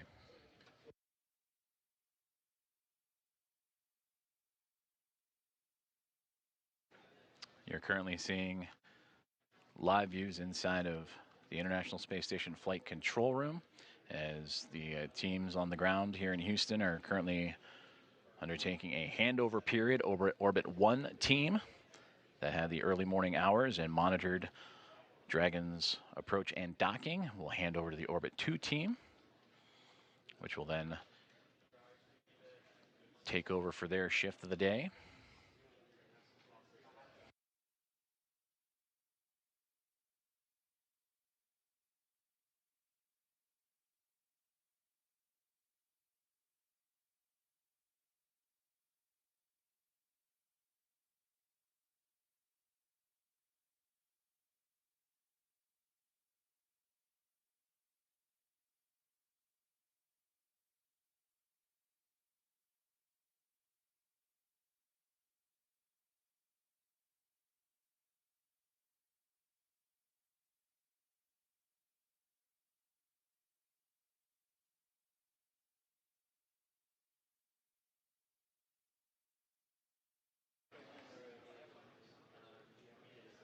Flight Director Allison Bollinger and her Athena flight team, that Orbit 1 team, undergoing the handover period as they will transition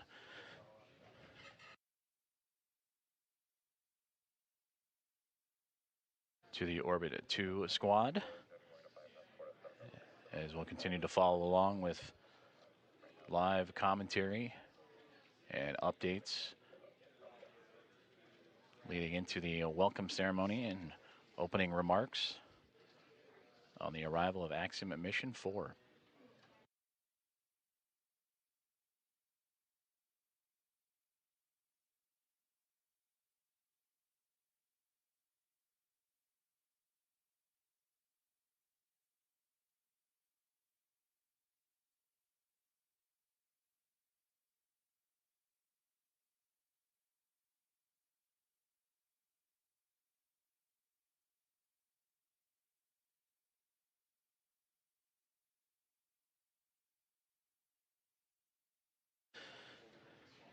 Flight Director Vincent Lacourt and his Destiny flight team, the next on tap in this handover period.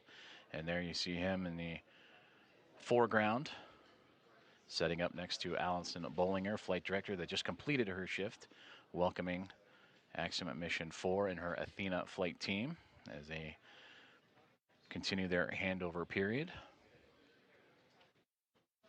And as both teams monitoring the progress and preparation for the upcoming event, the welcome remarks from Axiom Mission 4 and their formal arrival to the International Space Station. And plenty of smiles and laughter throughout the room after a successful docking that occurred about 2 hours and change from now. And that was at 5:31 a.m. Central Time, in which the Dragon Grace spacecraft, soft capture, then hard capture, connected to the International Space Station and its space-facing port on the Harmony module. Hooks connected to form the hard mate, and then over the next 2 hours would begin the procedures to pressurize the vestibule, the gap between the Dragon spacecraft and the International Space Station that was at vacuum. They wanted to bring the atmospheric pressure equal to that of what's inside Dragon and the space station, which is relative to here on Earth, which is equal to about 14 psi, which is sea level. And once that was able to be accomplished, the APAS hatch on the space station end was open. Shortly there followed by the pressurization and opening of the Dragon hatch. And that would occur at 7:14 a.m. Central Time.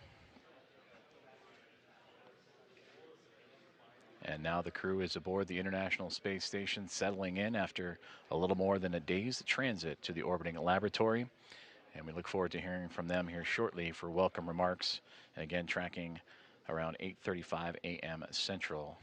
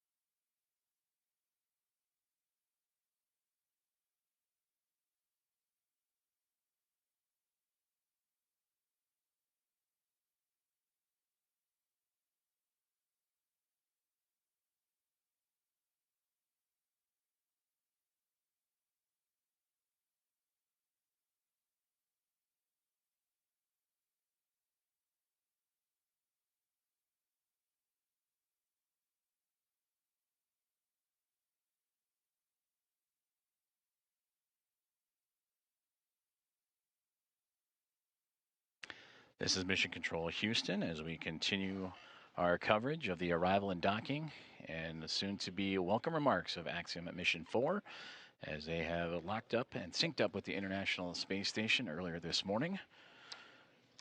And the crew of 4 have since floated aboard the International Space Station, bringing up its population from the Expedition 73 crew of 7 to now a total of 11. And we will hear from Commander Peggy Whitson, pilot Shubhanshu Shukla, mission specialist Sławosz Uznański-Wiśniewski, and mission specialist Tibor Kapu here shortly.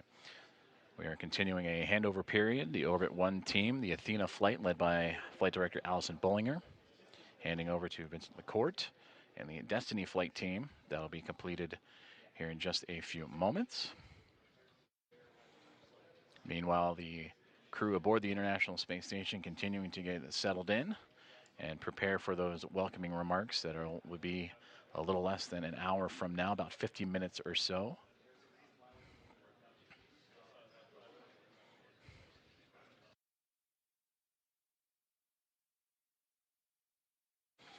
The Axiom Mission 4 team that just arrived and entered the International Space Station shortly after the opening remarks will settle in and recover, and soon to get to work, as they will participate in around 60 science investigations representing 31 countries, and more than 24 of those experiments sponsored by the ISS National Lab. They'll also participate in a wealth of outreach activities that they will participate during their approximately 2-week mission.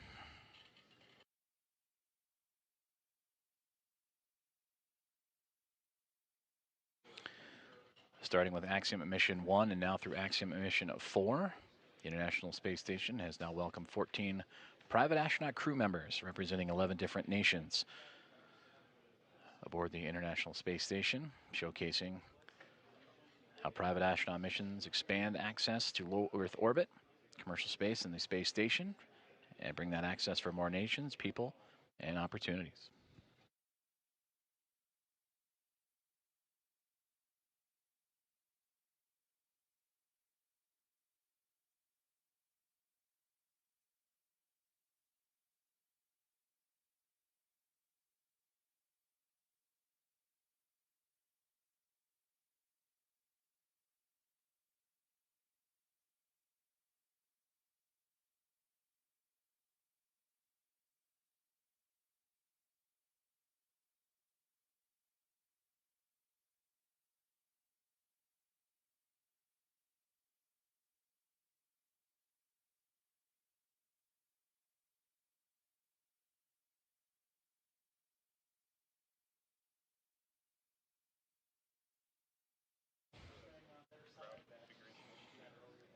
The views you are seeing now are from the external cameras on board the International Space Station, looking at the Dragon spacecraft as the vehicles now enter an orbital nighttime period.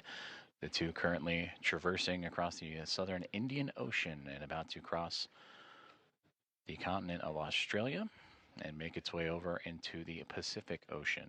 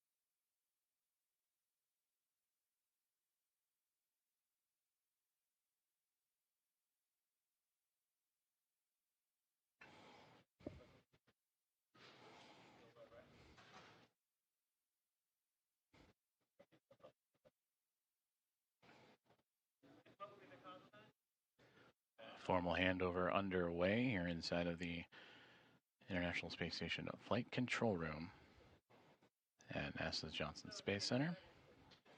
As the teams on the ground, Orbit 1 team, Allison Bollinger, Flight Director, in her Athena flight, handing over to Vincent LaCourte and the Destiny flight team, who will take over and continue to monitor the progress of the arrival of Axiom Mission 4, who are aboard the International Space Station, hatch opening between the SpaceX Dragon spacecraft named Grace, in which that hatch would open up at 7:14 a.m. Central Time, and the crew of 4, Peggy Whitson, Shubhanshu Shukla, Sławosz, Uznański-Wiśniewski, and Tibor Kapu, welcomed with smiles, photos, handshakes, and hugs from the 7-member Expedition 73 crew that feature NASA astronaut Anne McClain and Nicole Ayers, along with Johnny Kim, JAXA astronaut Takuya Onishi, Kirill Peskov, Sergei Ryzhikov, and Alexei Zubritsky of Roscosmos.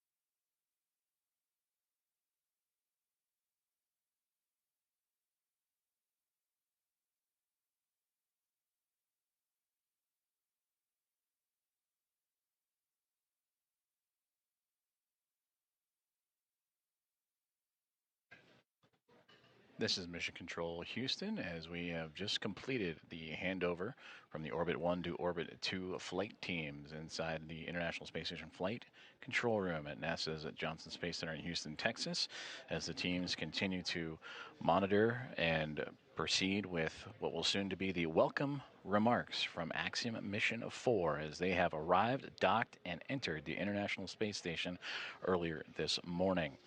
They would launch towards the International Space Station yesterday morning, starting their transit that lasted a little bit more than a day. And they would make their way starting at 1:31 a.m. Central Time with that launch. And then they would begin their transit with a sequence of burns to chase down the orbiting laboratory. And then earlier this morning,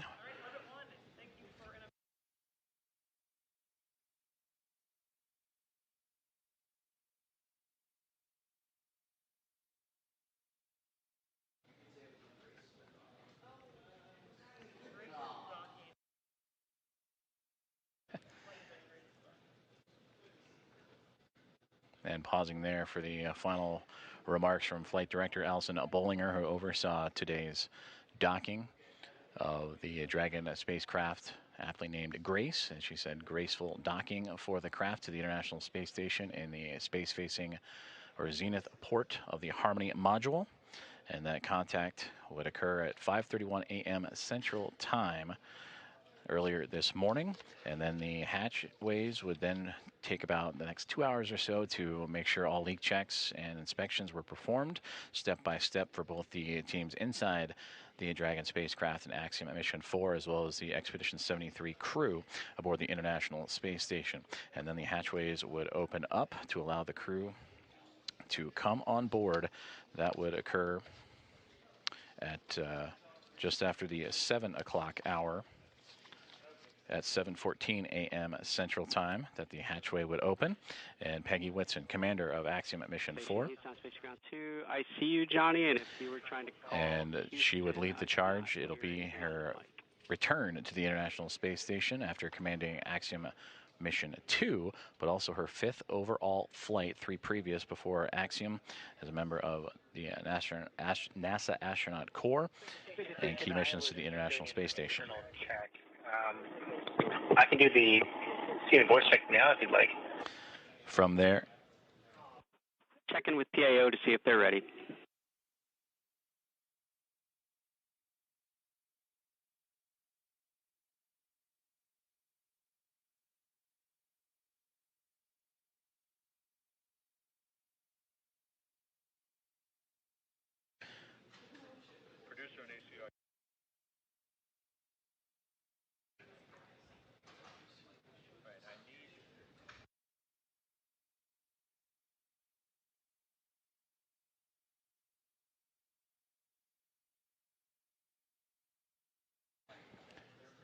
now the teams here on the ground preparing for the welcoming remarks. We will see the astronauts aboard the International Space Station prepare for the proper video and audio configurations before the formal remarks can be underway, and that should occur here shortly.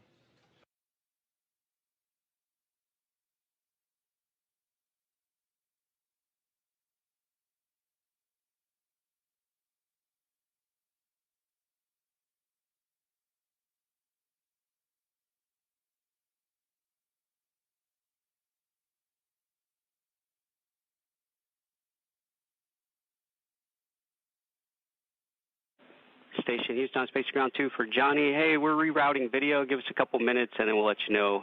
But we're getting ready for a scene and voice check shortly. Roger, sounds good. Thanks.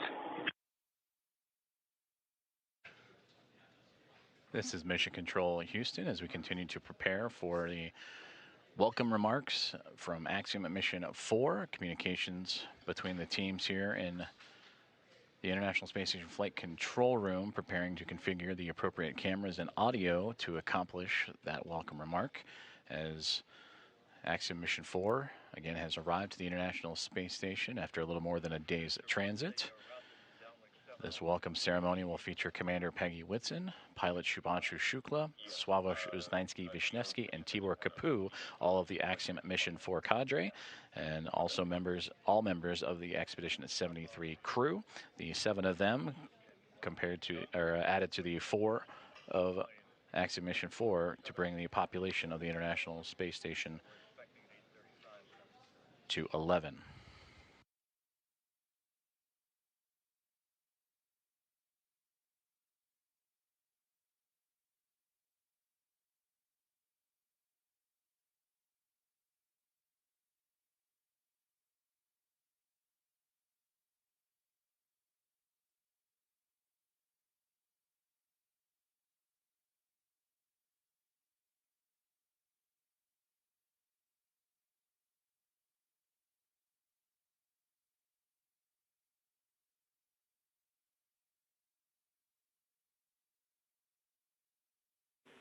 Station Houston on Space Ground 2 for Johnny. We're ready for those scene and voice checks.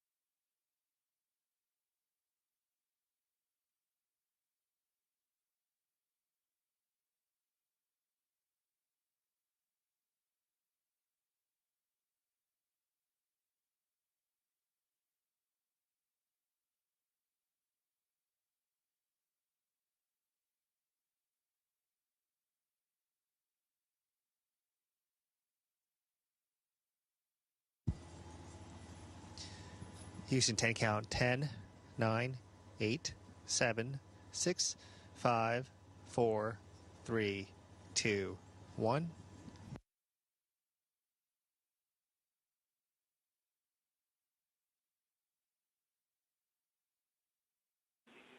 Johnny, we have a good scene, good voice. Thanks for the check. Yep, and just a friendly reminder, we're looking to start the event at 13:35.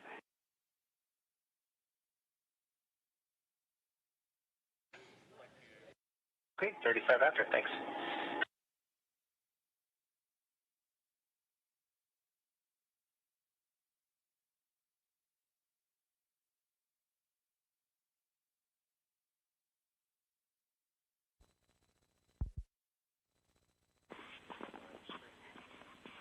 And Johnny, FYI, the current video that you are on is streaming live to NASA TV, so just FYI.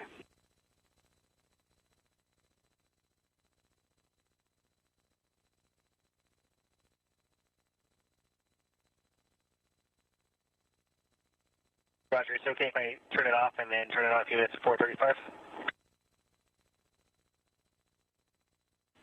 Sounds good. You can do that.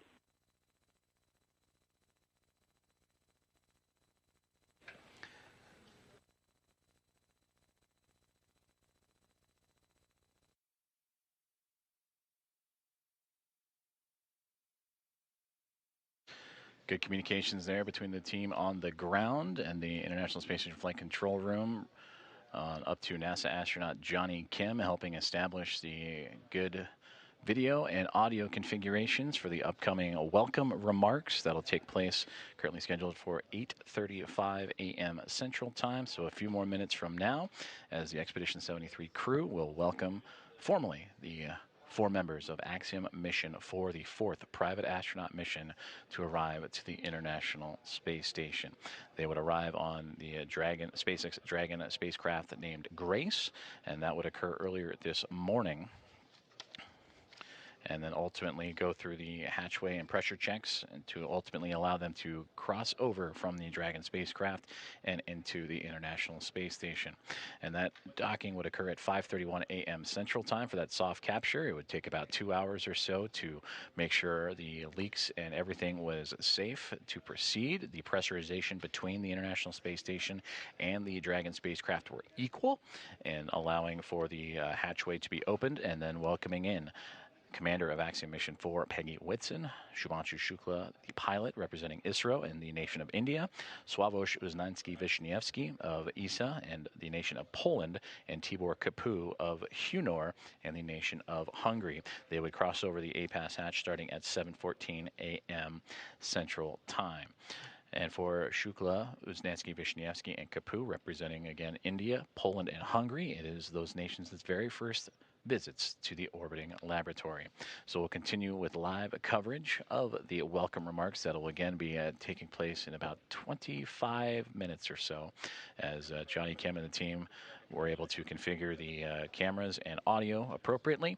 And again, that now 11-person International Space Station will come on camera and welcome in the newly arrived Axiom Mission 4 crew.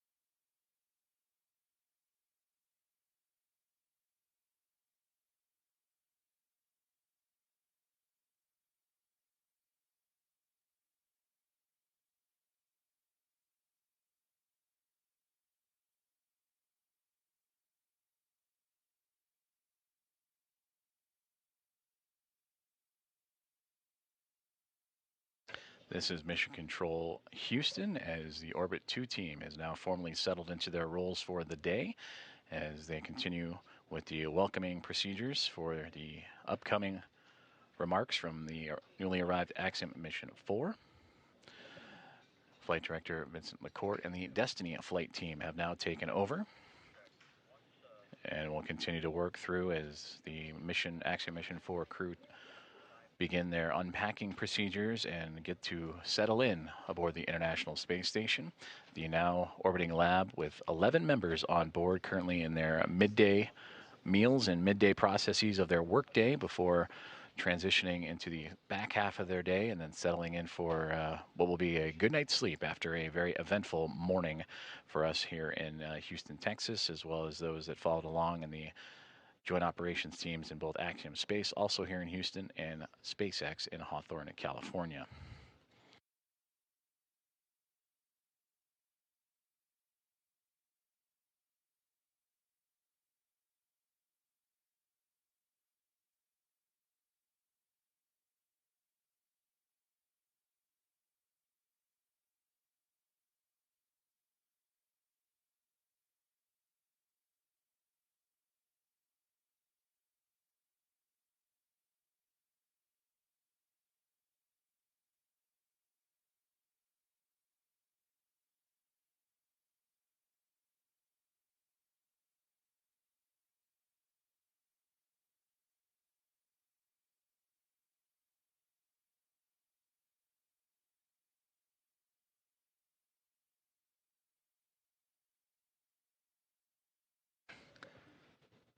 A little more than 10 minutes away from welcoming remarks of the Axiom Mission 4 team as they settle into the International Space Station after arriving earlier this morning.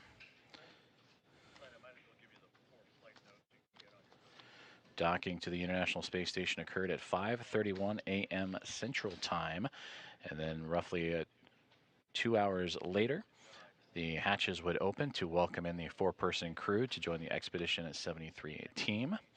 And that welcoming remarks will feature all now 11 members of the crew on board, and the first remarks from first-time flyers in Axiom Mission 4 pilot Shubhanshu Shukla, Sławosz Uznański-Wiśniewski, mission specialist, and also mission specialist Tibor Kapu. And for Commander of Axiom Mission 4 Peggy Whitson, a hearty welcome home to the International Space Station, and now her 5th flight of her career.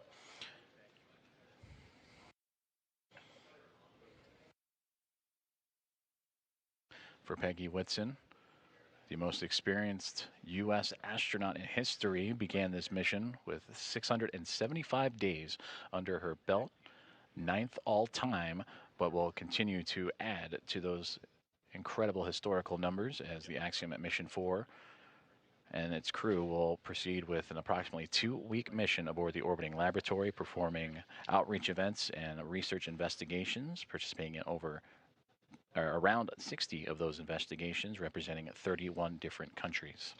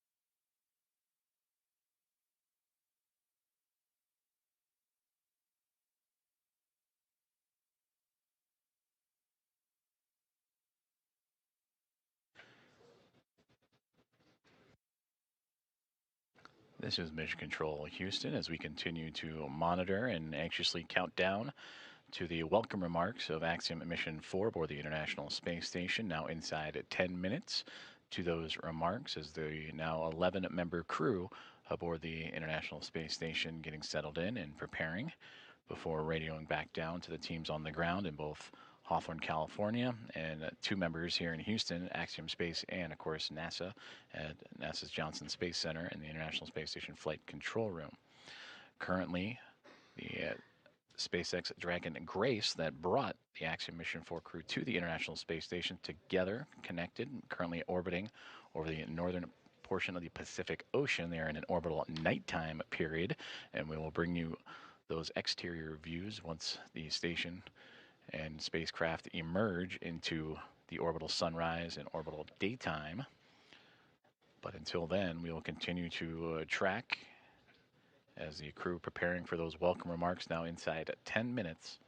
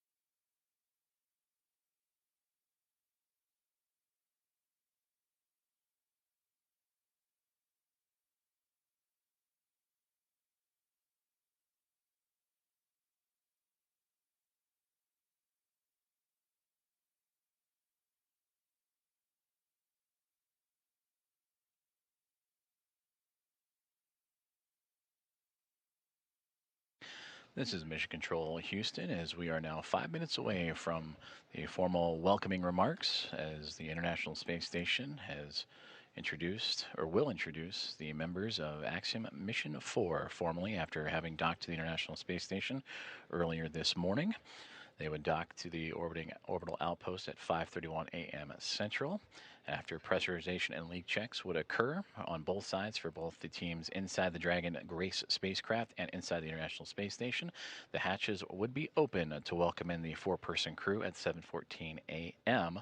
And we are now tracking for an 8:35 a.m. Central Time welcome remark, so a little bit more than a few more minutes away as the teams aboard the International Space Station currently settling in. It is the midway point of their day today after they were pressed into action early, as the arrival of Dragon would have them press right into their daily activations.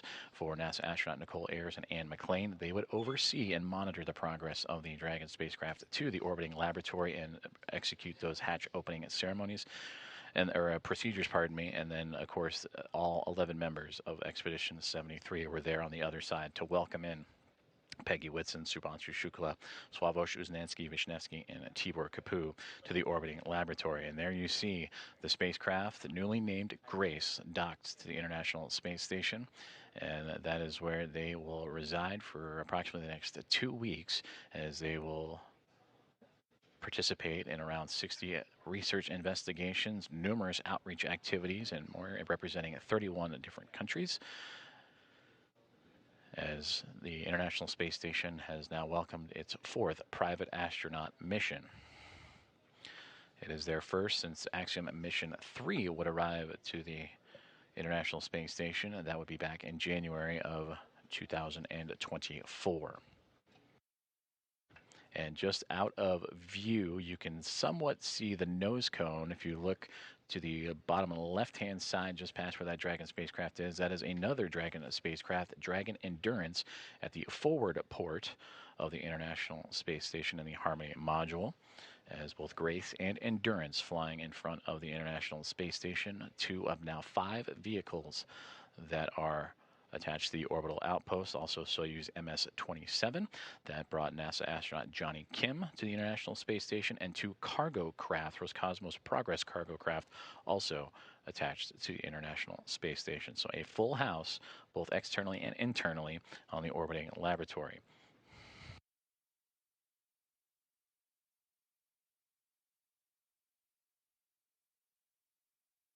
We're approaching about 10 minutes until the welcome remarks for Peggy Whitson, Shubhanshu Shukla, Sławosz, Uznański-Wiśniewski, and Tibor Kapu.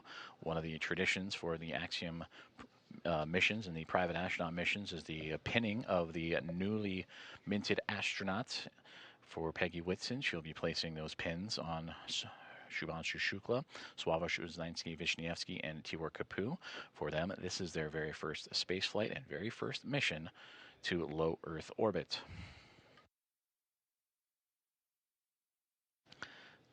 After the welcome remarks, they will jump right into their activities, whether it is unloading the Dragon spacecraft or for the Expedition 73 crew back to their work schedules before settling in for the evening, and then hitting the ground running tomorrow. And for the Axiom Mission 4 team, that would be day 1 of their approximately 2-week mission aboard the International Space Station.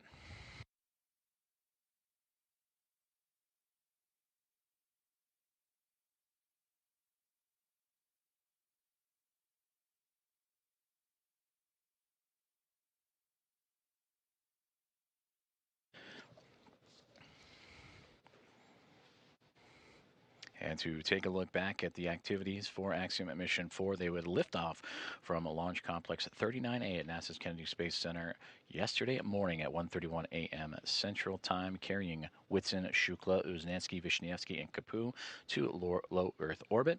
And that is where, on the first time, Dragon spacecraft would announce the name of that spacecraft in Grace, and then proceed into their burns. They would execute a sequence of 5 major burns and a couple of adjustment burns to help raise Dragon's altitude and help close the gap between the spacecraft and the International Space Station, those being the phase, boost, close, transfer, and co-elliptic burns.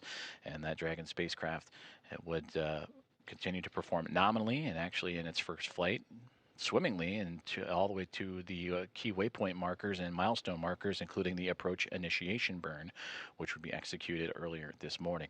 From there, they would go through 3 different checkpoints or gate processes, waypoint 0, waypoint 1, and waypoint 2. But that Dragon spacecraft and its alignment with the International Space Station pretty well fine-tuned, only a brief pause at the waypoint 2 mark after moving through waypoint 0 and waypoint 1. And while 20 meters away, they did a quick hold, saw that everything was A-OK, and continued to proceed with that soft capture and contact that would come at 5:31 a.m. Central Time. From there, Nicole Ayers and Ann McLean would begin the hatch opening procedures, while the team aboard the Dragon Grace spacecraft would also execute their arrival procedures.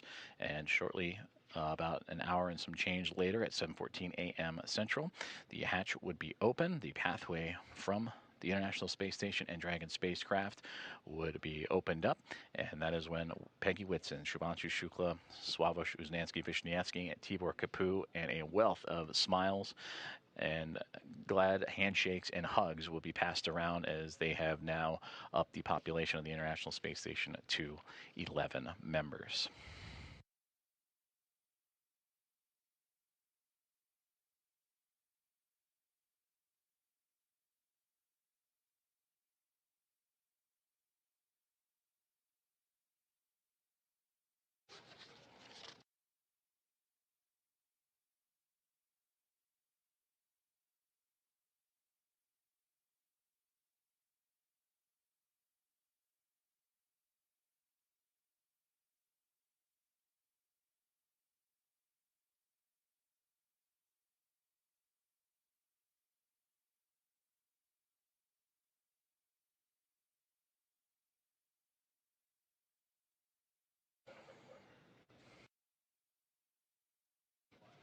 We continue to proceed towards the welcome remarks about 8 minutes from now, and we'll be sure to turn over all communications to the audio and video team as we will await the Expedition 73 crew and Axiom Mission 4.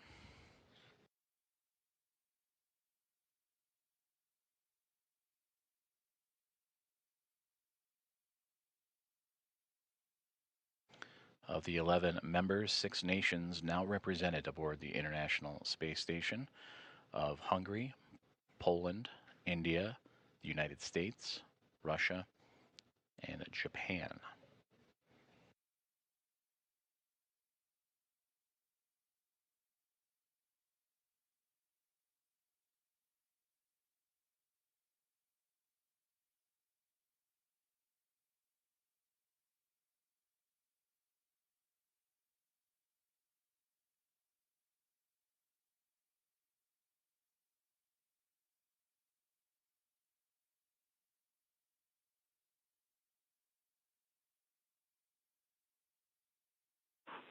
Station Houston on Space Ground 2 for Johnny.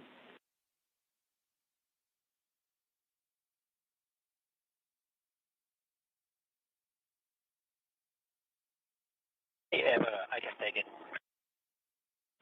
Yep, yeah, just looking for someone to turn on the camera for the PAO event and do a quick 5 count just to make sure we're still good before we start. Still good.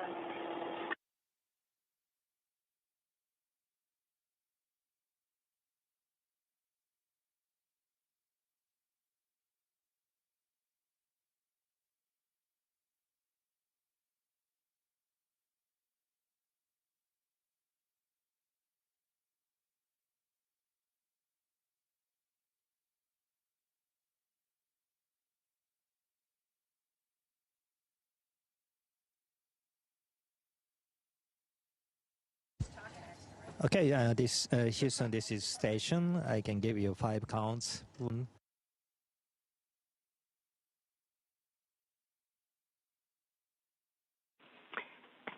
Talk, we heard you, but just lost the video downlink, so please give us a minute.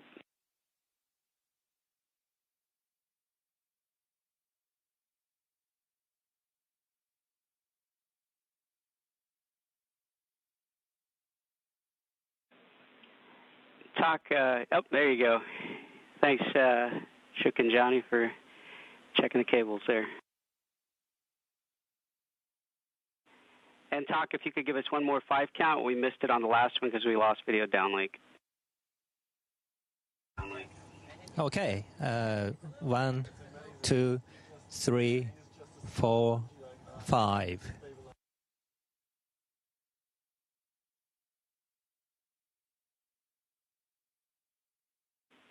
That was a good scene and voice check, and we'll be ready to begin after the handover.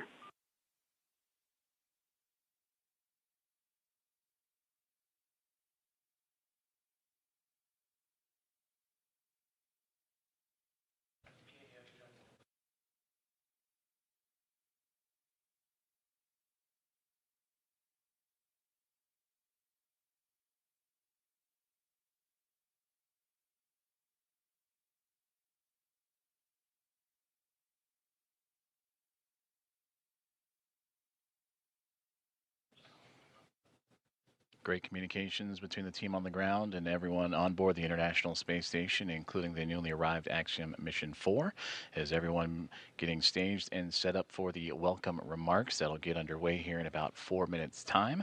There will be an anticipated loss of signal, though briefly, and then we will bring everything back on board, and the welcome remarks in which Expedition 73 will welcome their 4 new friends aboard the orbiting laboratory, and we'll turn it over to the team from there.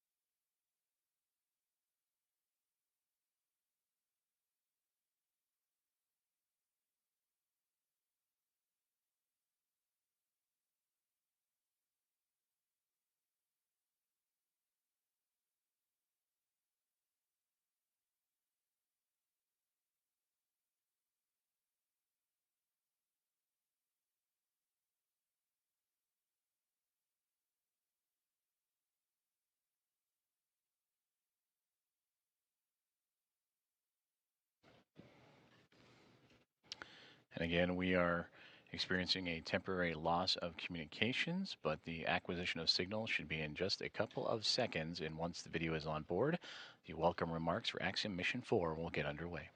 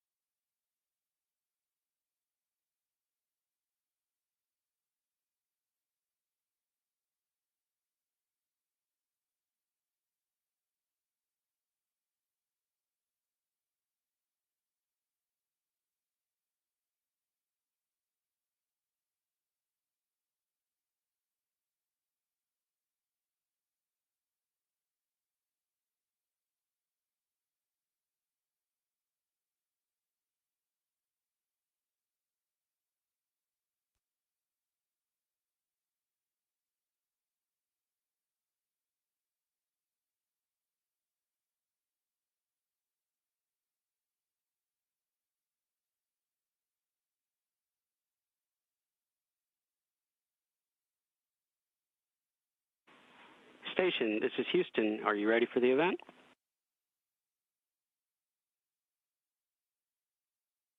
Houston Station, we are ready for the event. Please begin the welcome ceremony. All right. Grace crew, welcome aboard the International Space Station. On behalf of Expedition 73 crew, I'd like to make a couple of opening remarks. First of all, Peggy, welcome back. Thank you. It's a great honor and privilege to have such a legendary astronaut like you on board with us. And Tibor, Shuks, and Sławosz, congratulations on your first space flight. And we've been waiting for you guys so long, and we are so happy to see your all smiling faces. And with your arrival, right now there are 11 astronauts from 6 countries, and all of us are here in order to advance human space exploration and scientific research, symbolizing international cooperation. So from this moment, you are also a part of Expedition 73. And once again, welcome aboard. And I will pass the microphone to Axiom for Commander Peggy Whitson. Thank you so much, Tak, and for the 73 crew as well. We appreciate being invited in. You guys are exceptional hosts, and hopefully you'll think we're exceptional guests at the end of a couple of weeks. But we're looking forward to getting a lot of work done with you guys, and I really appreciate all the support you've provided to us in advance of actually even getting here. I think that's very unique and special about you. And the best part about being a commander on a mission with all rookies is you get to watch the rookies go through it for the first time. And it helps you remember some of the things you went through the first time. But it also, it's just very special to get to relive the experience again through these guys. And so I'd like to give these guys their astronaut pins. So we'll start with Shubhanshu Shukla, astronaut number 634. Wow.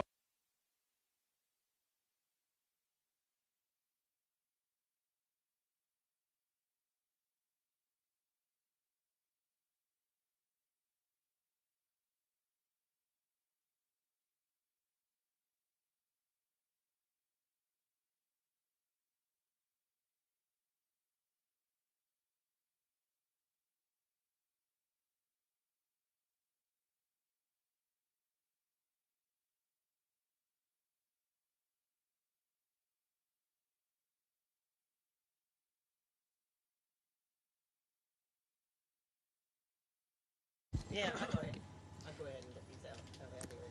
Thank you, Peggy. Oh, so I am number 634. That's a privilege. No, but to be fair, it is a privilege to be amongst the few who have got the chance to see the Earth from a vantage point that I have been able to see now. It has been a wonderful ride. It has been great, and I was looking forward to come to space. It is something to look forward to as such. But the minute I entered the International Space Station and you guys, this crew, you just made me feel so welcome, as if you literally opened your doors, like your house doors for us. That's true. So, but it was fantastic. I feel even better. Whatever expectation I had of coming here, they were surpassed by the view. Of course, that's the big part of it, but by you guys as well. So thank you so much. I think this was fantastic. This is wonderful, and I'm very, very confident that the next 14 days are going to be amazing. Doing, as you said, advancing science and research and working together. Thank you so much.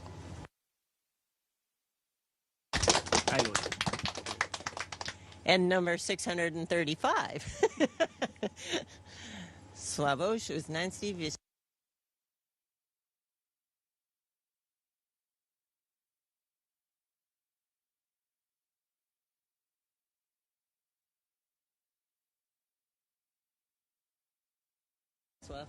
Go for it.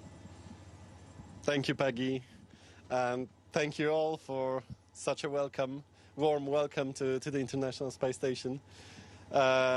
Expedition 73, 11 people. I remember this moment from our training that we met already once before, all of us, in Houston, and now we are meeting up here on the International Space Station. So this is such a tremendous place. For me, as an engineer and a scientist, this is an ultimate scientific laboratory where we come to do science, to test our technologies of our countries, to do technology demonstrators and science outreach that I can't wait to do for the next 2 weeks. And we will all try to do the best representing our countries. I represent Poland for the first time on the International Space Station, as well as ESA, not for the first time. So ESA had, as an international partner, had a lot of missions to the ISS, but Poland, this is for the first time. So thank you for having us, and we are very honored to be here among you. As you said, 6 nationalities. We bring 3 extra ones, and we can't wait to spend this time together. Thank you.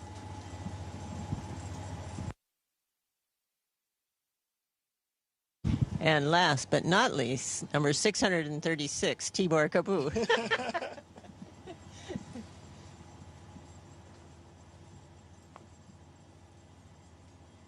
Needed practice. It got easier.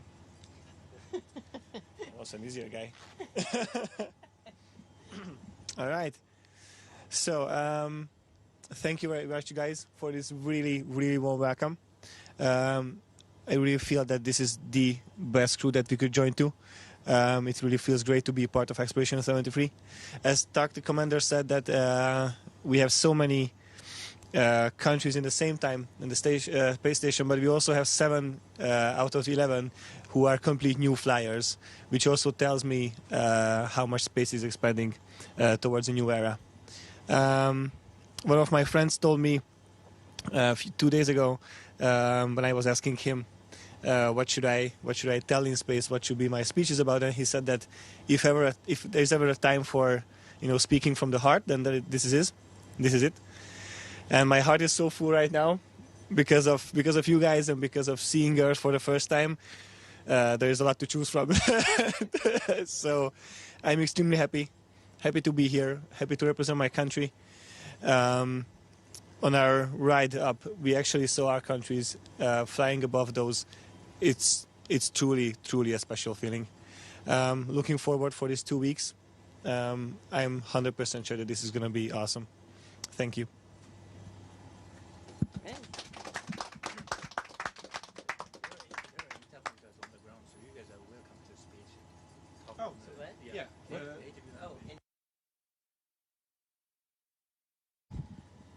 एक छोटा सा संदेश मेरे प्यारे देशवासियों के लिए। आपके प्यार और आशीर्वाद से सुरक्षित मैं इंटरनेशनल स्पेस स्टेशन पे पहुंच चुका हूं। और बहुत आसान दिख रहा है यहाँ खड़े होना, लेकिन थोड़ा सा मुश्किल है, थोड़ा सा सर भारी है, थोड़ी तकलीफ हो रही है, लेकिन ये सब बहुत छोटी चीज़ें हैं और कुछ ही दिनों में हम इसके यूज्ड टू हो जाएंगे। और ये पहला पड़ाव है इस जर्नी का, और अभी आगे 14 दिन यहाँ पे रह के हम काफ़ी सारे साइंस एक्सपेरिमेंट्स करेंगे, आप लोगों से बातचीत करेंगे। लेकिन कहीं ना कहीं ये जो पड़ाव है ये भी दिखाता है कि ये हमारी अपनी स्पेस जर्नी का भी एक पड़ाव है। तो मैंने बात की थी आपसे कुछ देर पहले जब मैं ड्रैगन में था, और अभी यहाँ से आगे भी बात करता रहूँगा। चलिए इस जर्नी को बहुत एक्साइटिंग बनाते हैं, बहुत उत्साह से इसमें पार्टिसिपेट करते हैं। मैं बहुत उत्साहित हूँ और मैं अपने शोल्डर पे अपना तिरंगा जो मैं लेके चल रहा हूँ, मैं मानता हूँ कि आप सब मेरे साथ हैं, तो मैं ये भी समझ लेता हूँ कि आप सब भी मेरे साथ उत्साहित हैं। और मुझे लगता है कि अगले 14 दिन बहुत ही एक्साइटिंग जाने वाले हैं। धन्यवाद। जय हिंद, जय Bharat. Thank you, Shuks. Drodzy Polacy, drogie Polki, cieszę się, że mogę tutaj Was powitać z pokładu Międzynarodowej Stacji Kosmicznej. Po raz pierwszy jesteśmy na stacji, po raz pierwszy mamy polską misję na Międzynarodową Stację Kosmiczną i bardzo się cieszę, że mogę reprezentować właśnie Was, 40 milionów Polaków, którzy mają możliwość obejrzenia misji, ale jednocześnie kontrybuowania do części naukowej, technologicznej i wykonywania eksperymentów na Międzynarodowej Stacji Kosmicznej. Będziemy prowadzić również lekcje fizyki dla dzieci w szkół, dla studentów i mam nadzieję, że to jest początek Polski technologicznej, obrazu Polski na świecie właśnie w takich miejscach jak Międzynarodowa Stacja Kosmiczna czy najbardziej zaawansowane laboratoria technologiczne. Bardzo dziękuję Wam za zaufanie. Tak jak już wcześniej mówiłem, kosmos jednoczy. Jesteśmy tutaj razem, jesteśmy silni i budujemy naszą przyszłość. Dziękuję bardzo za zaufanie i do zobaczenia przez najbliższe 2 tygodnie. And over to Tibor. Yeah. Oh, that's nice. There's always a first time for anything, right? Üdvözlök mindenkit a világűrből. Ha jól számolok, akkor 2009 óta először hangzanak el magyar szavak innen. A nemzetközi űrállomás fedezetéről. Charles Simonyi után, aki kétszer is járt itt, én álltak a következő, aki magyarul beszél ezen falak között. Hatalmas megtiszteltetés és elképesztő büszkeség számomra. Alig 30 órája se vagyunk a világűrben, de már volt alkalmam beszélni a szüleimmel egy pár perce, akik elmondták azt, hogy az ő szemükkel mit láttak a Földről, amikor mi elhagytuk azt, és már látjuk, hogy micsoda hatása lesz annak a küldetésnek, és amikor azt mondom, hogy küldetés, az nem véletlen. Nekünk ezzel a pár következő nappal, héttel valóban egy küldetésünk van. Nem csak egy tudományos küldetésről beszélünk, nem csak kísérleteket fogunk elvégezni, egy inspirációs jelleggel is vagyunk itt. Szeretném megmutatni azt, hogy még egy ilyen kis nemzetnek is sikerült egy ekkora hatalmas dolgot végrehajtania. Én vallom azt, hogy kis nemzetek tudnak a legnagyobbat támadni. Szeretném megköszönni mindenkinek azt, hogy lehetővé tette ezt a küldetést, lehetővé tette ezt az elmúlt pár órát és a következő napokat. Még egyszer csak azt tudom mondani, hogy rendkívül hálás és büszke vagyok, hogy magyarként itt lehetek.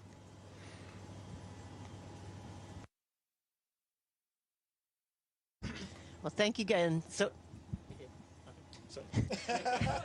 Thank you again for welcoming us so openly and warmly. We really, really appreciate all of you and all of the team on the ground as well. Thank you.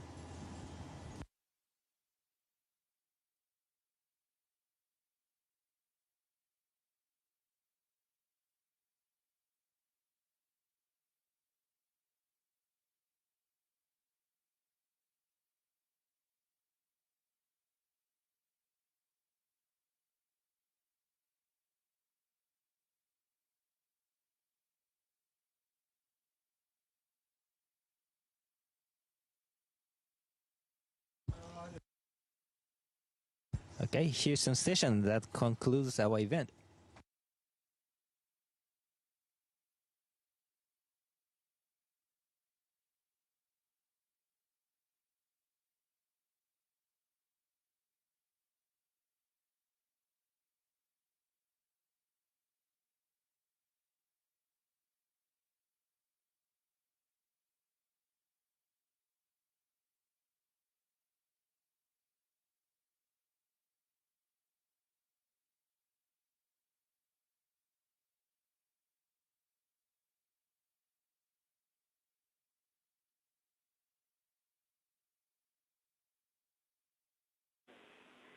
Thank you to all participants. Station, we are now resuming operational audio communications.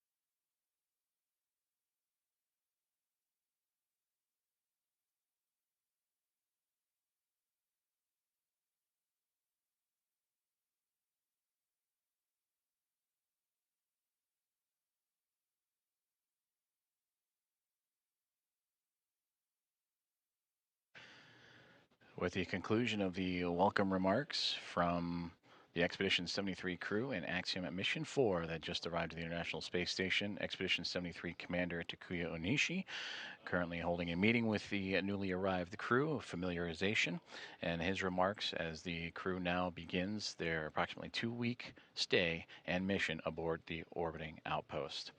Well, that'll do it for our coverage of the arrival, docking, and welcome remarks of Axiom Mission 4 as the private astronaut mission, the 4th private astronaut mission, has arrived safely to the International Space Station after docking earlier this morning at 5:31 a.m. Central Time, to smiles, hugs, and handshakes a couple of hours later, and then celebrating with the pinning ceremony of 3 members of the Axiom Mission 4 team from Peggy Whitson, the mission commander. To follow along with the International Space Station and Expedition 73, be sure to visit nasa.gov. That'll conclude today's coverage. This is Mission Control Houston.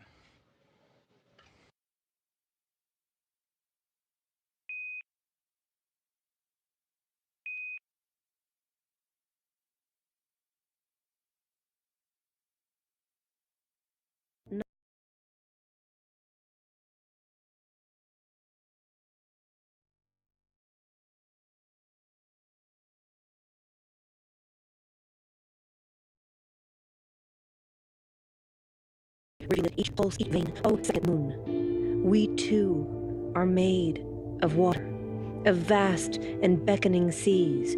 We too are made